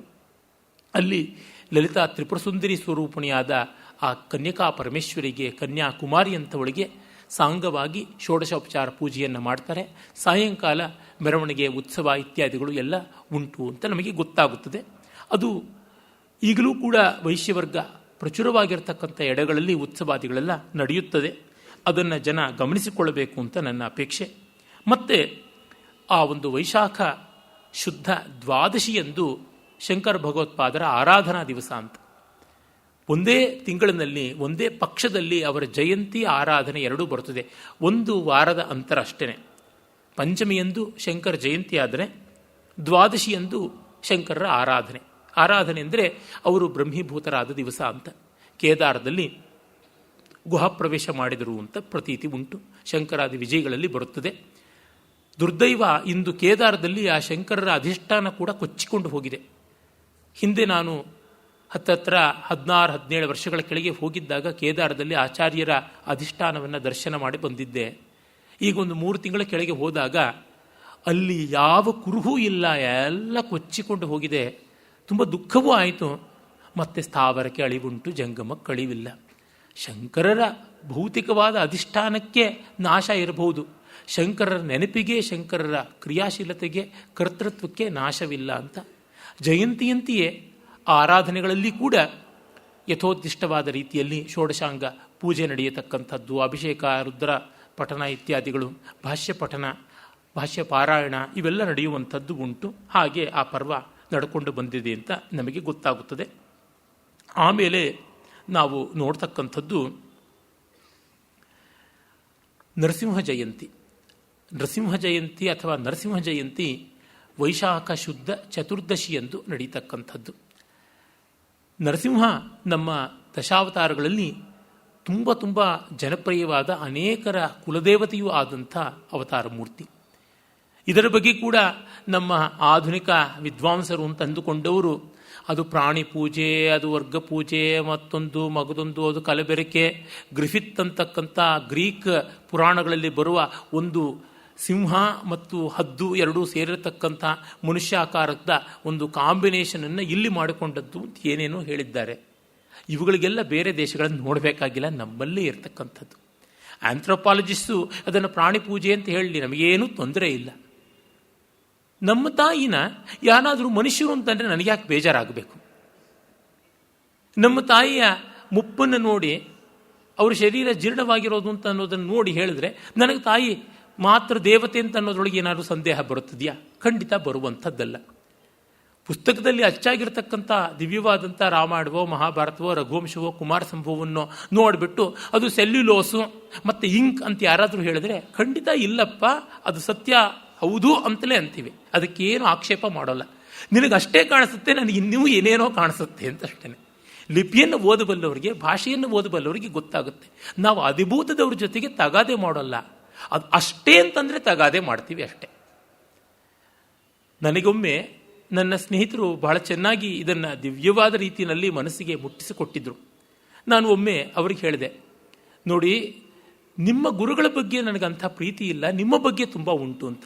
ಅವರು ಎಳ್ಳಷ್ಟು ಬೇಸರ ಮಾಡಿಕೊಳ್ಳದೆ, ಹೌದಪ್ಪ, ಅವರು ನಿನಗೆ ಗುರು ಅಲ್ಲ, ನನಗೆ ಗುರು, ನಾನು ನಿಮಗೆ ಸ್ನೇಹಿತ, ಅದಕ್ಕೆ ನಿಮಗೆ ನನ್ನ ಮೇಲೆ ಪ್ರೀತಿ ಇದೆ ಎಂದರು. ಇದೊಂದು ದೊಡ್ಡ ದರ್ಶನ. ಹಾಗೆ ನಿಮಗೆ ಬರೀ ಅದು ಸಿಂಹ, ನನಗೆ ನರಸಿಂಹ. ಅದನ್ನು ಏನು ಮಾಡೋದಕ್ಕೆ ಸಾಧ್ಯ? ನನ್ನ ಭಾವನೆಯನ್ನು ನೀವು ಹೇಗೆ ಅಲ್ಲಾಡೋದಕ್ಕೆ ಸಾಧ್ಯ? ಮತ್ತು ಈ ಭಾವನೆಯಿಂದಲೇ ತಾನೇ ಬದುಕಿರ್ತಕ್ಕಂಥದ್ದು, ಅದು ಬಿಟ್ಟು ಬೇರೆ ಏನಿದೆ? ಸಮಗ್ರವಾಗಿ ಬದುಕಿರುವುದೇ ಭಾವದ ಮೇಲೆ. ಹೀಗಾಗಿ ಈ ಎಲ್ಲ ದೃಷ್ಟಿಯಿಂದ ಕಂಡಾಗ ನರಸಿಂಹ ತತ್ವ ತುಂಬ ದೊಡ್ಡದಾದಂಥದ್ದು, ಮಹಾಮಹನೀಯವಾದದ್ದು. ಅಲ್ಲಿ ಶಾಸ್ತ್ರಗಳು ಹೇಳುತ್ತವೆ ನರಸಿಂಹ ತತ್ವ ಅನ್ನುವಂಥದ್ದು ಹೇಗೆ ಬೆಳೆದುಕೊಂಡು ಬಂದಿದೆ ಅನ್ನುವುದನ್ನು ತೋರ್ಪಡಿಸ್ತಾರೆ. ಅಲ್ಲಿ ಅವರು ಹೇಳ್ತಾರೆ, ನರಸಿಂಹಸ್ವಾಮಿ ಸೊಂಟದವರೆಗೆ ಮಹಾವಿಷ್ಣು, ಸೊಂಟದಿಂದ ಎದೆಯವರೆಗೆ ಬ್ರಹ್ಮ, ಕುತ್ತಿಗೆಯಿಂದ ತಲೆಯವರೆಗೆ ಶಿವ ಅಂತ ಈ 3 ಸ್ವರೂಪ ಉಂಟು ಅಂತ. ಹಾಗೆ ಆತ ಸ್ತಂಭೋದ್ಭವ ಅಂತಂತಾರೆ. ಅದಕ್ಕೆ ಮೇರುದಂಡದಿಂದ ಹೊಮ್ಮತಕ್ಕಂಥ ಸುಷುಮ್ನ ನಾಡಿಯ ಆ ಕುಂಡಲಿನಿ ಶಕ್ತಿಯೇ ನರಸಿಂಹ. ಈ ರೀತಿಯಾಗಿ ಯೋಗ ಮಾರ್ಗದ್ದು ಬೇಕಾದಷ್ಟು ವಿವರಣೆಗಳನ್ನು, ವ್ಯಾಖ್ಯಾನಗಳನ್ನು ಕೊಟ್ಟಿದ್ದಾರೆ. ಅಂದರೆ ನಮ್ಮಲ್ಲಿ ಅಧಿಭೂತದಲ್ಲಿ ಮಾತ್ರ ಇರತಕ್ಕಂಥದ್ದಲ್ಲ, ಅಧಿದೈವ ಅಧ್ಯಾತ್ಮ ಇಲ್ಲಿಗೆ ಕೂಡ ಅದು ವಿಸ್ತರಿಸಿಕೊಂಡಿರುವಂಥದ್ದು ಅಂತ ನಮಗೆ ಗೊತ್ತಾಗುತ್ತದೆ. ಮತ್ತು ನರಸಿಂಹ ಸ್ವರೂಪ ಎಷ್ಟು ಅತಿಶಯ ಅಂತಂದರೆ, ಹಿರಣ್ಯಕಶಿಪು ಅರ್ಥಕಾಮಗಳೇ ಬದುಕು ಅಂತ ನಂಬಿಕೊಂಡಂಥವನು. ಅವನು ಪ್ರಹ್ಲಾದ ಪರಮ ಸಂತೋಷವನ್ನು ದೂರ ಮಾಡಿದವನು. ಪ್ರಹ್ಲಾದ ಪ್ರಕೃಷ್ಟ ಲಾದ ಇತಿ ಪ್ರಹ್ಲಾದ, ಅತಿಶಯವಾದ ಆನಂದವನ್ನು ದ್ವೇಷಿಸಿದವನು. ಅರ್ಥಕಾಮಗಳೇ ದೊಡ್ಡದು ಅಂತ ಅಂದವನು. ಹಾಗೆ ಅಂದವನು ಆ ಪ್ರಹ್ಲಾದ ಹುಟ್ಟಿದ್ದು ಲೀಲಾವತಿಯಲ್ಲಿ. ಯಾರಿಗೆ ಲೋಕವತ್ತು ಲೀಲಾ ಕೈವಲ್ಯಂ, ಇಡೀ ವಿಶ್ವವೇ ಲೀಲೆ ಅಂತ ಭಾವನೆ ಇರ್ತದೆಯೋ ಅಲ್ಲಿಯೇ ಆನಂದ ಬರುವುದು. ಆ ಲೀಲಾವತಿಯಲ್ಲಿ ಪ್ರಹ್ಲಾದ ಪ್ರಕೃಷ್ಟ ಲಾದ ಬರ್ತಕ್ಕಂಥದ್ದು. ಮತ್ತೆ ಪ್ರಹ್ಲಾದನಿಗೆ ಇನ್ನೂ 3 ಜನ ಒಡ ಹುಟ್ಟಿದವರಿದ್ದರು. ಲಾದ, ಅನುಹ್ಲಾದ, ಪ್ರಹ್ಲಾದ ಅಂತೆಲ್ಲ, ಎಲ್ಲವೂ ಆನಂದ ಸ್ವರೂಪವೇ. ಇವನು ಅದನ್ನು ದ್ವೇಷಿಸ್ತಾನೆ. ಅರ್ಥಕಾಮ ಪರಾಯಣರಾದವರು ಎಂದೂ ಆನಂದ ದ್ವೇಷಗಳಾಗಿರ್ತಾರೆ. ಅರ್ಥಕಾಮ ಪರಾಯಣರಾದವರಿಗೆ ಸುಖ ಅಂದರೆ ಇಂದ್ರಿಯ ಲಭ್ಯವಾದಂಥ ಸುಖ ಮಾತ್ರ ಬೇಕಾಗಿರುತ್ತೆ. ಮೆಟೀರಿಯಲ್ಸ್ ಅಂದರೆ ಅಷ್ಟೇ, ಇನ್ನೇನೂ ಅಲ್ಲ. ಪಿಬ ವಿಹರ ರಮಸ್ವ ಭುಂಕ್ಷ್ವ ಭೋಗಾನ್ ಅನ್ನುವ ರಾವಣನ ಫಿಲಾಸಫಿಯೇ ಅದು. ರಾವಣ ಹಿರಣ್ಯಕಶಿಪುವಿನ ಮುಂದಿನ ರೂಪ ತಾನೆ. ಹೀಗೆ ನೋಡಿದಾಗ ಆ ಅರ್ಥಕಾಮ ಪರಾಯಣತ್ವದಲ್ಲಿ ಇದ್ದವನನ್ನು ಅವನು ಭಗವಂತನಿಗೆ ಯಾವ್ಯಾವ ಆವಿರ್ಭಾವದ ಸಾಧ್ಯತೆ ಇದೆ ಅದನ್ನೆಲ್ಲ ನಿರಾಕರಿಸ್ತಾನೆ. ಅರ್ಥಕಾಮ ಪ್ರವಣವಾದ ಮನಸ್ಸು ಭಗವಂತನ ಸಾಧ್ಯತೆಯನ್ನು ನಿರಾಕರಿಸೋದೇ ಅದರ ಲಕ್ಷಣ. ಹಾಗಾಗಿ ಇಲ್ಲಿ ಸಾವು ಬರಬಾರ್ದು, ಅಲ್ಲಿ ಸಾವು ಬರಬಾರ್ದು, ಇನ್ನೊಂದು ಕಡೆ ಬರಬಾರ್ದು ಅಂತಂದರೆ ತನ್ನ ಅರ್ಥಕಾಮ ಪ್ರಪಂಚ ಅವಿಚ್ಛಿನ್ನವಾಗಿ ನಿರಾಬಾಧಿತವಾಗಿ ನಡೆಯಬೇಕು ಅಂತ ಅಂದುಕೋತಾನೆ. ಆದರೆ ಆನಂದ ತೋರ್ಪಡಿಸಿಕೊಡುತ್ತದೆ, ನಿನ್ನ ಈ ಅರ್ಥಕಾಮಗಳಿಗೆ ಕೊನೆ ಒಂದಿರುತ್ತದೆ ಅಂತ. ಆ ದೃಷ್ಟಿಯಿಂದ ಕಂಡಾಗ ಹಗಲು ಸಾಯಬಾರ್ದು, ഇരുಳು ಸಾಯಬಾರ್ದು, ಒಳಗೆ ಸಾಯಬಾರ್ದು, ಹೊರಗೆ ಸಾಯಬಾರ್ದು, ಮೇಲೆ ಸಾಯಬಾರ್ದು, ಕೆಳಗೆ ಸಾಯಬಾರ್ದು, ಬದುಕಿರೋದ್ರಿಂದ ಸಾಯಬಾರ್ದು, ಸತ್ತಿರೋದ್ರಿಂದ ಸಾಯಬಾರ್ದು, ಮನುಷ್ಯರಿಂದ ಸಾಯಬಾರ್ದು, ಮೃಗದಿಂದ ಸಾಯಬಾರ್ದು ಅಂತೆಲ್ಲ ಮಾಡಿಕೊಂಡು ನರಸಿಂಹ ಇನ್ನೊಂದು ಸಾಧ್ಯತೆ ಆದದ್ದು. ಹೀಗಾಗಿ ಆ ಆನಂದ ಅನ್ನುವುದು ಅರ್ಥಕಾಮಗಳನ್ನು ಹೇಗೆ ಸೀಳಿಬಿಡುತ್ತದೆ ಅನ್ನೋದರ ಸಂಕೇತವೇ ಅಲ್ಲಿ ಕಾಡ್ತಕ್ಕಂಥದ್ದು. ಅರ್ಥಕಾಮಗಳ ಕರಳು ಬಳ್ಳಿ ಸಂಬಂಧವನ್ನು ಕಿತ್ತಾಕ್ಬಿಡುತ್ತೆ ಅಂತ ಆ ಕರಳುಗಳನ್ನು ವಿಚ್ಛೇದ ಮಾಡುವುದು. ತಾತ್ಪರ್ಯತಃ ಏನು? ಅರ್ಥಕಾಮಗಳು ತಪ್ಪಲ್ಲ, ಅವು ಧರ್ಮಕ್ಕಾಗಿ ತನ್ಮೂಲಕ ಮೋಕ್ಷಕ್ಕಾಗಿ ಆದರೆ ಸರಿ. ರಾಜಸಿಕವಾದ ತಾಮಸಿಕವಾದ ಸುಖಗಳು ಸಾತ್ವಿಕವಾಗಬೇಕು. ಸಾತ್ವಿಕವಾದ ಸುಖ ಸತ್ವದಲ್ಲಿ ನೆಲೆಯಾಗಬೇಕು, ಸ್ವತ್ವದಲ್ಲಿ ನೆಲೆಯಾಗಬೇಕು ಅನ್ನುವುದು ಅಲ್ಲಿರುವ ಮುಖ್ಯ ದೃಷ್ಟಿ. ಅದನ್ನು ತೋರ್ಪಡಿಸುವಂತೆ ನರಸಿಂಹ ಸ್ವರೂಪ ಇರತಕ್ಕಂಥದ್ದು. ಹೀಗಾಗಿ ಆ ನರಸಿಂಹ ಸ್ವರೂಪದ ಕಾರುಣ್ಯ ತುಂಬ ದೊಡ್ಡದಾದದ್ದು. ನಮ್ಮಲ್ಲಿ ಬಗೆಬಗೆಯ ಅವತಾರಗಳನ್ನು ಹೇಳ್ತೀವಿ. ಈ ಒಂದು ನಿಮಿತ್ತ ಅವತಾರ ನರಸಿಂಹ ಸ್ವರೂಪ ಒಂದು ನಿಮಿತ್ತಕ್ಕೆ ಬಂದಿದ್ದು.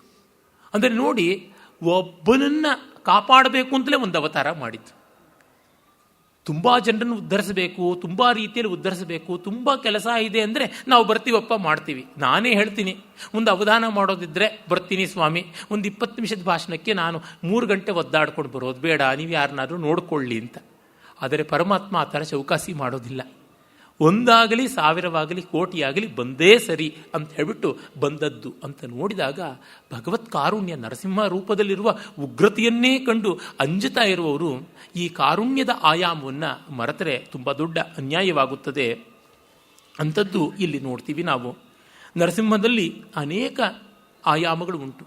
ಭೋಗ ನರಸಿಂಹ, ಯೋಗ ನರಸಿಂಹ, ಅಷ್ಟಾದಶ ಭುಜ ನರಸಿಂಹ, ಲಕ್ಷ್ಮೀ ನರಸಿಂಹ, ಹೀಗೆ ಬೇರೆ ಬೇರೆ ರೀತಿಯಾದಂಥ ನರಸಿಂಹ ಪ್ರಕಾರಗಳು ಉಂಟು. ಗಂಡಬೇರುಂಡ ನರಸಿಂಹ, ಶರಭ ನರಸಿಂಹ ಹೀಗೆಲ್ಲ ಹೇಳ್ತಾರೆ. ಈ ಶೈವ ವೈಷ್ಣವ ಕೋಲಾಹಲದಲ್ಲಿ ನರಸಿಂಹ ಕೋಪ ಮಾಡಿಕೊಂಡು ಹಿರಣ್ಯಕಶಿಪುವನ್ನು ಕೊಂದ ಮೇಲೂ ತೀರದೆ ಎಲ್ಲ ಲೋಕಗಳನ್ನು ತ್ರಾಸ ಮಾಡ್ತಾ ಇದ್ದಾಗ ಶಿವ ಶರಭವನ್ನು ಬಿಟ್ಟ.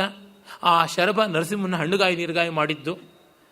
ಅದಕ್ಕೆ ವಿಷ್ಣು ಭಕ್ತರು ಇಲ್ಲ ಇಲ್ಲ, ಶರಭ ಕೊಬ್ಬಿದ್ದಾಗ ಗಂಡಬೇರುಂಡವಾಗಿ ವಿಷ್ಣುವೇ ಬಂದು ಆ ಶರಭನನ್ನು ಸೀಳಾಕಿದ್ದು ಅಂತ. ಹೀಗೆ ಒಬ್ಬರ ಮೇಲೊಬ್ಬರು ಕೆಸರೆರಚಿಕೊಂಡ್ರೆ ಇಬ್ಬರು ತಿಪ್ಪೇಲಿರ್ತಾರೆ ಇರೋದು ಬಿಟ್ಟರೆ ಬೇರೆ ಏನೂ ಗೊತ್ತಿಲ್ಲ. ವಸ್ತುತಃ ಈ ಶೈವ ವೈಷ್ಣವಾದಿ ಕೋಲಾಹಲಗಳು ಅವಿಚಾರಿತವಾದಂಥದ್ದು, ಅವಿವೇಕವಾದಂಥದ್ದು. ಸರ್ವೇಷಾಮೇವ ವರ್ಣಾನಾಂ ಅಧಿಕಾರೋಸ್ತಿ ಮದ್ದಿನೇ ಮದ್ಭಕ್ತೈಸ್ತು ವಿಶೇಷೇಣ ಕರ್ತವ್ಯಂ ಮತ್ಪರಾಯಣೈ ಅಂತ ನರಸಿಂಹ ಪುರಾಣದಲ್ಲಿ ಆ ಪರಮಾತ್ಮ ಎಲ್ಲ ವರ್ಣದವರು, ಎಲ್ಲ ಜಾತಿಯವರು ತನ್ನನ್ನು ಆರಾಧನೆ ಮಾಡುವುದಕ್ಕಾಗಿ ಇರಬೇಕು ಅಂತ. ಇದನ್ನು ಸಂಜೆ ಹೊತ್ತು ವಿಶೇಷವಾಗಿ ಆರಾಧನೆ ಮಾಡಬೇಕು, ನರಸಿಂಹನ ಆವಿರ್ಭಾವ ಕಾಲ ಅಂತ. ಅಷ್ಟು ಹೊತ್ತು ಉಪವಾಸ ಇರೋಕ್ಕೆ ಸಾಧ್ಯ ಇಲ್ಲ ಅನ್ನೋರಿಗೆ ಮಧ್ಯಾಹ್ನದ ಹೊತ್ತಿಗೆ ಅಂತ. ಮತ್ತು ನರಸಿಂಹನ ಒಂದು ಉಗ್ರತೆಯನ್ನು ಶಮನ ಮಾಡೋದಕ್ಕಾಗಿ ಅಂದು ಕೂಡ ಪಾನಕ, ಪನಿವಾರ ಇತ್ಯಾದಿಗಳನ್ನು ಮಾಡಿ ಕೊಡ್ತಕ್ಕಂಥದ್ದು, ವಿತರಣೆ ಮಾಡುವಂಥದ್ದು, ತಂಪಾಗಿರುವ ಪದಾರ್ಥಗಳನ್ನು ಅಂದರೆ ಚಾಮರ, ಬೀಸಣಿಗೆ, ತಂಪಾದ ನೀರನ್ನು ಇಟ್ಟುಕೊಳ್ಳೋದಕ್ಕೆ ಬೇಕಾಗದ ಬಟ್ಟಲು, ಬಿಂದಿಗೆ ಇತ್ಯಾದಿಗಳನ್ನು ದಾನ ಕೊಡಬೇಕು ಅಂತ ಕೂಡ ಇಲ್ಲಿ ಉಂಟು. ನರಸಿಂಹ ತುಂಬ ಉಗ್ರದೇವತೆ, ಹಾಗಾಗಿ ಮಡಿಮಡಿಯಾಗಿರಬೇಕು ಅಂತೆಲ್ಲ ತುಂಬ ಹೇಳ್ತಾರೆ. ಸ್ವಾತಿ ನಕ್ಷತ್ರದಲ್ಲಿ ಈ ಒಂದು ತಿಥಿ ಬಂದರೆ ಬಹಳ ಒಳ್ಳೆಯದು, ಅದು ಅತ್ಯಂತ ಪ್ರಶಸ್ತವಾದದ್ದು ಅಂತ ಕೂಡ ಹೇಳ್ತಾರೆ. ನಿಜ, ಮಡಿ ಇವೆಲ್ಲ ಕೂಡ ಬೇಕು. ಆದರೆ ಈ ಮಡಿಗಳು ಎಲ್ಲದರೊಳಗೂ ನಾವು ಮುಖ್ಯವಾಗಿ ಗಮನಿಸಬೇಕಾದದ್ದು ಮನಃಶೌಚ, ಭಾವಶೌಚ.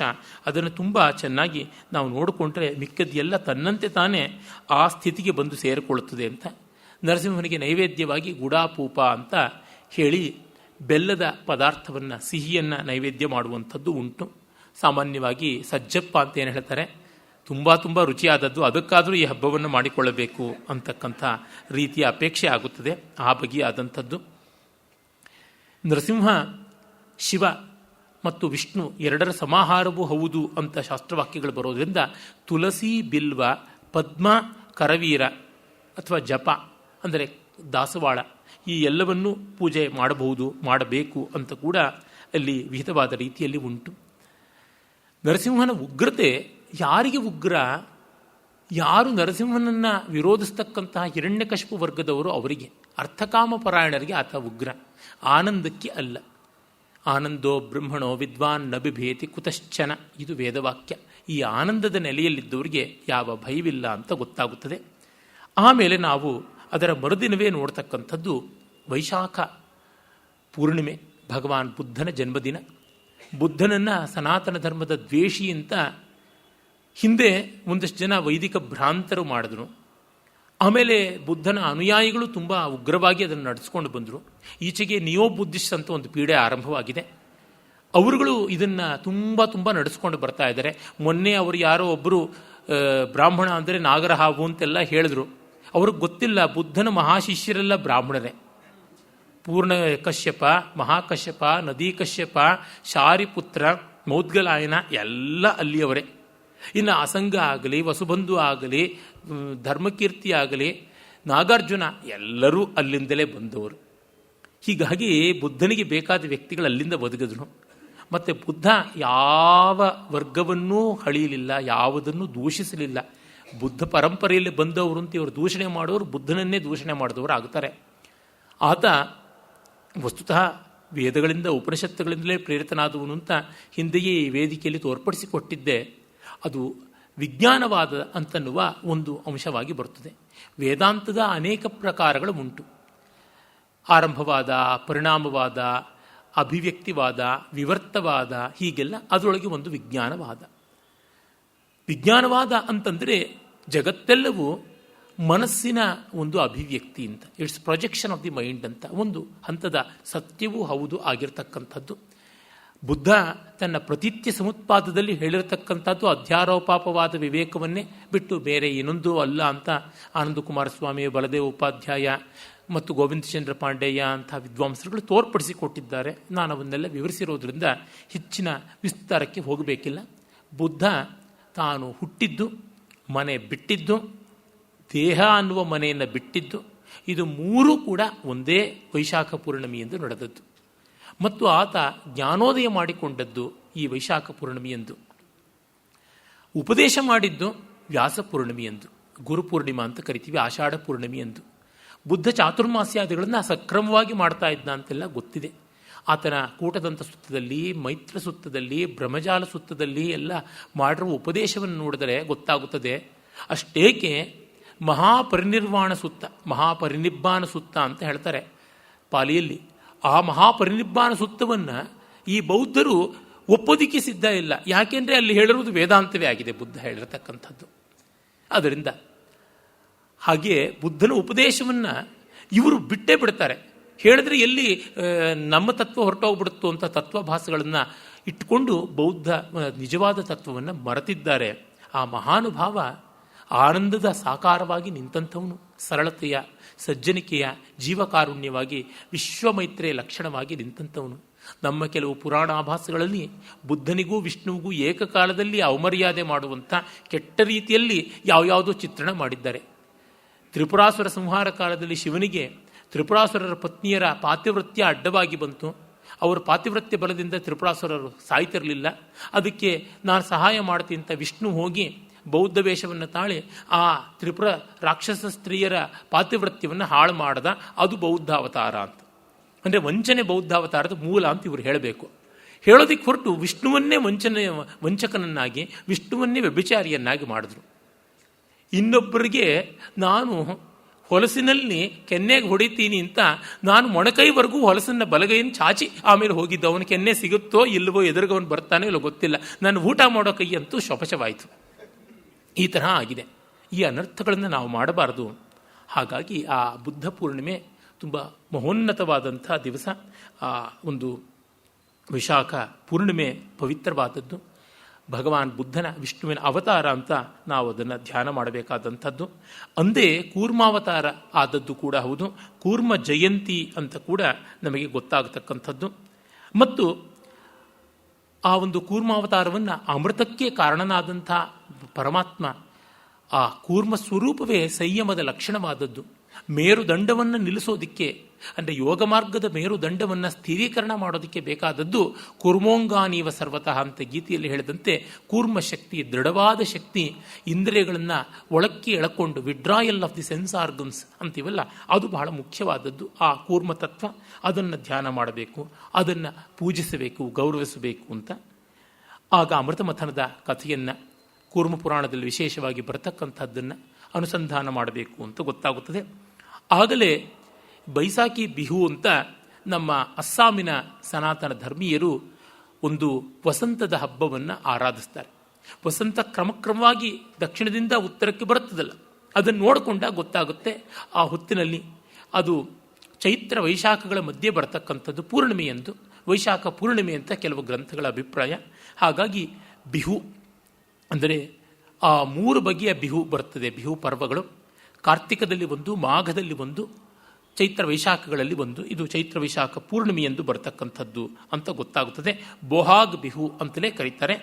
ಬೋಹಾಗ್ ಅಂತಕ್ಕಂಥದ್ದು ವೈಶಾಖ ಅನ್ನುವುದರ ಸಂಕೇತ ಅಂತ ಕೂಡ ಹೇಳ್ತಾರೆ. ಅದು ಒಂದು ಸುಗ್ಗಿಯ ಹಬ್ಬ, ಅಲ್ಲಿ ಆಚರಣೆ ಮಾಡ್ತಕ್ಕಂಥದ್ದು. ಇವಿಷ್ಟು ನೋಡಿದರೆ ಆಮೇಲೆ ನಾರದ ಜಯಂತಿ ಅಂತ ವೈಶಾಖ ಬಹುಲ ದ್ವಿತೀಯದಲ್ಲಿ ಬರುತ್ತದೆ. ವೈಶಾಖ ಮಾಸದ ಕೃಷ್ಣ ಪಕ್ಷದ 2ನೇ ದಿವಸ ಬರ್ತಕ್ಕಂಥದ್ದು. ನಾರದ ಮಹರ್ಷಿಯಷ್ಟು ಲೋಕ ಕಲ್ಯಾಣಕಾರಿ ರಸಮಯವಾದ ಋಷಿ ಇನ್ನೊಬ್ಬ ಇಲ್ಲ. ನೀವು ಅಷ್ಟೂ ಜನ ಋಷಿಗಳ ಪೈಕಿ ಯಾರು ಆಯ್ಕೆ ಮಾಡ್ಕೋತೀರಾ ನೀವು ಅಂತ ನನಗೆ ಯಾರಾದರೂ ಗನ್ ಪಾಯಿಂಟಲ್ಲಿ ಕೇಳಿದ್ರೆ ನಾರದರನ್ನು ಆಯ್ಕೆ ಮಾಡ್ಕೋತೀನಿ. ಯಾಕೆಂದರೆ ತುಂಬ ವಿನೋದ. ಆತ ಇದ್ದಲ್ಲಿ ಬೇಸರವೇ ಇಲ್ಲ. ವಿಶ್ವಾಮಿತ್ರನೋ ವಾಮದೇವರನ್ನೋ ದುರ್ವಾಸರನ್ನೋ ಕಟ್ಟಿಕೊಂಡ್ರೆ ನಮಗೇನು ಭಾಗ್ಯ ಇರುತ್ತೆ. ನಾರದರು ಒಂದು ಕಡೆಗೆ ಸೊಗಸಾಗಿ ಸಂಗೀತ, ಮತ್ತೆ ಅವರು ದೇವ ದಾನವ ಮಾನವಾದಿ ಸಕಲ ಲೋಕಗಳಲ್ಲೂ ಅವರಿಗೆ ಮಲ್ಟಿಪಲ್ ಎಂಟ್ರಿ ವೀಸಾ ಉಂಟು. ಯಾವ ತೊಂದರೆಯೂ ಇಲ್ಲ. ಅವರಿಗೆ ವರ್ಕ್ ಪರ್ಮಿಟ್ಟು ಎಲ್ಲ ಕೊಟ್ಟುಬಿಟ್ಟಿದ್ದಾರೆ, ಎಲ್ಲಿ ಹೇಗೆ ಬೇಕಾದರೂ ಇರಬಹುದು ಅಂತ ಹೇಳಿಬಿಟ್ಟು. He is exempted from all sorts of constraints. ನಿತ್ಯ ಯೌವನ ಮೂರ್ತಿ, ವೀಣಾವಾದನ ಕೋವಿದ, ಬ್ರಹ್ಮಮಾನಸ ಸಂಭವ. ಮತ್ತು ಇನ್ನೊಂದು, ನಾರದರು ಪೂರ್ವಜನ್ಮದಲ್ಲಿ ಶೂದ್ರ ಯೋನಿಯಲ್ಲಿ ಹುಟ್ಟಿದವರು ಅಂತ.